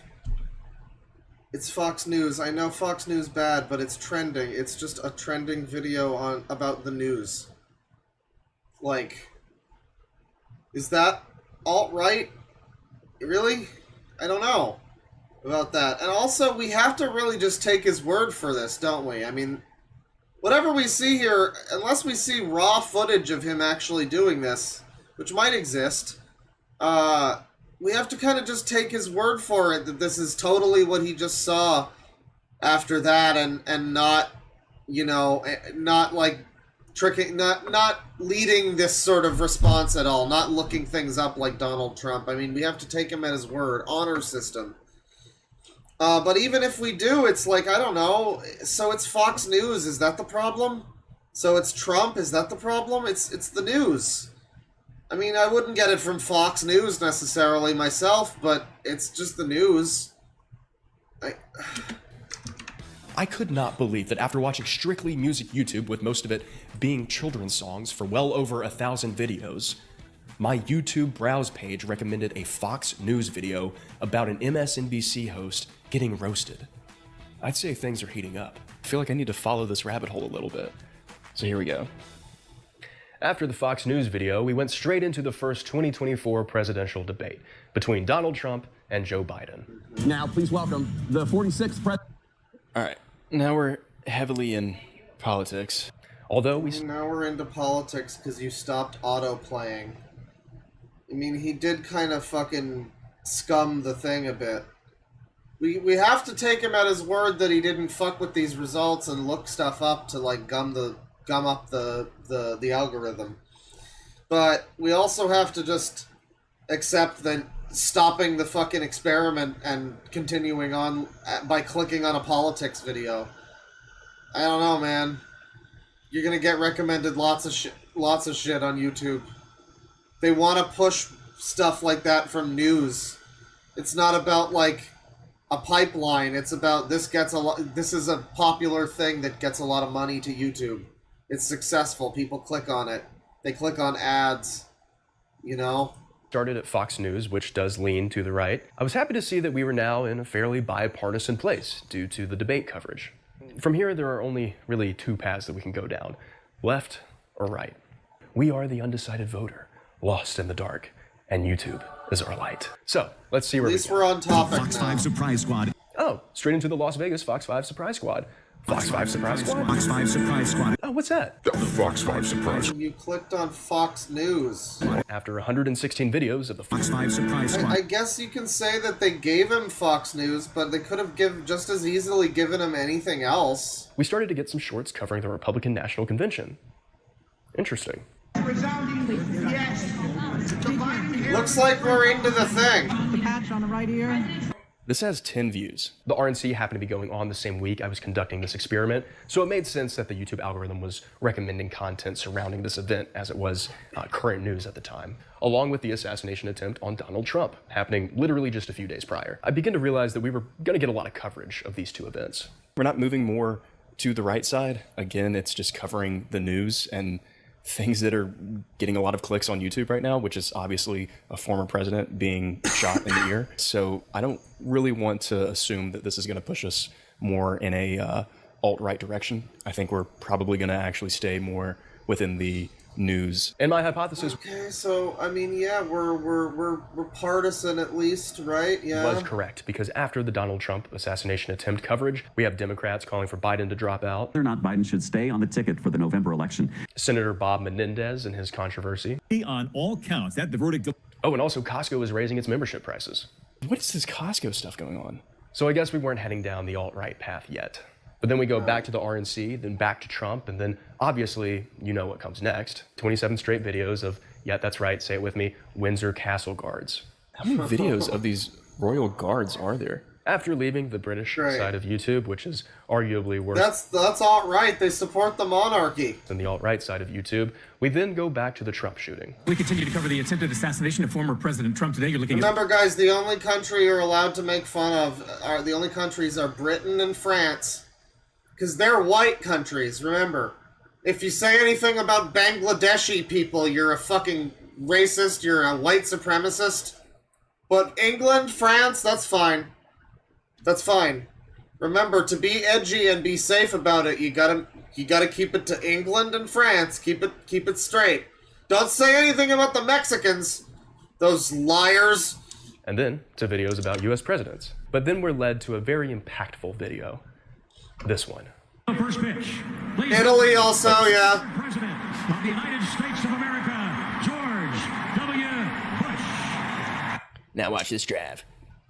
Top 3 banned pitches in MLB. No. At number 5 is the quick pitch. We don't need to go down the sports rabbit hole. Please. I really hope it doesn't do this. No. No. Oh, good. Yep. I downloaded MLB The Show. It was on PS Plus as well. I might play some fucking baseball. It's gonna be lit. Sports YouTube now. Litty. But actually, not just sports. Strictly just video game sports. Shows one clip of George W. Bush throwing a ball, and then it's like, you know what? Let's show him a bunch of MLB video game clips. This is a terrible idea. I guess it's interesting in concept, but like if you've got a goal for this, it's like the concept of this game is inherently kind of bad. The concept for this video is just inherently kind of bad. You're just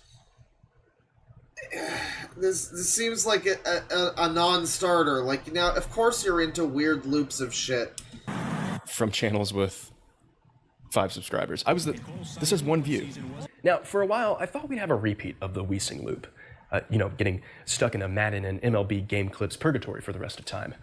But then a new video came up fast, out of nowhere, hitting me like a school bus. And that's why I love YouTube. Oh. Find out that everyone hates me? I don't care. Regina, please! Regina, stop! There we go. This one might actually be a short then. Maybe that's just how they format them. Shouldn't it bring up the YouTube Shorts page? Yeah, let's just watch it again. Regina, wait, I didn't mean to... Okay. Now we're just gonna be on the Mean Girls.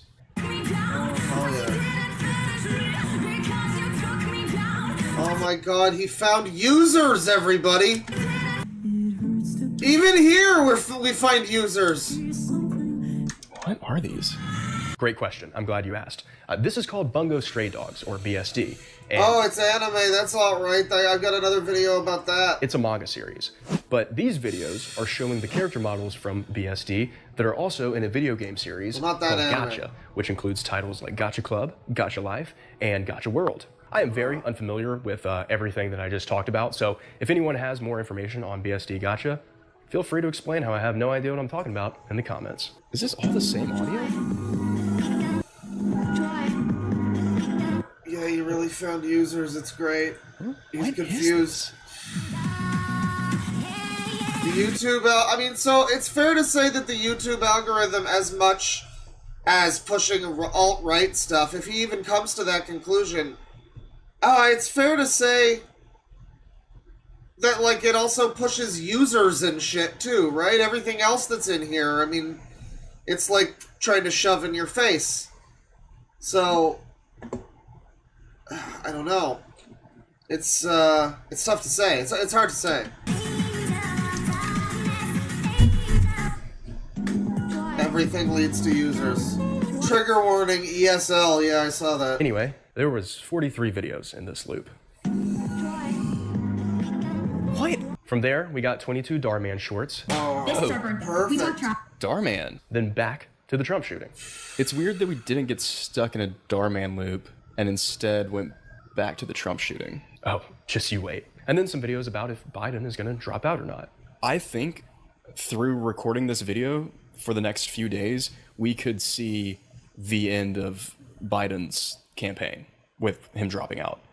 Good call. And then we started to get recommended videos from different US House representatives. Now, I was really curious to see which way these representatives leaned politically and if we were getting more Republicans or Democrats being recommended here.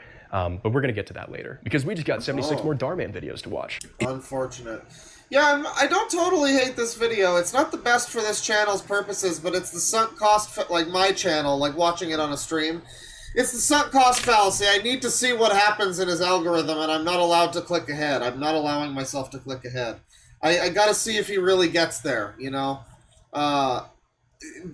But, you know, it seems a lot better than some of the things we've watched. In Barbie High. So and then far. we go back to the beating heart of this entire video so far. Mean Girls. Right. Oh, here we go. From Africa. Just keep going back to Mean Girls for some reason. Oh my god. Which was then naturally followed by Walking Dead fun facts. The Walking Dead's most impactful dads. Daryl Dixon's favorite people. Glenn Ree's favorite people. What if Rick never shaved his beard? In this... Now, this next sequence of loops needs to be followed very, very carefully, or things are going to get really confusing. I promise you, you will have no idea how we got to what we did without these exact videos autoplaying in this exact order. This was purely by chance. Okay, you ready? Right. So we go from The Walking Dead to Robot Chicken Walking Dead to Robot Chicken. That then leads to Tim and Eric. Which was also on Adult Swim, so I get the connection there. But then we go from Tim and Eric to Josh Groban. There's a right way to run. So more music? And a wrong way to roll. All right. And then from Josh Groban singing the national anthem, we go to Celine Dion singing O Canada in you're getting nationalist anthems. 1992. Then we go to the national anthem of Canada from what I think is the 2008 Beijing Olympics. And then that leads us to the Russian national anthem from the 2004 Athens Olympics. And then that creates a new loop. A loop that I like to call Fun Time Commie Military Music loop.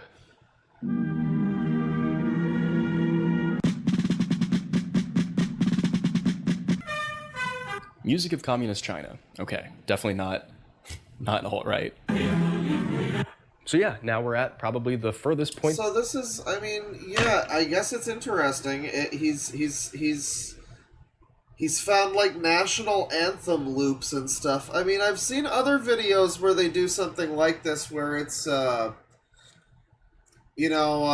just kind of auto-playing the algorithm and stuff and looking up newest possible videos, and we've done that sort of thing in the past. Bringing this up, it seems to really want to push music onto people.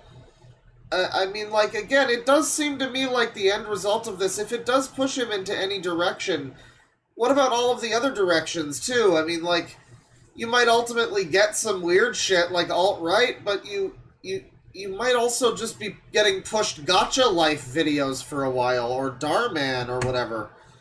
I mean, it might just push anything onto you. Really, I guess. I guess. It's hard for me to imagine the outcome of this one, because, like, it seems to me that I don't know, it seems to me that you watch so many videos that sneakily turn out to be, like, commie propaganda, or whatever the fuck. Yeah, you know. I say in a pejorative sense, of course.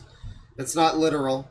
It's symbolic, of course. But, you know, you watch a lot of videos that kind of wind up being these, like, Marxist retrospectives on things, and fucking, it turns out the fucking, you know, we need to reevaluate this character because it's now the future, and fucking everything needs to be overanalyzed and over-criticalized. Over-criticized. And you get a lot of that, and so it's hard for me to imagine that there is any kind of... that there's really any kind of pipeline in that sense. And there's so much data, apparently, according to Noah Samson, that says that there isn't. I feel like, if anything, if he winds up on something, I mean, I can see how it could link from, like... He's probably going to get, like, Nazi anthems after this or something. And then that takes him maybe to the alt-right. I mean, we're getting on in the video. It has to get there eventually. But, you know, it sounds like it's just giving you a lot of shit. I mean, like, it sounds like, yeah, it might ultimately autoplay that, and then you'll move on, and it'll start playing, like, Jell-O salad videos, or fucking how to make, how to re-shingle your roof, or whatever. Like, just anything could come up, I guess. But we'll keep seeing. We'll see here. That I could possibly be from We're the on alt-right side Commie of China YouTube. now. This undecided voter was starting to feel the great pool of Carl and Mark, or whatever his name was. I haven't read the book yet. But then, out of the blue, or should I say red, things turned from leftist to rightist. I'm seeing a path to something that could be somewhat alt-right. It rhymes with Snadolf Bitler. Okay. Austria-Hungary were definitely the aggressors of World War I who lost, and them losing World War I, along with the Treaty of Versailles, kind of gave rise to Hitler and fascism. So I'm going to do a lot of links, but I do see it. It's the closest that we've been, really. This is not alt-right content necessarily, but I feel like we're kind of getting somewhere right now. We'll see. Achtung, präsentiert das! Gewirr! And then, to reinforce my theory of going down this right-leaning path, we get a video about neo-Nazis. Traum und Verantwortung. Das ist unsere, ist die bessere Welt. And then, right after that, More fucking Fox News. You love to see it. Fox News Huntsville. Just some random little Fox News outlet. Wearing a bandage on my right. oh boy, is this getting good. Now, hang on a second. Now, this one only has 3,000 views. This might be getting good. He might have found the pipeline, chat. There's a pipeline, he might have found it. Wearing a bandage on my right. Oh boy, is this getting He's good. getting recommended random Fox News, small Fox News accounts with like 40,000 subs. You know, for random towns talking about the Trump ear thing. It could be the pipeline. It could be the pipeline, Jerry. I knew for sure we were heading down a more conservative-focused path, because after more Trump and RNC videos, we got a vintage Reagan campaign ad. Yeah, it was released an hour ago. All right, getting a Ronald Reagan ad today, followed by an H.W. Bush campaign ad. George H.W. Bush, and then 432 Obama ads. Wow. At this point, I had no idea what direction the YouTube algorithm was trying to take me. Just moments ago, I saw a real possible path towards alt-right content, with the majority of videos Yeah, leaning... it sounds like it might get you something like that and then move swiftly away for a while. That seems to be the takeaway of this thing, is, I mean, it might lead to certain things, but then if you keep autoplaying, it seems to kind of drift away from that. This is interesting in a sense, because it's just interesting to know that this is how it works, I guess. I mean, because I've never really done a lot of autoplaying. I have autoplay turned off. It autoplays when I slept. Like a year ago or something, I remember having autoplay on, and it would autoplay while I sleep, and I'm just like, it was very annoying. It was annoying, so I turned it off. Yeah, this is, I mean, it's interesting, yeah, to watch it over the long term and see how it evolves. And, but it doesn't seem like it is pushing him into the alt-right. Like he says, clear direction that it could have gone there, and it didn't. So it really makes you wonder. I don't know. Conservative, but maybe I was just naive to think that it would take us any further than that. Have we learned anything about the algorithm? Are there patterns or signs that could point towards harmful corners of the internet, or is it just completely random? As an undecided voter, I still don't know which way I should lean. Turns out, watching 2 hours of Obama campaign ads from not only 2008 but also 2012 leads to a lot of self-reflection. But while reaching the summit of my self-doubt, the algorithm spoke once again, pulling me in yet another direction I was not prepared for. Not lie about it. You don't get to ask any more questions. I'm done with you because you're the cause. You're the cause of our country. No. You're the cause of our country being divided. You're the cause of our country being divided. This lady seems cool. Divided. You're the cause of President Trump almost being assassinated. You're the cause of everything wrong in America. No, you're done. You're done. Yeah, go back. Thank you. After the surprise introduction of arguably the most alt-right politician in the US, the algorithm must have thought that I was really interested in learning more about the ongoings of Congress.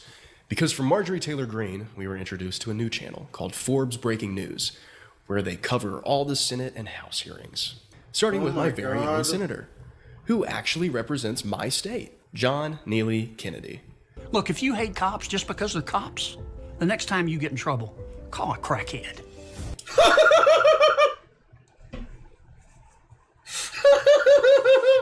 And he won with that. That's good. Call a crackhead. That's good. Yeah, I mean, it's a good ad. I agree. Call a crackhead. Yeah.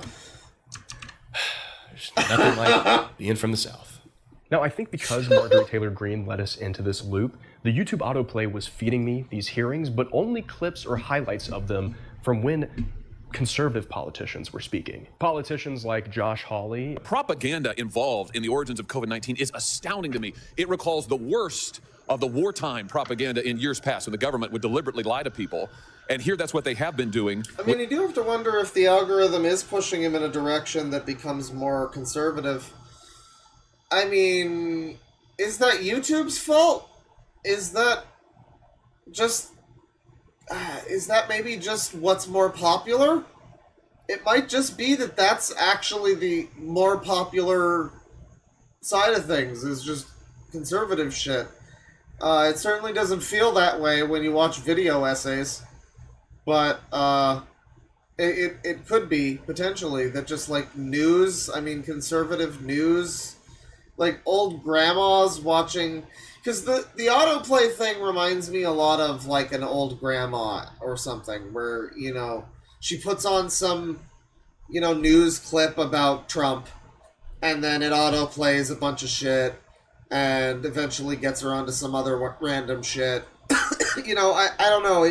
It feels like it's possible that it is leading him in a certain direction, I guess. Well, we're getting to it, and it seems like it might be.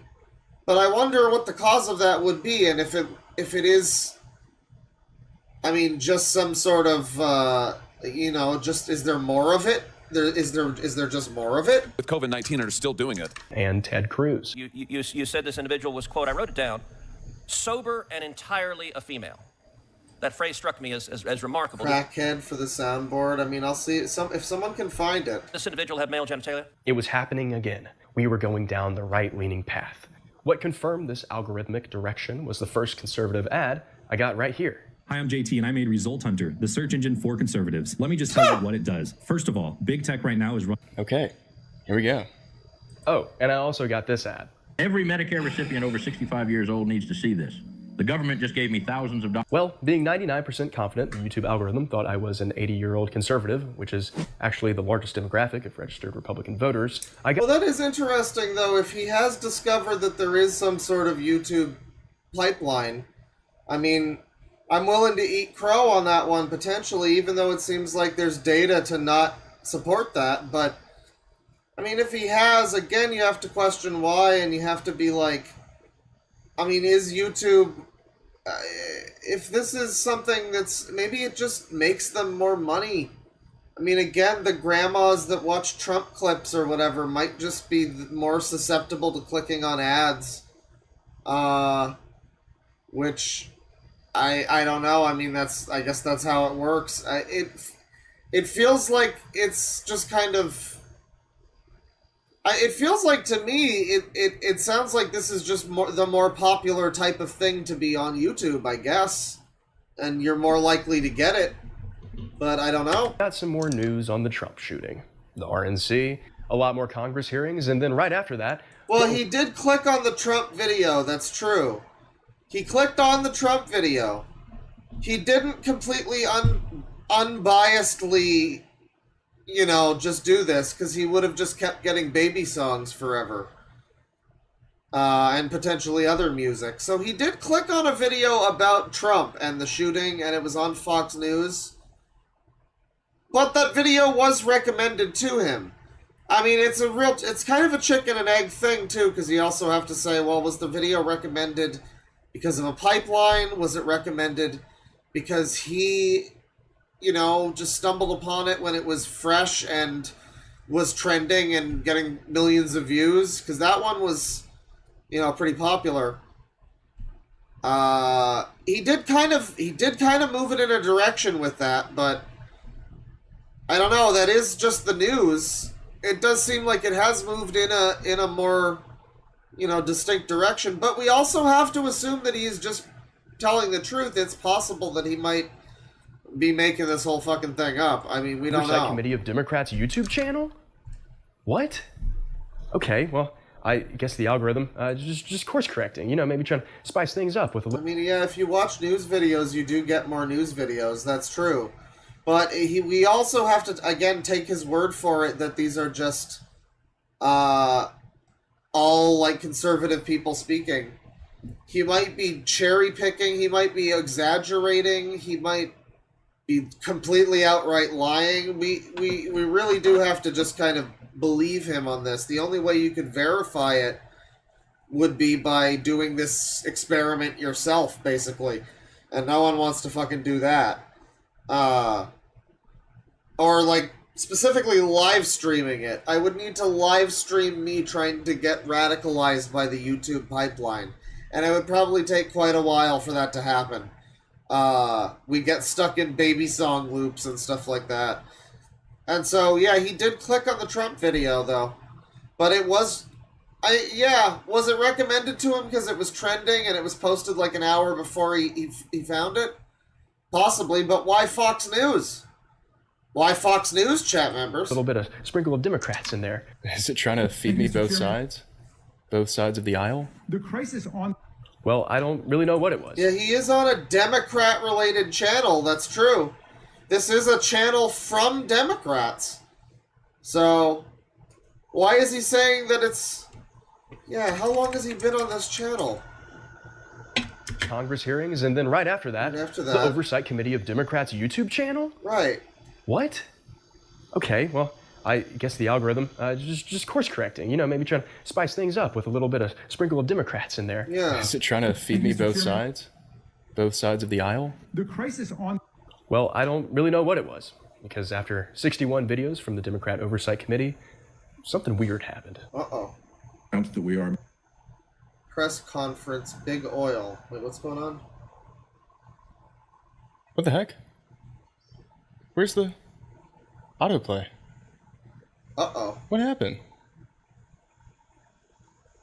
Well, just refresh. Huh? Why is he acting like this is a big deal? He just fucked up the thing. Just refresh. When you enter the Supreme Court, you pass under the hallowed words... Oh. Well, so he failed. The autoplay broke before he could break the autoplay. I think there might not be a pipeline, chat. I think we got dangerously close to pipeline. But I don't think that... What? Where did it go? I've watched every single one of these. It died. Does it not have anything to give me? Because I've watched all of these. He's watched every video. Did I just finish YouTube? There was nothing else for autoplay to recommend. I knew there were obviously more videos on the platform to be watched, but for whatever reason, the almighty algorithm decided that I was done. I thought about continuing the experiment and trying a second time, but this felt like a sign. And after watching this many videos, I had enough data to try to make sense of which way the algorithm wanted to lean. But before we get into that, you're probably wondering why I'm holding this journal. Well, I used this journal to keep... Throughout the videos I watched, video I watched... I thought this was going to be a fucking... I thought it was going to be an ad. If that's it for the videos, then he can't say the algorithm turned him alt-right. That's cherry-picking super hard, though. Like, I'm willing to acknowledge that he, you know, like, it brought him Fox News and stuff. Sure, that seems like it's pretty partisan. But none of it, and that one racist song or whatever, like, slightly, race-adjacent. that's fine, but none of that was alt-right. Is this title clickbait? Probably wondering why I'm holding this journal. Well, I used this journal to keep a tally of every single video I watched over the course of this entire experiment. That way, at the end, I would know how many videos I watched. So, how many was it?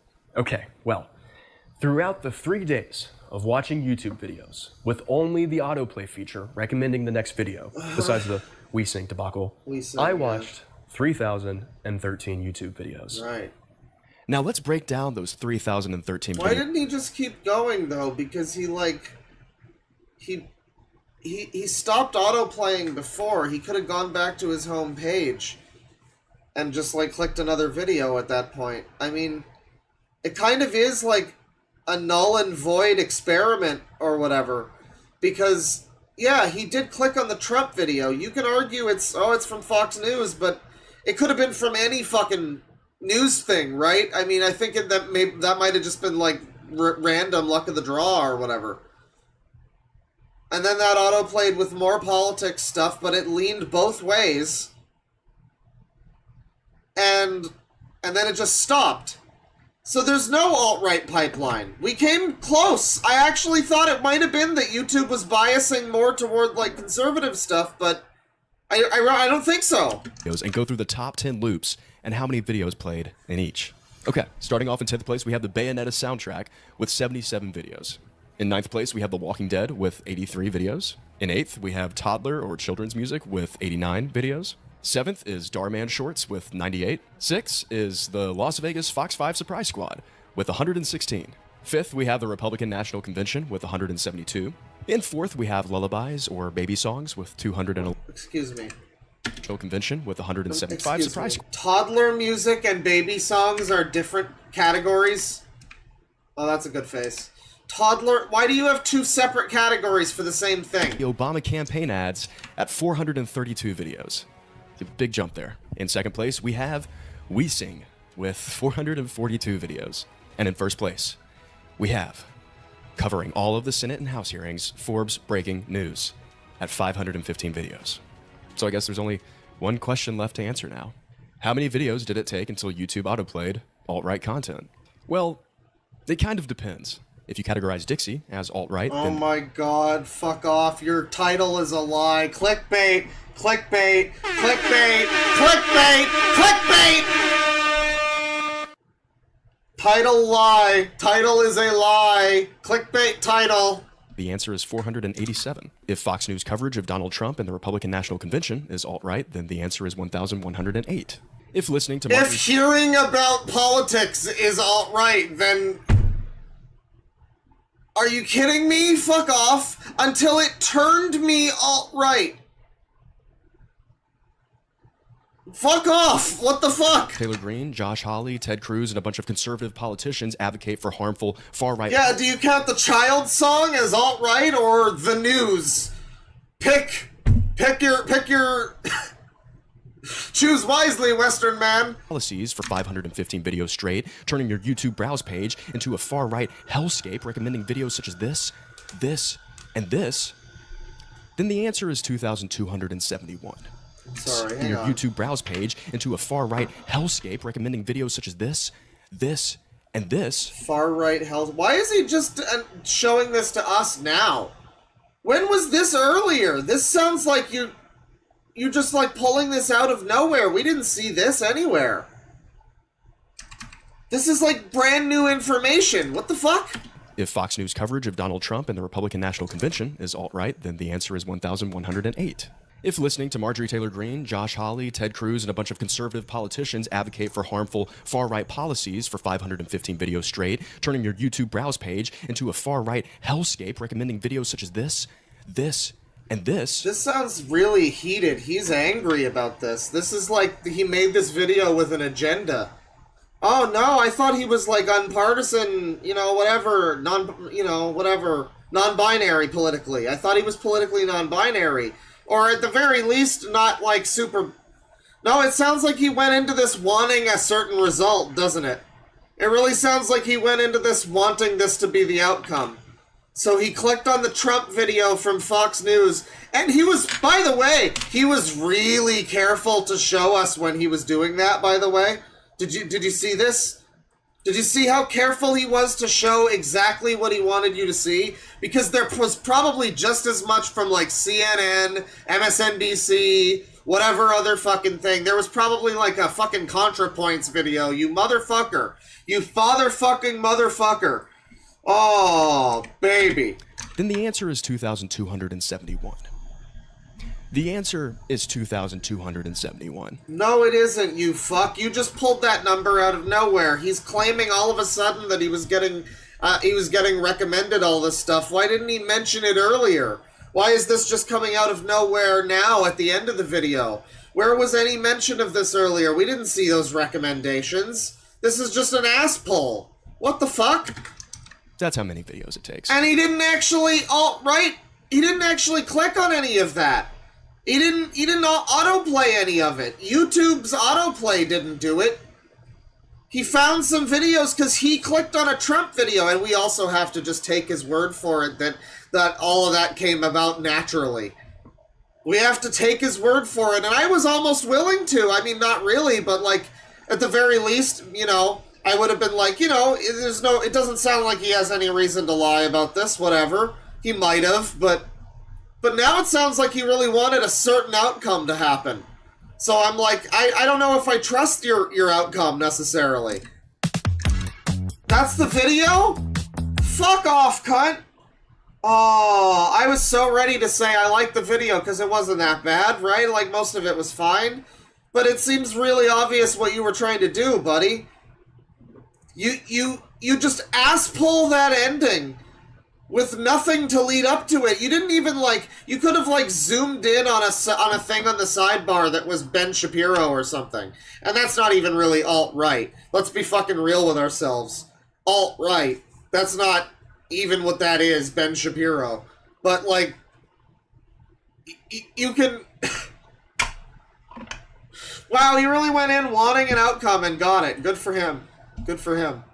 Bad video. Maybe a bad channel, I don't know, but bad video. He tried. He really tried. We're gonna keep it going. Oh, this one sounds good. I think chat's gonna like this one. This is a video called, Chad Memes. How to Dismantle Alt-Right Propaganda. This is essentially the Cine Bear thumbnail. Chad memes. We're gonna dismantle. They're gonna teach us about the memes. It's gonna be great. We're gonna learn about memes. Trigger warning! Racism. Sorry, hang on. Let me just, you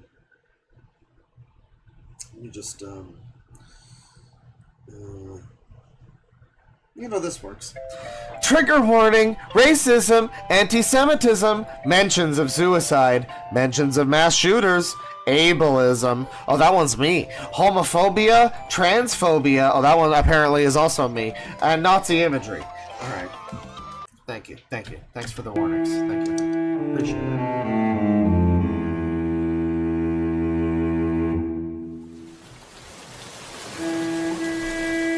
This sweet little baby can't be left alone for 15 minutes. If its body temperature changes too much, it will die. Shits itself.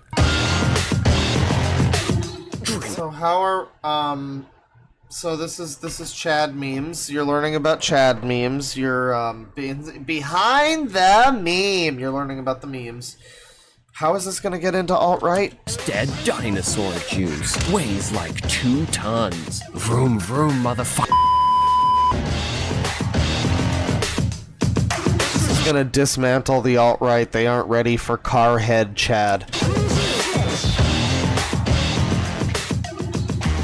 Hey y'all, welcome back. Today we're going to be looking at some political memes. Political memes are like any other piece of art. They bounce back and forth between creating emotional experiences and conveying an idea. But like any other form of art, not all expressions are positive, and the right, namely the alt-right, have intentional campaigns to spread harmful ideas using memes. Leftists and liberals online see these memes, recognize their potential. I like these citations that just end after like a few words. I'm sure it's in the description, but alright. For harm, and often want to find a way to combat their spread. Some of their methods efficiently combat the alt-right, but others end up backfiring. Guys, we're going to take back the power of the memes. In this video, I'll be examining a few examples of how the left has failed to combat alt-right memes in the past. Then I'll be dissecting an example of how don't forget that picture of that frog causes harm. Don't forget that. centrists Never and the forget left it. have successfully dismantled alt-right memes. Isn't the meme that the left can't meme? There was this girl one time who was doing like a review of conservative memes, and most of the video was just her going like, I don't understand this one. What is he trying to say? That's not true. And it was just insufferable. But let's see. Part 1. Anatomy of an alt-right meme. To understand where the left has failed to combat alt-right memes, we first have to explore their anatomy. To do so, let's jump right to the source. 4chan is a very specific, it's just a joke bro, you're taking things too seriously, kind of rhetoric. You see this comic implying Jews encourage Don't worry, dude. Everything he does is just taken a little too seriously, I'm sure. I'm sure that's better. To destroy white culture. It's just a joke, bro. Lel, you're so triggered. But as you can see from that comic, these are decidedly not just jokes. They carry overt, often dangerous political messages. Sure, the right... This is just, you could literally swap the imagery from, like, what he's saying right now and just make it, like, a gay kiss in a Star Wars movie or something and be like, dangerous political, like, it's the same exact rhetoric, dude. I love it. Thought leaders will tell you it's all in good fun, and that they're just so much better at taking a joke than jokes. It's just a joke. Plain and simple. But to approach this from an artist's perspective, a piece of art, no matter how much it tries to just be entertainment, expresses something political. An action movie can never be just a piece of pulpy entertainment. It expresses an opinion on who's good, who's bad, and that violence is the solution. Likewise, an alt-right meme is rarely just a joke. It has a political message to spread, and in the extreme cases, the message can be dangerous. I mean, that's not even like a meme. That's just like... I guess if you call this a meme, that's not what I think of. The trad wife versus the liberated feminist. I mean, yeah, I don't know. This is a meme? It's not trying to be funny or anything, is it? A joke. It has a political message to spread, and in the extreme cases, the message can be dangerous. Let's take a look at a few. Dangerous message. See what they're up to. First, the only thing I can think of that's dangerous is telling people to just fucking, like, disregard any and all quarantine stuff. Don't believe it. It's all bullshit. That kind of thing. It's like, we probably would have been able to take the masks off like 3 years sooner if it wasn't for those fuckers. How long did it take? It was like 2.5 years or something. We would have been able to take off the masks a lot sooner if it weren't for people being like, no, I'm too good to wear a mask. I don't want to. That kind of thing may be dangerous opinion or whatever, harmful opinion.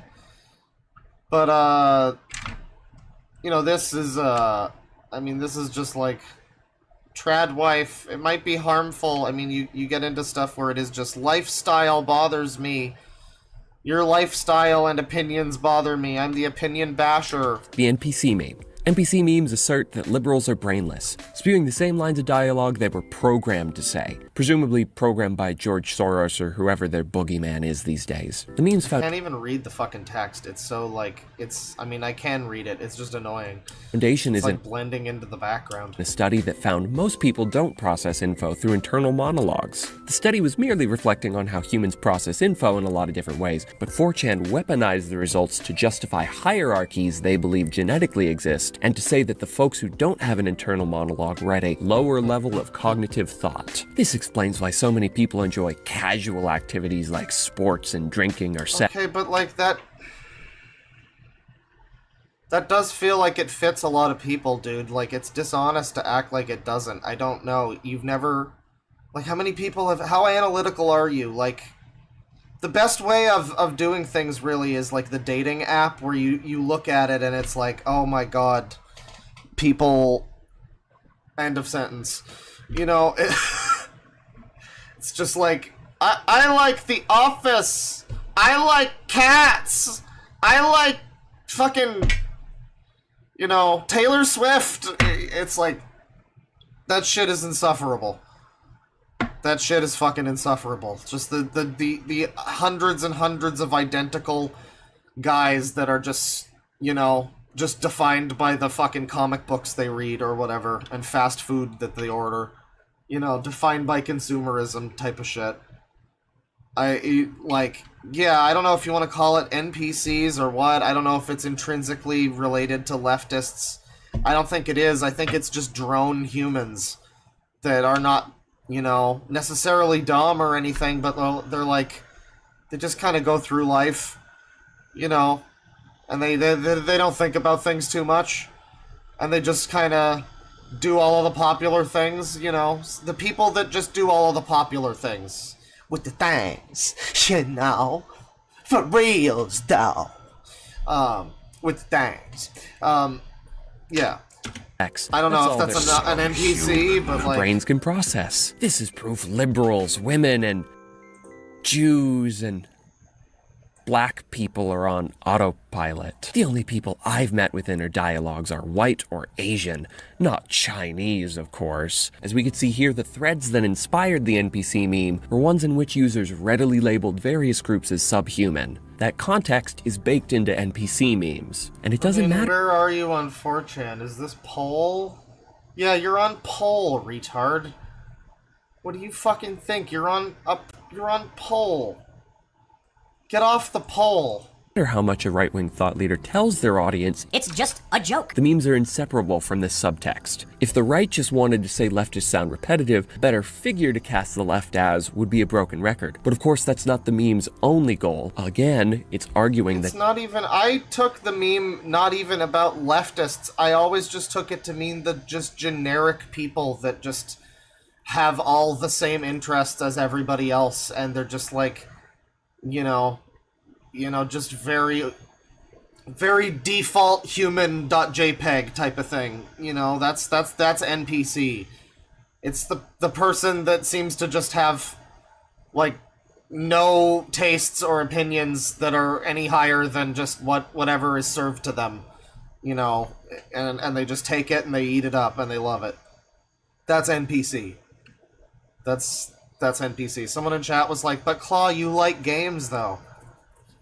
It's like, yeah, I'm not Bane. Come on now.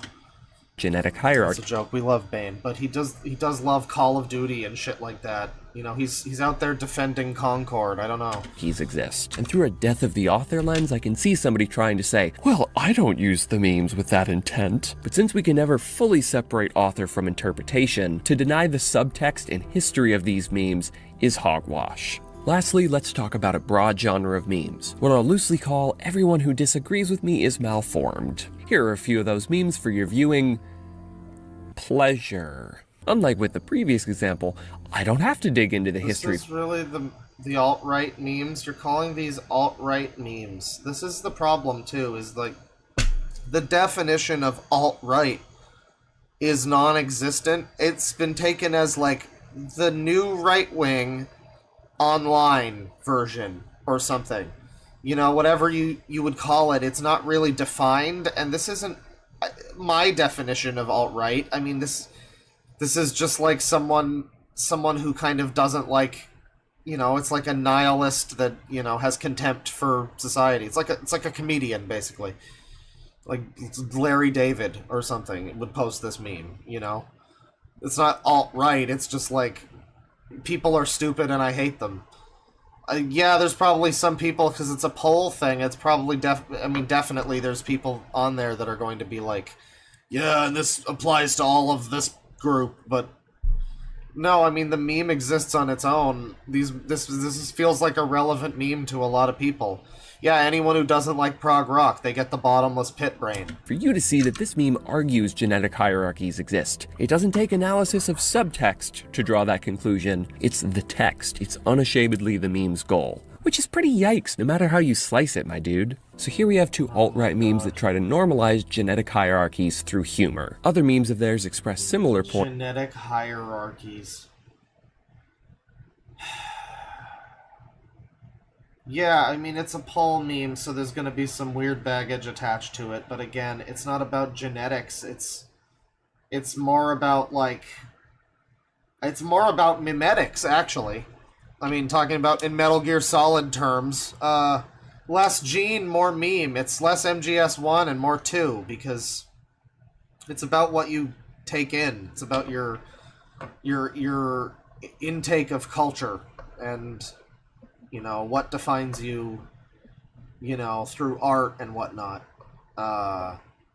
Where NPC people that I would describe as NPCs, they could be lovely people, you know, but the NPC part comes from, like, you know, they're just kind of a normal person. They don't go outside of the norm. They do the popular thing. It's like well-respected man by the Kinks. Because he gets up in the morning. It's just like, you know, doing the right things. You got to do all the right things. I don't know. It's not really genetic. It is more about, like, about the memes, Jack. The memes. It's about, like, not having a lot of depth, I guess. I don't know. You know, you could be a nice person, you could be whatever, but just being a very surface level person is kind of the NPC idea. If you want to take that to genetics or something, I find that kind of strange. Again, it's fair to criticize the pole origins of it or whatever. And that's, you know, regrettable, I guess, but whatever. Again, the meme stands on its own. And then the one on the right here with the NPC, I mean, again, NPC as in, like, at all of the intake that I'm getting, all of the internet is telling me to think this thing.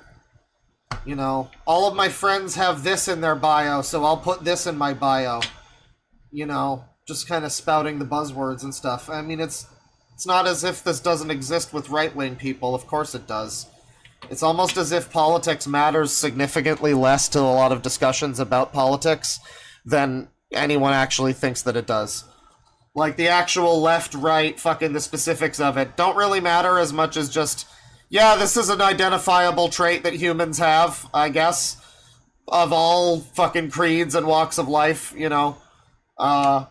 There's NPC, right-wingers, left-wingers, fucking all sorts of things, you know.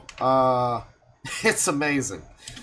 But these if NPCs was real, I would treat them right, and basically, I would show them a good time. Two most codified that I've seen. The normalization of these hierarchies would be a step toward a much shittier society for any group the alt-right mob deems worthy of othering. Yeah, $5 from Edgelord Leon. Thanks for all the super chats, folks. We'll get to more of them later, but I know the Lego movie was about everyone is special, but at the start of the film, Emmett was an example of what you would call an NPC.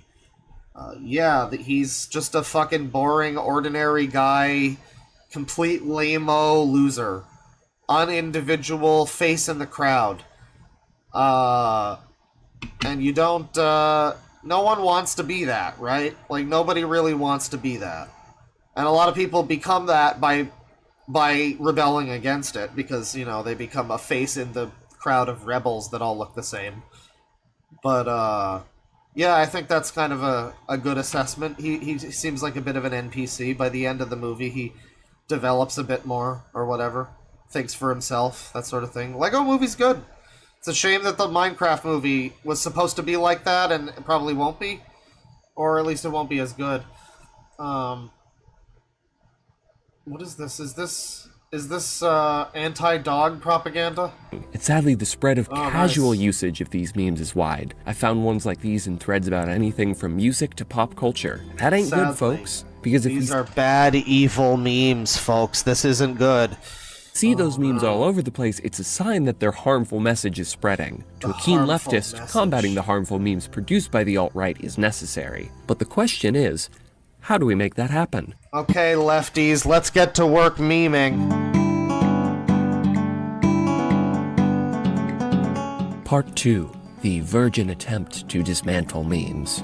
Some will try to point out the harmful rhetoric This is fucking embarrassing, making a video like that. Like, the video's not that bad, necessarily, but the concept of this and the things you have to say in it about the virgin attempt at whatever, and, like, you're doing this memeing to own the right-wingers or whatever. This is so pathetic. The memes, or call the one Jesus sharing it a Christ. fascist. The alt-right isn't fazed by this. They'd probably take it as a badge of honor, a sign of having successfully trolled a lib. Or in the case of an oblivious person who didn't do his research, they're gonna deflect that assertion under the guise that you just can't take a joke. It's just a joke. So all in all, You just can't take a joke, dude. It's just a joke. I mean, yeah, there's definitely some weirdos attached to some of it, sure.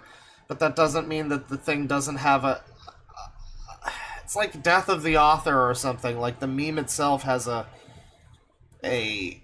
life of its own now, and means something that can be. It's art, really, if you want to look at it that way. The fucking NPC memes that he shows that are bad memes that shouldn't be spreading. It's like those are art pieces, and they're pieces of art that, you know, reflect whatever somebody wants them to. They could be, you know, they can be interpreted in a number of ways. You can interpret those memes as reinterpret them and use them to make fun of, like, quartering people or whatever, just people that slop up Trump content, you know, Trump supporter people. You could look at that and be like, yeah, NPC meme, you just vote for this loser because, you know, he says whatever nice things, you know. An NPC meme, you could do that. You could repurpose the NPC meme in any number of ways that are leftist or apolitical. Of course you could. It's just a fucking meme, dude. It's just a meme. Tim Pool is right, unfortunately.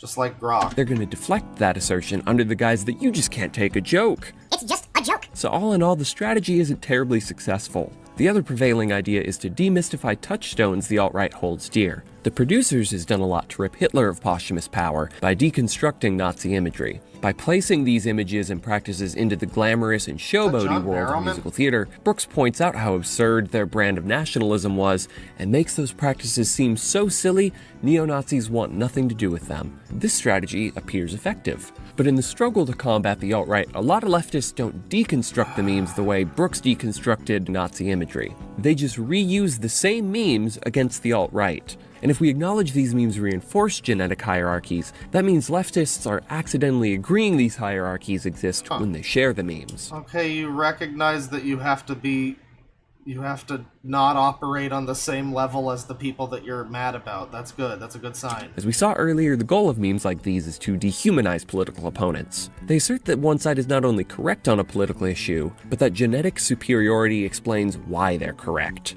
To simply read... Yeah, there's like 2 fucking guys in the poll thread that said this, so he's running with this, by the way.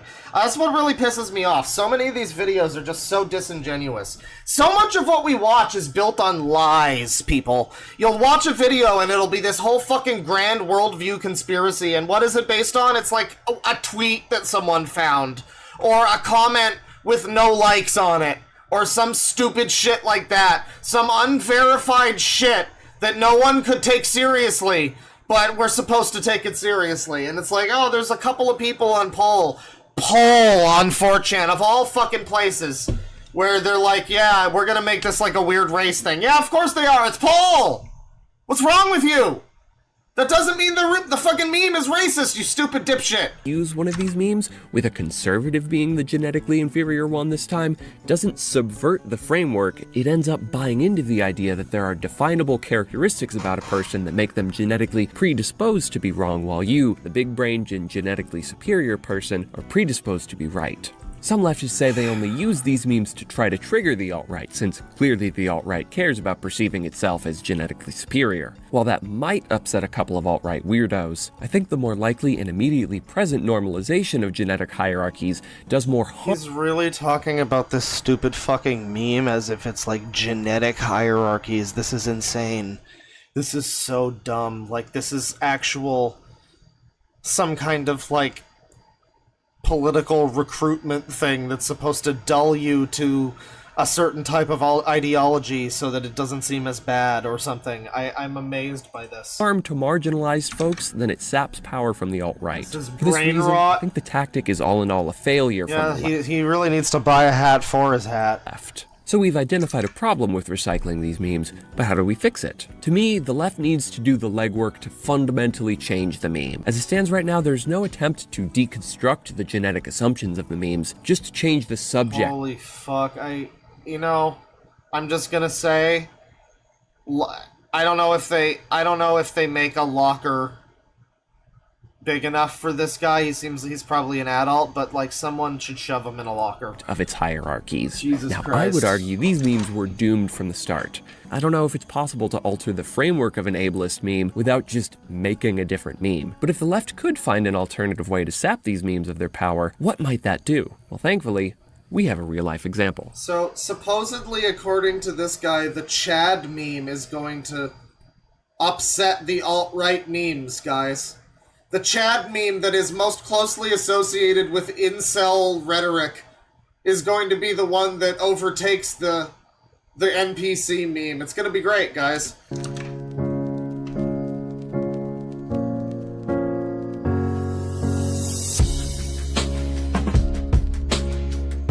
Part 3, the Chad alt-right triggering meme. There's a sizable overlap between the alt-right and incels. It's like the rectangle and square dynamic. Not every alt-right fella is an incel, but all incels are alt-right. So that means That's patently untrue. There are leftist incels I've seen before. alt-right is like the square No, the incels are the square because... Whatever, you get the idea. For the uninitiated, an incel is a self-identified involuntary... I love the guy who gets to be the face of incels in this definition. That's great. Very celibate. He can literally do the thing where he goes, you look up incel in the dictionary and you get my name. Mostly men who bemoan their inability to get laid, placing the blame on women and feminism. Also sometimes the Jews. Incels obsess over placing the blame on women and feminism. Also some Jewish folks.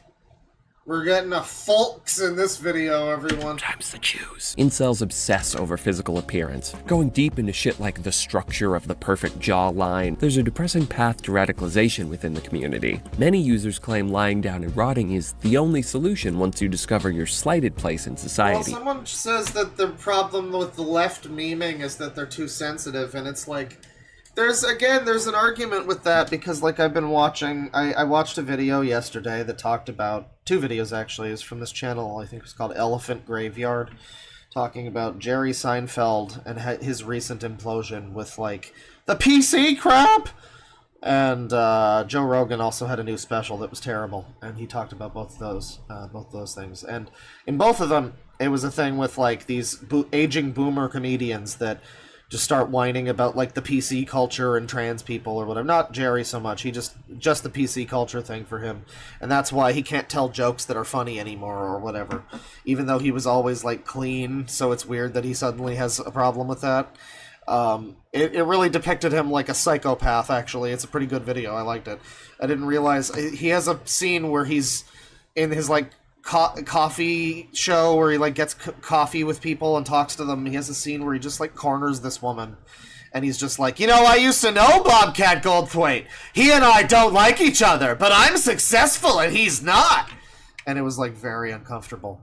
But all this to say, in terms of comedy and making jokes and stuff, there is a lot of truth to the idea that, a lot of types of jokes that people claim to want to make that are too edgy or whatever, they do tend to just be, like, really old jokes that aren't funny anymore, Like, it's just something you've heard 1,000 times about, like, Chinese people eating dogs or something. It's not really funny at this point.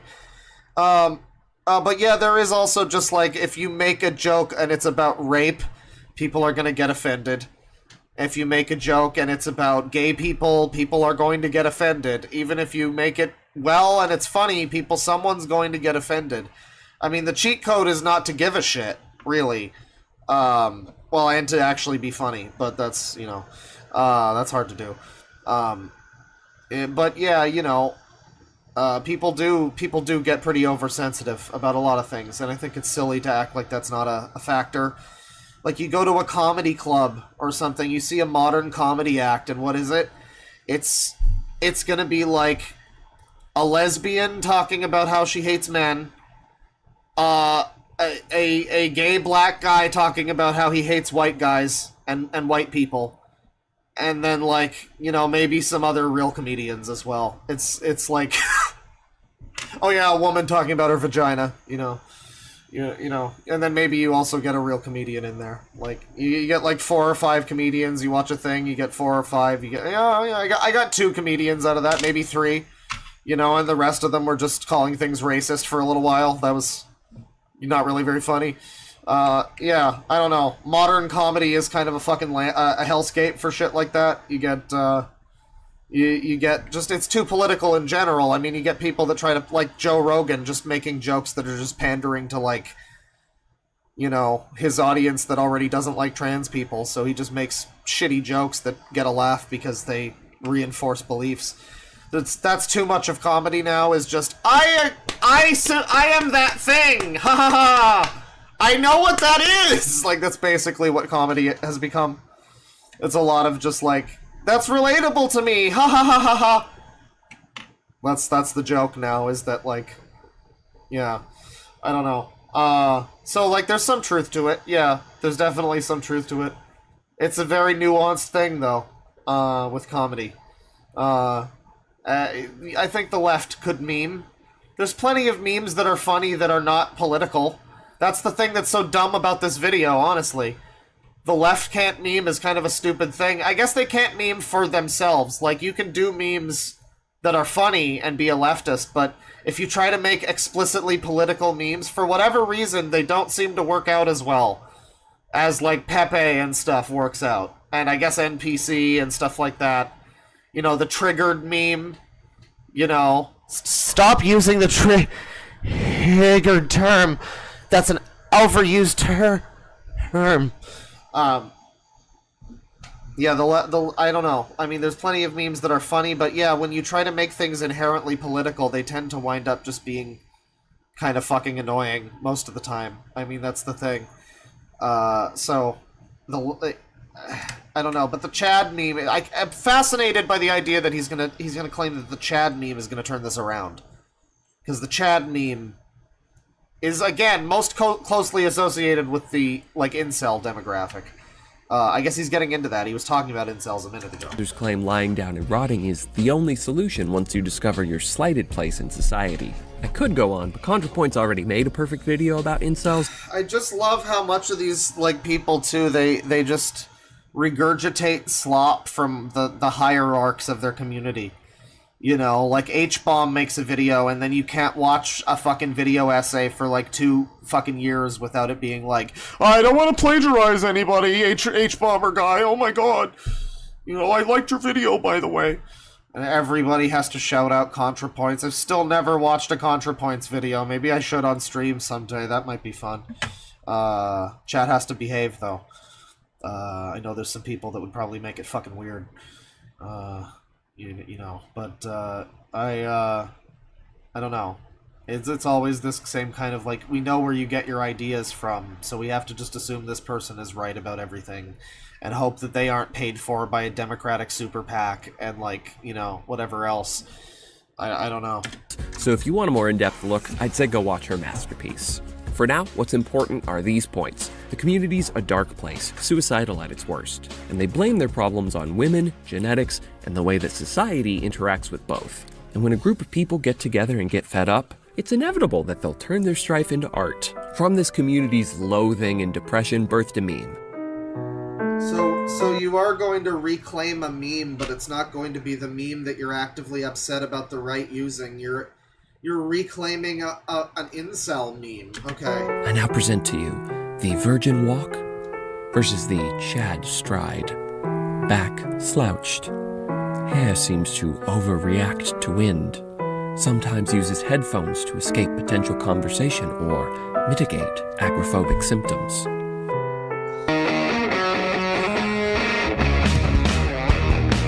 Back so straight you could measure structural foundation with his spinal cord. Head is at a perfect vertical angle at all times. Does not register the emotions of okay, it's a cool meme. Genetics. Hair that's hard to manage versus the perfectly coiffed hairdo. A slouched back as opposed to a straight spine. The Virgin's shown to be inferior because of these traits and how they inform the rest of his personality. A slouched back leads to averting eye contact, which lessens social skills and worsens anxiety. It's a vicious cycle, leaving the Virgin at the behest of his genetics. Same goes for Chad. His physical traits lead to his refined social skills. Both characters are Truth is, the game was rigged from the start. set up for failure or success not by choice, but by genetics. Previewed here is Chad's sexual side, which is the focus of most other memes. Oh dear. Oh no. Small penis. Gross, misshapen body. 10-pack of abs. Chad's thundercock. Sweat dripping, can't stop fidgeting. Took him months to build up the courage to talk to her.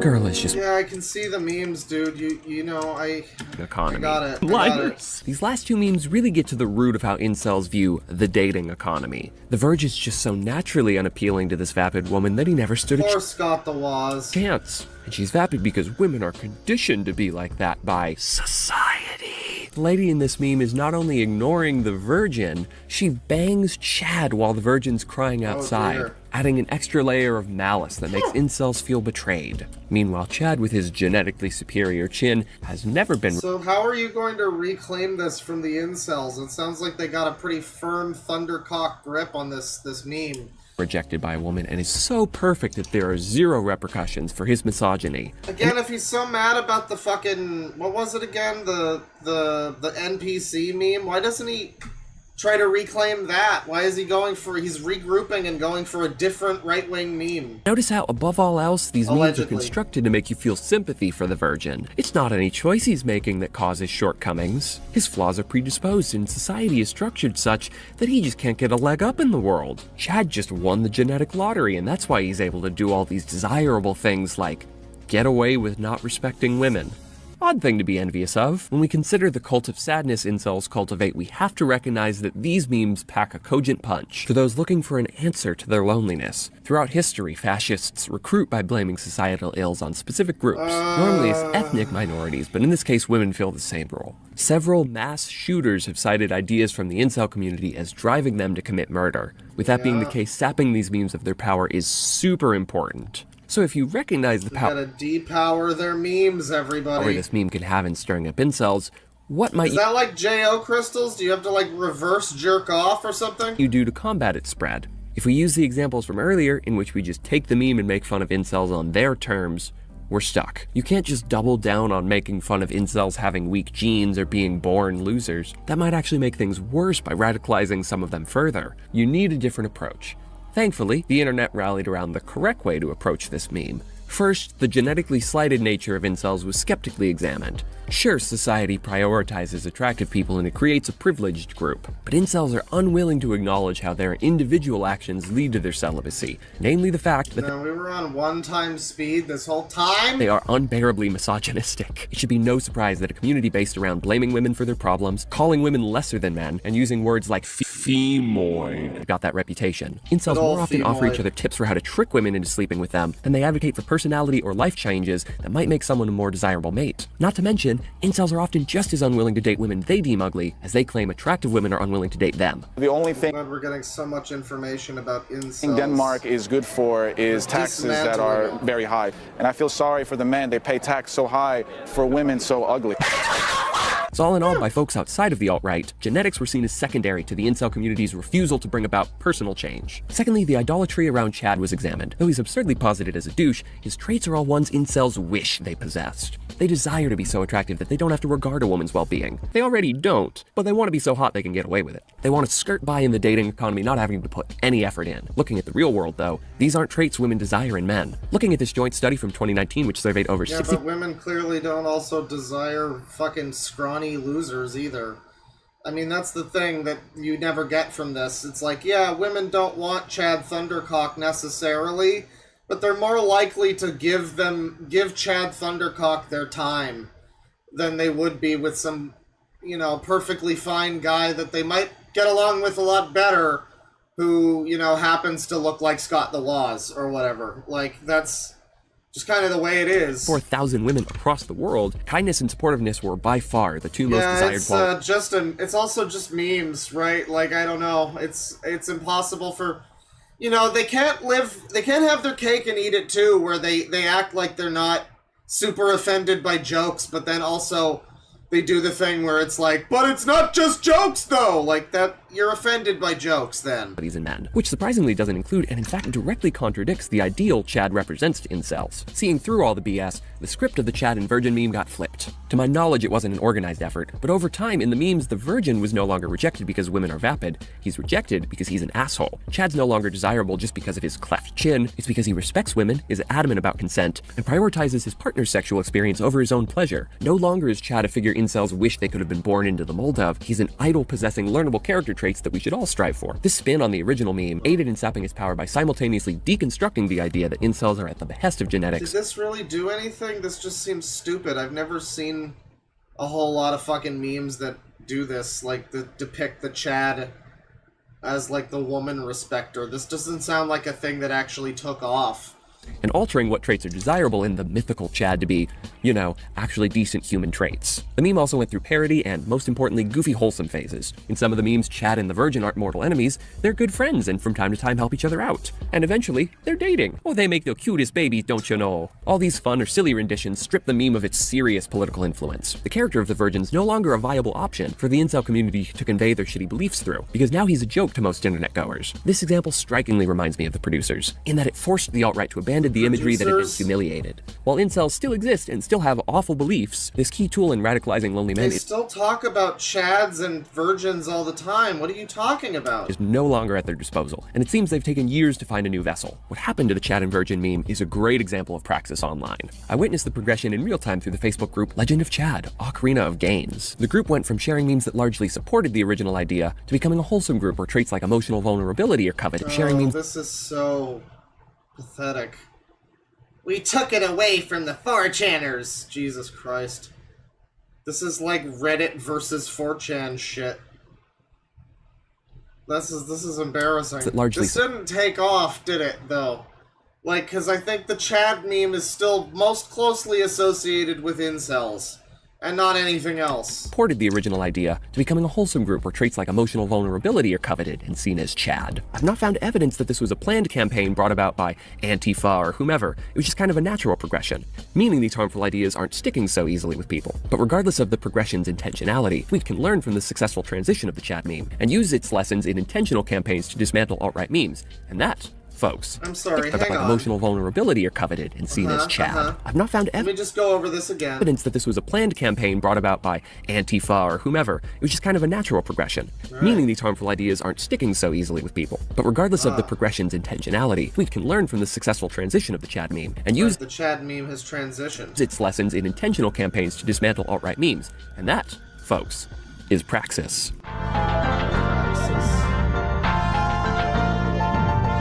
So, yeah, repurpose the memes, turn them on their head, and you'll be able to overthrow political power, I guess. This shit's so embarrassing, dude. Make no mistake, memes are a powerful tool for converting people, and the necessary battle of negating these memes can be a tough tightrope to walk. One can easily fall into the trap of asserting the same hierarchies. Alt-right communities work night and day to convince people are real. But if we use Chad memes as an example, the best way to combat these ideas is to turn the meme into something the alt-right wants no part of. By acknowledging and challenging the hierarchy it establishes, and by parodying the characters to absurd lengths, you rip the alt-right of a potential tool. And you do that not by using the meme on the creator's terms. Rip them of a tool. Well, I guess it's good they got guns then. Wow. Yeah, good meme video, dude. That was great. Now shut up. I'm done with you. Good meme video. Real analytical meme video. What else has he done? Does he got more meme videos? No. Maybe he does. I don't know. I'm not seeing it. Burger Tycoon video. We got a video about Tim Pool. Nah. PragerU. Let's see here. What else do we got? Fight Club Incel Pipeline. Well, we gotta do anime has a fascism problem. I mean, we know those anime fuckers, they love Hitler, so that's only slightly a joke. I love anime. Credentials? Okay, how about this? I'm all caught up in One Oh, this is Woke Karen, by the way, is the name of this channel. Piece. I've done my time. This is a subject matter that I am very familiar with. I watch the contemporary stuff. I watch some of the classics. I read the mangas like Chainsaw Man, Hell's Paradise, and Kaiju Number 8. So believe me, He watched a lot of anime and stuff. Good. Not some jackass trying to attack a form of media that I have no interest in. You know those kids in the hall who scream anime stuff? I'm just like them. Not really, but I read the anime discussion boards. I read the Twitter takes. I watch the anime TikToks. Psst, by the way, you should follow me on TikTok and YouTube too if you haven't done so already. Okay, thank you. What I'm saying is that I'm no stranger to online anime discussion spaces. And these discussion spaces are generally politic-free. But that's not to say that there are no social issues within anime. How about those ears? Communities. If you watch my videos... You think you could fly with those fucking things? You know I'm big on unraveling intersections of, well, everything. There are a lot of POC, queer, trans, and disabled anime. Yeah, you got them all there. That's great. They're all there. Turns out, there's a lot of racism, homophobia, transphobia, and ableism within these communities. Never would have fucking guessed. Amazing. And this is not unique to anime. We all know the shitty "you wouldn't last 5 seconds in a Call of Duty lobby" meme. We have all heard some dipshit complaining about wokeness in Marvel movies. But I am a little curious about a few problematic ideas that I see widely represented. Got some problematic ideas, folks. By anime fans. What am I getting at? Good God, the most horrifying and toxic arguments I have ever gotten in online were with anime girl profile pictures. Annoying anime profile pic conservatives have the most obnoxious, shitposting, bad faith attitudes that I've ever engaged with. These conversations can will me into sticking my arm into— Imagine him showing me a fucking alt-right meme like Pepe. That's fucked. A blender just to experience the sweet relief of focusing on physical pain instead of mental agony. And whenever I spot mask-off neo-Nazis, fascism advocacy, general right-wing toxicity, 7 times out of 10 it's one of these profiles. Before anyone says that, yes, I know that many left-leaning, great, wonderful people use anime profile pictures. Great, wonderful. We love you. Keep up. We're all good people here on the left. We're all good. All the left-wing people are great, wonderful people, and they're nice. But if you're if you're one of those Hitler supporting fucking right-wingers, you motherfucker, you fucking piece of shit, you're not allowed to express your political views. I won't allow it. I'll never allow it. The positive behavior. But why fascism? Why anime? Why do these seemingly unrelated things have such a potent intersection? Well, they might be more related than you think. In this video, I will explain the appeal to Japanese cultural fandom and anime fandom for the average fascism fan, neo-Nazi, etc., and how these fandoms are accommodating for online right-wing activism. Just so we're clear, half the time I use the word fascist in this video, it's a blanket term for Nazi shit. Okay, great, wonderful. To understand why— Wow, you needed a different blanket term? Like Nazi shit wasn't already a good blanket term? Fascists and alt-righters love anime. We need to understand why fascists and alt-righters love Japan. First off, I don't know if you remember this, but Japan had a bit of an angsty fascism phase in the 20th century. They were obviously great buds with a certain mustache man, as well as the government practice of statism, a political system in which the state has substantial centralized control over social and economic affairs. Just one of many flavors of fascism. And listen, modern Japan is a robust place with lots of political discourse. It is home to leftist political groups and egalitarian pro-immigrant initiatives. But anyways, I'm about to talk a bunch of shit on Japan. I mean, I do like just how much of these just do really ultimately come down to we are the good guys. Just jerking themselves off about, like, you know, thank God there's leftism in Japan. I mean, I thought that evil had won. But no, at least there's some good left in the world over there. That's great. Yeah, dude. My side is right, smiley face. Good stuff. And they're objectively conservative and anti-immigrant society. USA was not the only bitch boy on the block. Japan was a stinky dickhead on the front of imperialism, colonialism, and general atrocities. Has Japan made a whole lot of historic and contemporary effort to right these wrongs? Haha, no. But after everyone said, hey, Japan, chill the fuck out, Japan decided to embrace egalitarianism, leaving their fascist roots behind, right? No, I'm going to generalize here. Japan hates immigrants and refugees. The incredibly low number of them that they allow into Japan each year is no coincidence. America has... I mean, this video might not be entirely wrong, even if it is kind of obnoxious, because, like, yeah, I mean, anime and fascism, whatever, not, you know, Republican anime fans or whatever the fuck with the anime girl with the Trump hat. That's a common thing, and it does make you wonder why. I always just kind of thought, well, anime shit on 4chan, you know, poll on 4chan, and, you know, combine your fucking peanut butter with my chocolate kind of deal. I don't know. But, you know, I mean, yeah, some of what's in this video might be not insane or anything, but it is kind of annoying. The guy's annoying. Many right-wing hate groups, and so does Japan with contemporary nativism, an anti-immigrant movement that intensified through being shared in online spaces. These calls for ethnic dominance perked the ears of some white nationalists. The ethno-state is a right-wing nationalist romantic notion of a state with a unified ethnicity and or race. Many ethno-state enthusiasts, fascists, cite Japan as what it can... Wow, bro, you're so edgy saying that. Like, people aren't gonna agree with you. Like you would ever get in trouble with anybody for calling Richard Spencer a fascist. You could have just said that. Temporary ethno-state should be. Moreover, the lack of diversity in Japan is being credited for lower crime rates. Thus, Japan has a very protective culture and policy practice that garners a lot of respect from fascism enjoyers. Did he just say that immigrants bring crime? Are they bringing drugs too? Is anything Are they terrorists? Monocultural and non-diverse is a wet dream for the average neo-Nazi. Someone who got a lot of respect from a certain man who is loved by neo-Nazis is the late Japanese Prime Minister Shinzo Abe. Let's just say I have many political disagreements with the man. For starters, historical revisionism and atrocity apologia, not great. Cabinet members closely associated with Japanese Nazi movement? Yeah, Abe sucked. But fascism fans and neo-Nazis obviously loved him. And this is all to say... Wasn't Abe's thing trying to get people to fuck again and have more kids? What? That's the one thing I heard about him, was that he just really wanted people to have more kids in Japan, which... I gotta be honest, is the only thing I knew about his politics. I'm like, yeah, that sounds like a good idea, honestly. That's a campaign to run on in Japan, is the Make Babies Party. You know, I would vote for the Make Babies Party in Japan, like, where the birth rate is declining super hard, and has been for like 20, 30 years or so. Yeah, the Make Babies Party. I mean, they might need to make Japan again, you know? Not even great again, but just like, they're running out of people. That there is a lot to love about this country and its culture if you are a neo-Nazi. I think it's clear that Japan has a fascism problem.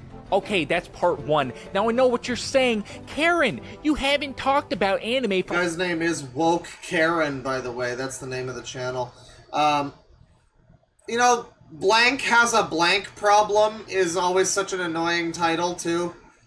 Like, this is the thing, this is what's so vexing to me and why I do a stream like this, is because, again, this is like, we're past the 10-year anniversary of Gamergate. And this is the shit that made me hate, like, leftist politics. I was all gung-ho on fucking Obama or whatever. You know, ultimately I still am, you know, to some extent, but, like, to some extent, but... Yeah, you know, you see enough people on the internet that are just, like, smugly telling you that there's a... Yeah, you know that thing you like? Turns out it has a problem, sweetie.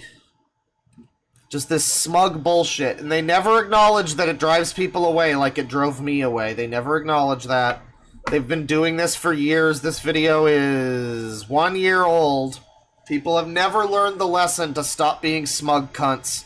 For a couple minutes now. Well, guess what? It is now anime time. We still need to explain why anime has a fashion. Yeah, I'm Canadian, and I was on fucking board with Trudeau until, like, a week after the election or before or whatever, when he started talking about Gamergate being a misogynist hate campaign, yada yada yada, buzzword. And I was just like, oh, this guy's a dumb retard. Okay, never mind. Politics is dead.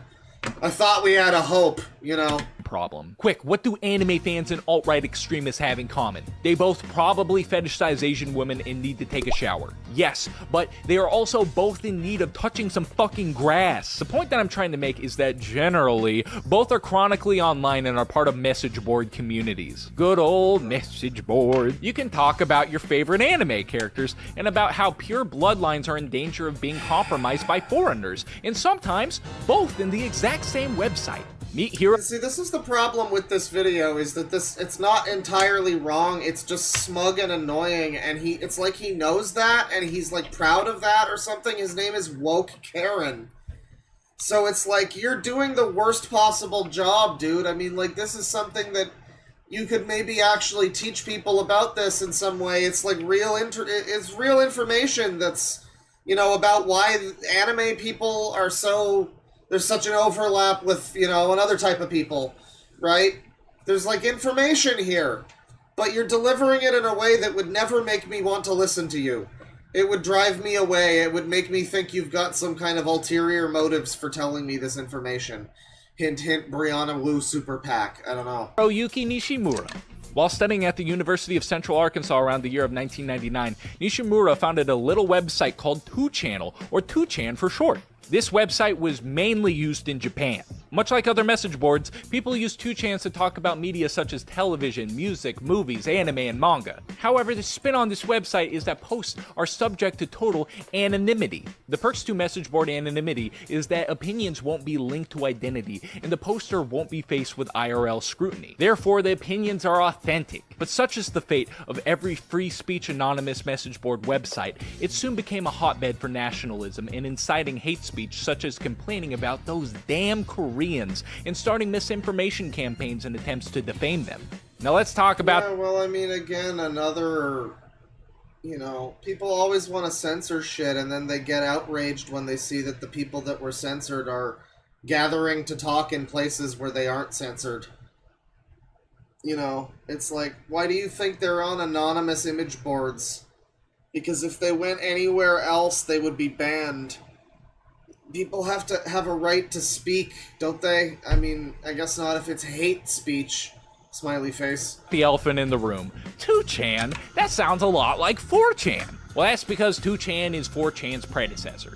The vehicle for right-wing misinformation, hate speech, and cesspool of fascist ideology was conceptualized from this Japanese media internet forum website. This is definitely worth pointing at. However, I don't think that free speech forum websites are created in a vacuum, completely reliant upon Japan. I believe that if there's an internet connection, it's gonna happen eventually. But it is very interesting that this anime shitposting website was the brainchild for 4chan, right?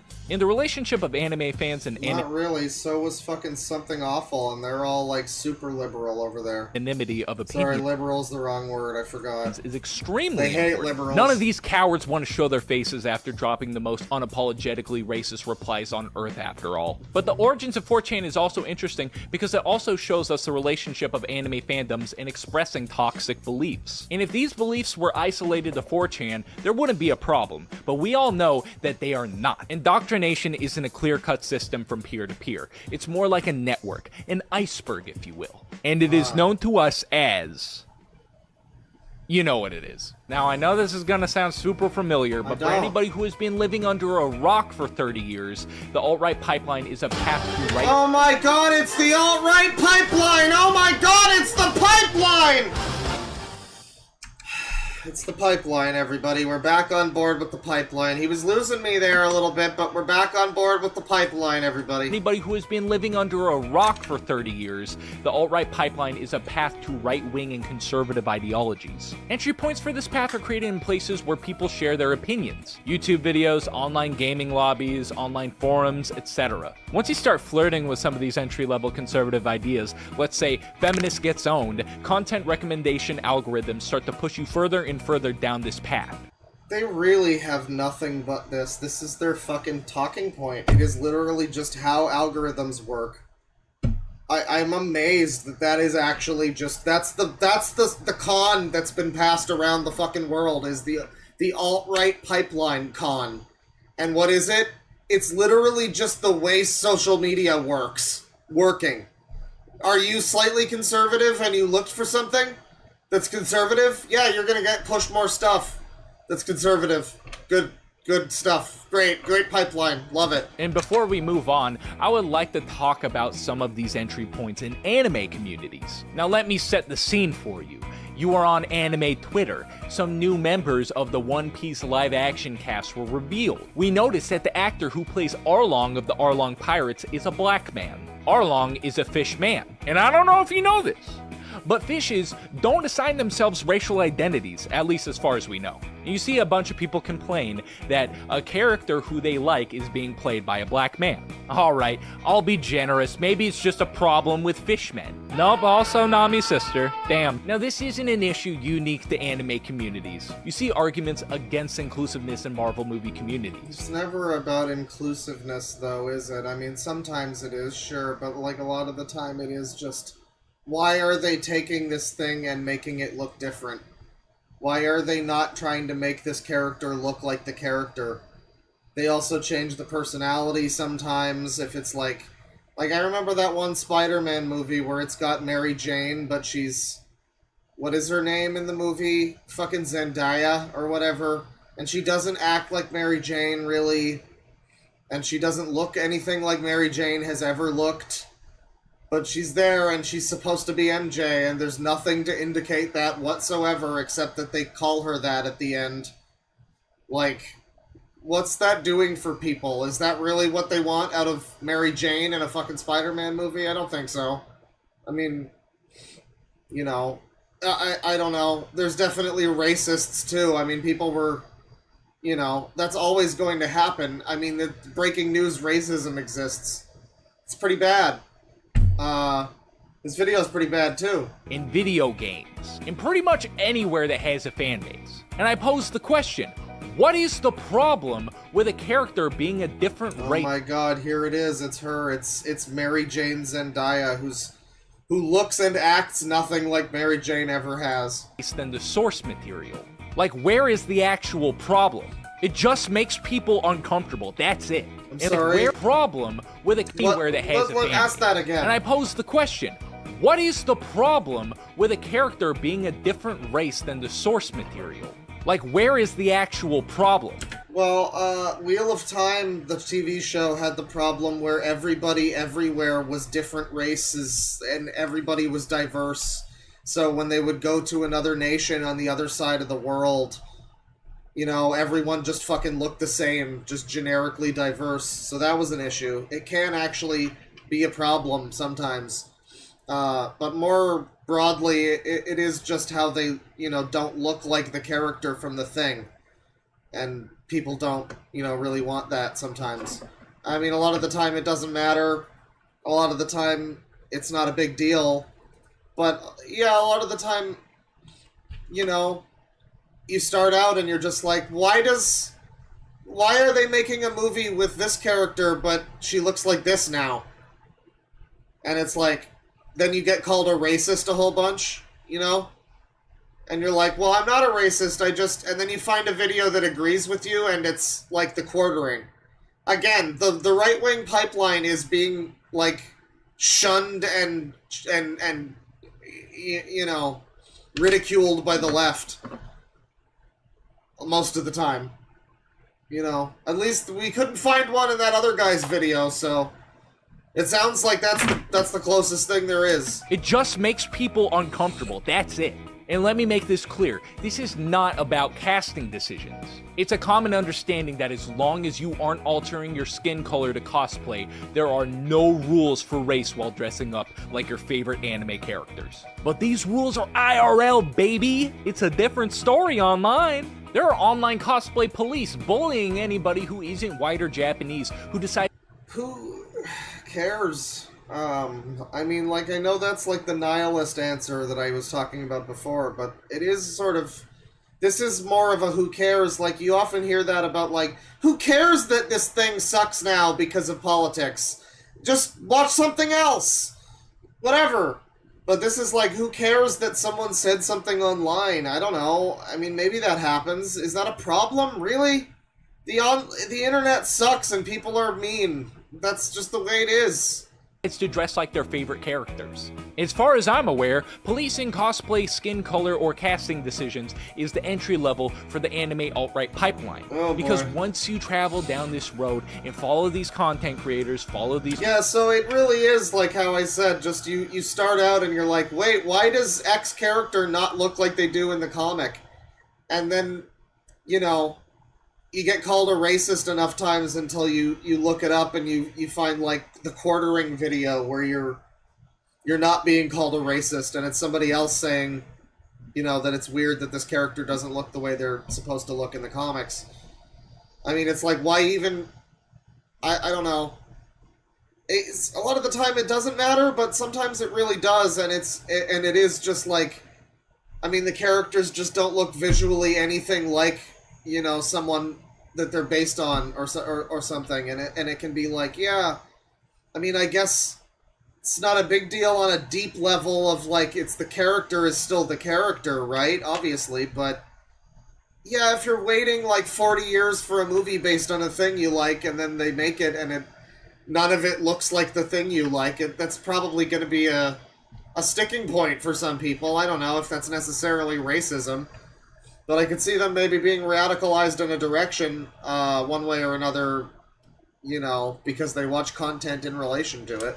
Twitter shitposters, you start absorbing their ideas, start having mixed feelings when you see inclusiveness in anime communities. Eventually, start having racist beliefs and saying racist shit without seeing the problem. Start saying transphobic and homophobic shit, until you start developing some questionable opinions. And the further you go, the more questionable your opinions get.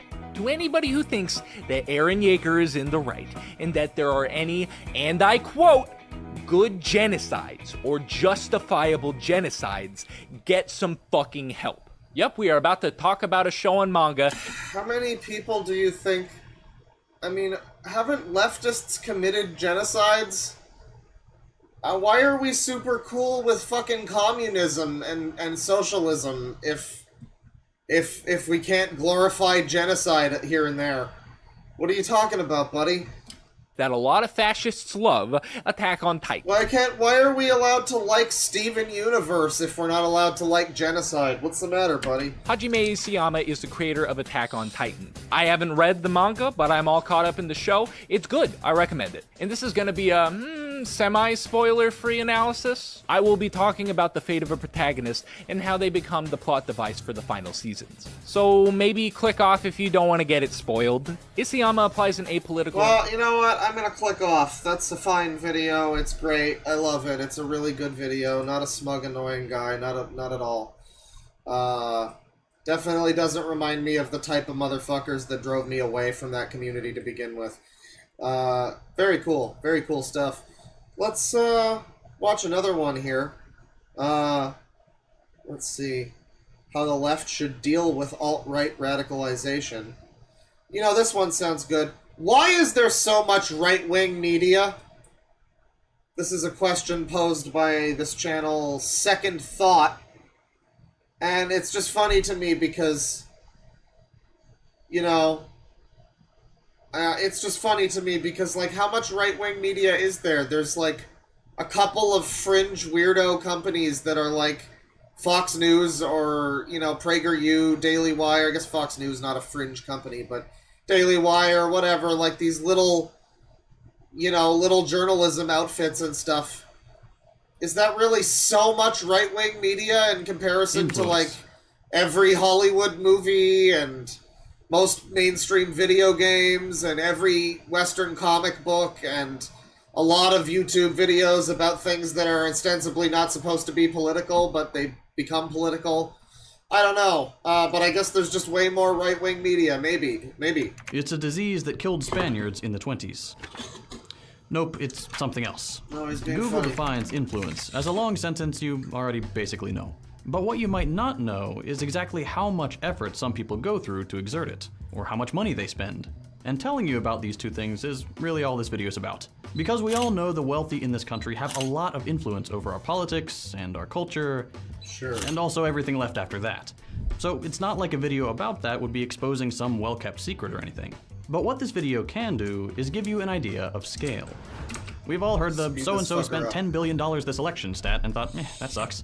But hardly anyone has seen diagrams like this, or like this, or like this, about the networks of influence that those election stats don't capture. And that's a shame, because when you go past the big number and get into the details of how influence is actually carried out and where the money goes, there's a lot more to it than most people realize.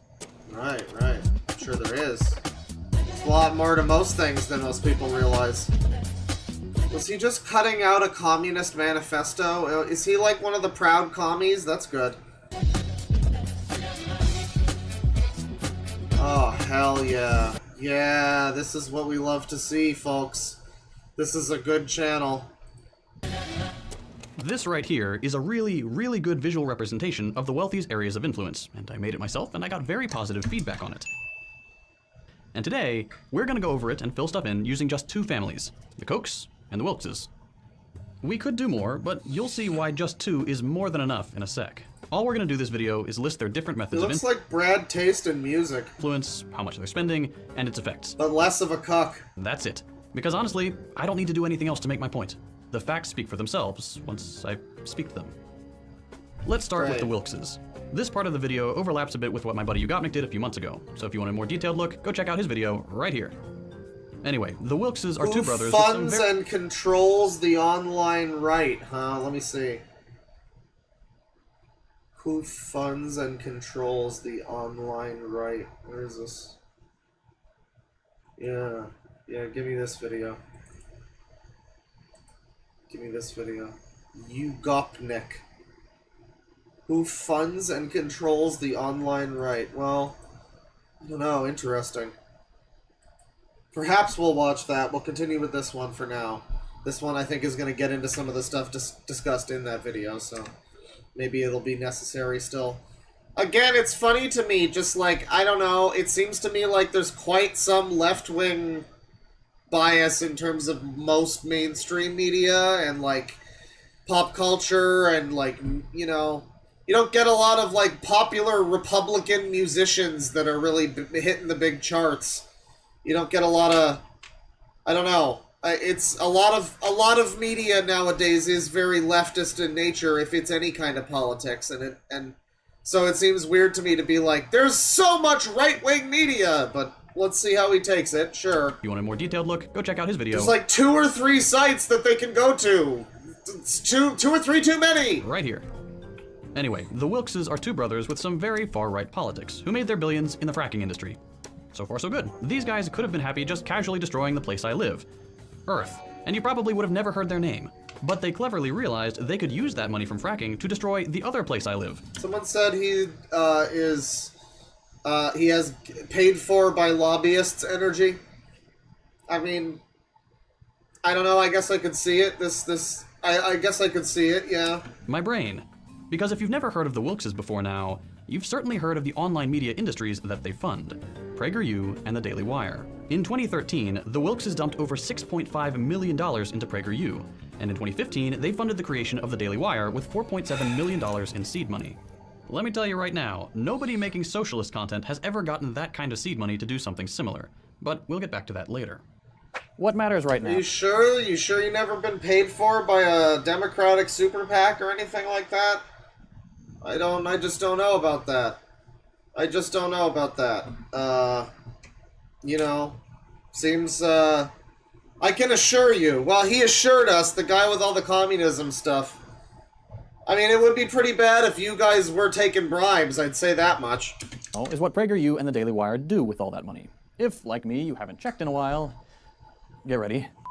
They push the LGBT grooming narrative and call for increased state violence against those in the queer community. They've said the gay community was, quote, a healthy grooming narrative and call for increased state-sanctioned violence? Oh, pride events, right. State violence against those in the queer community. They've said the gay community was, quote, a hell of a lot better off when they were oppressed by the heterosexual monogamists than when they're allied with trans activists, repeating the myth that the biggest threat to queer people is other queer people, not far-right pundits literally calling for them to be imprisoned and executed. They've claimed the 2020 election was fraudulent.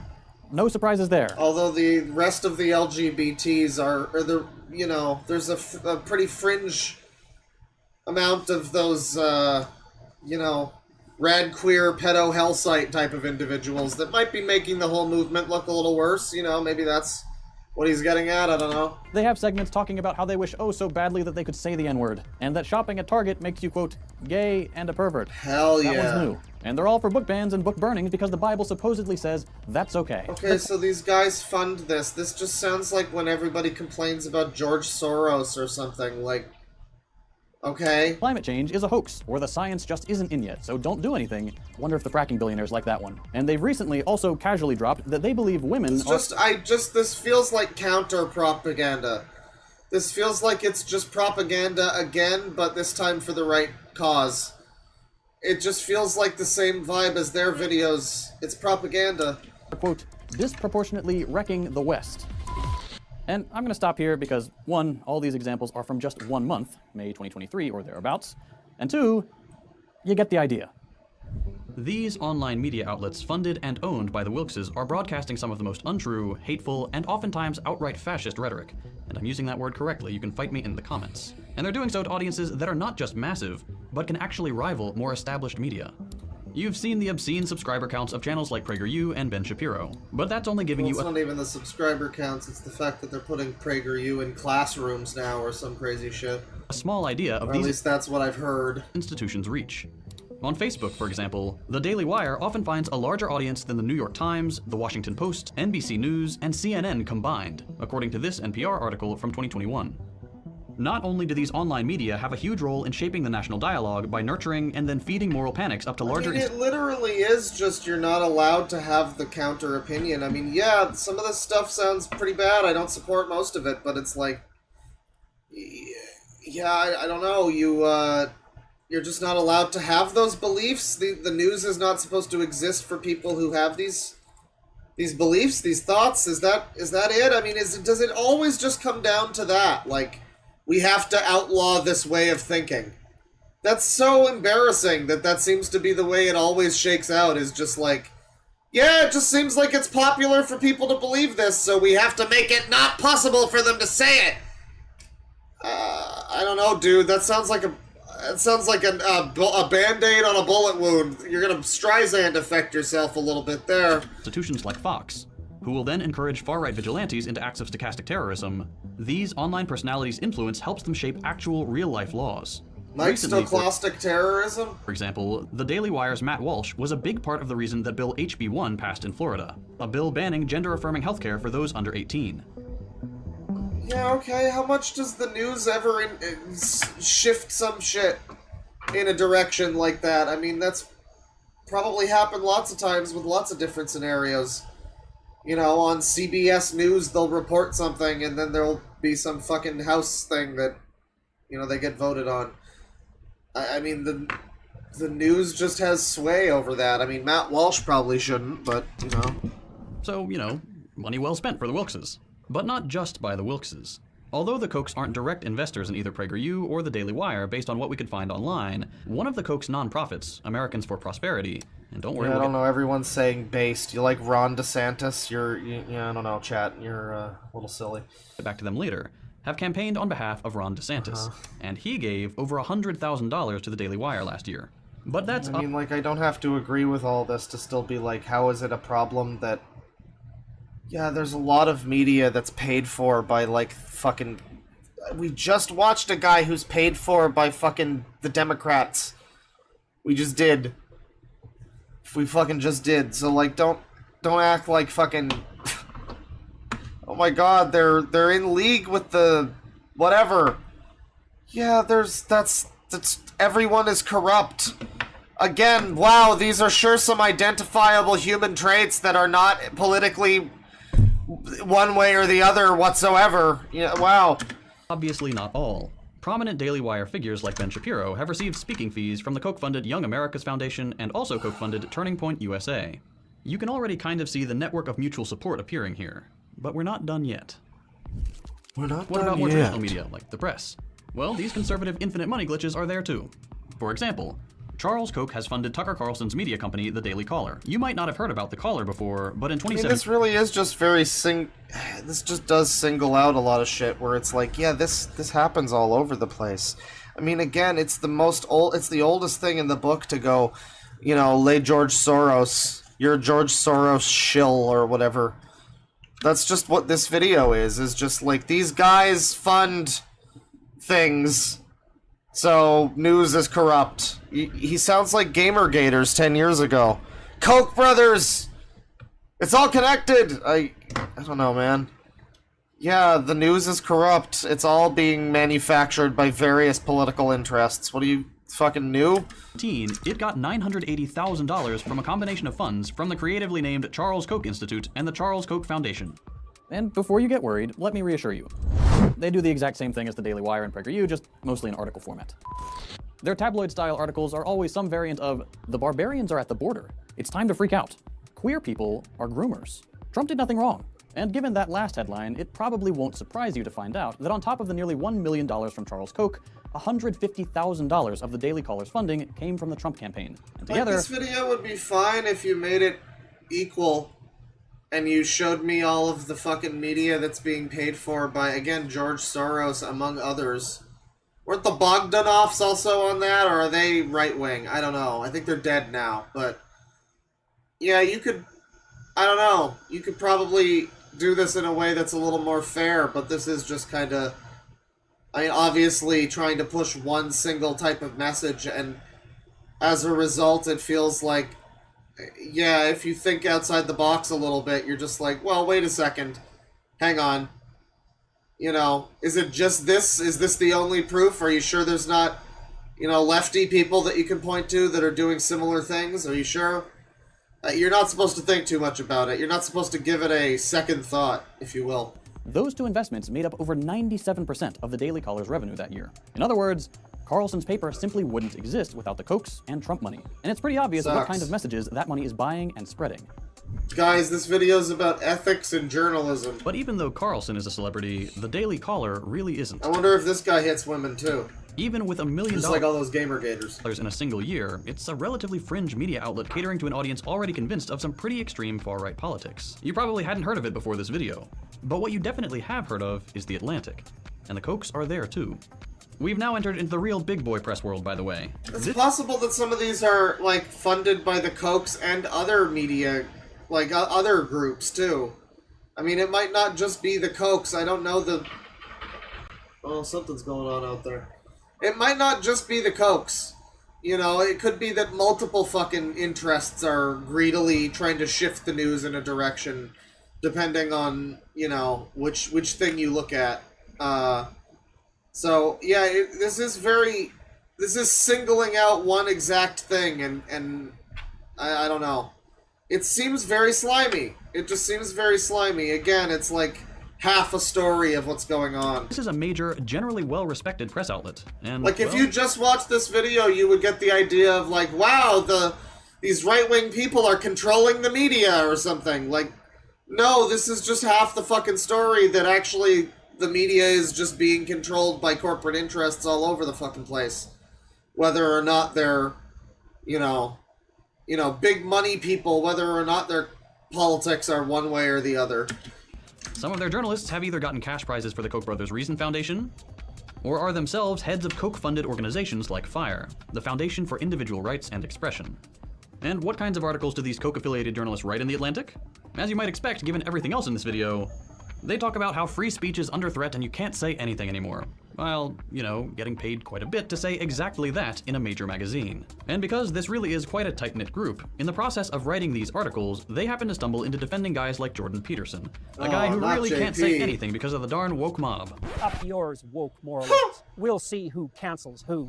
I love JP, he's great. You gotta listen to his music sometime, it's good stuff. Like with a lot of other He made like a fake Pink Floyd song, it was so bad. Adventures in the free speech circles, this strategy funnels a mainstream audience, in this case that of a pretty legitimate magazine, to a climate change denier and well-known transphobe also getting his own cut of the Koch fund by painting him as a victim. Truly, no one could have seen this coming.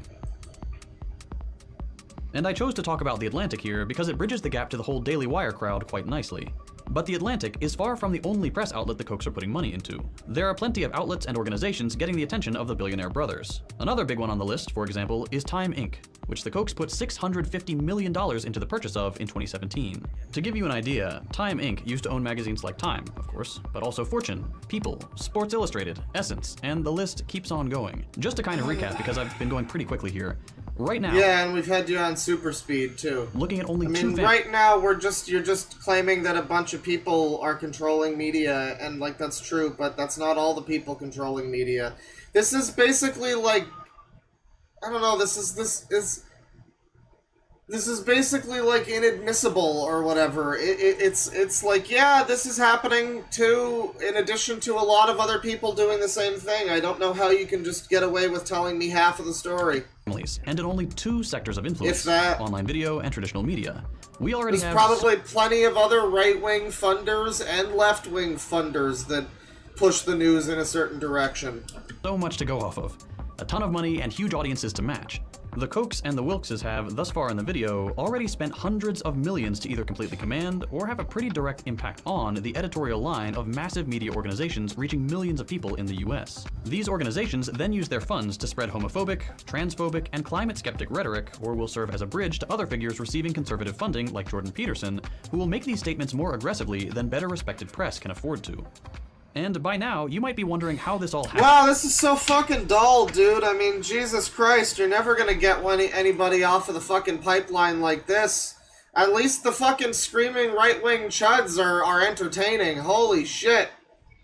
Oh, all others he teaches and they fucking fall asleep. Alright, well, that's it for right-wing pipelines today. We got more pipelines in the future, I'm sure. There will be plenty of pipelines to come. I'm sure there's going to be all sorts of pipelines. It's going to be so great. I can't wait for all the future pipelines. We made our way through some of the list, not nearly all of it. So, pipelines, pipelines, pipelines. It's so exciting.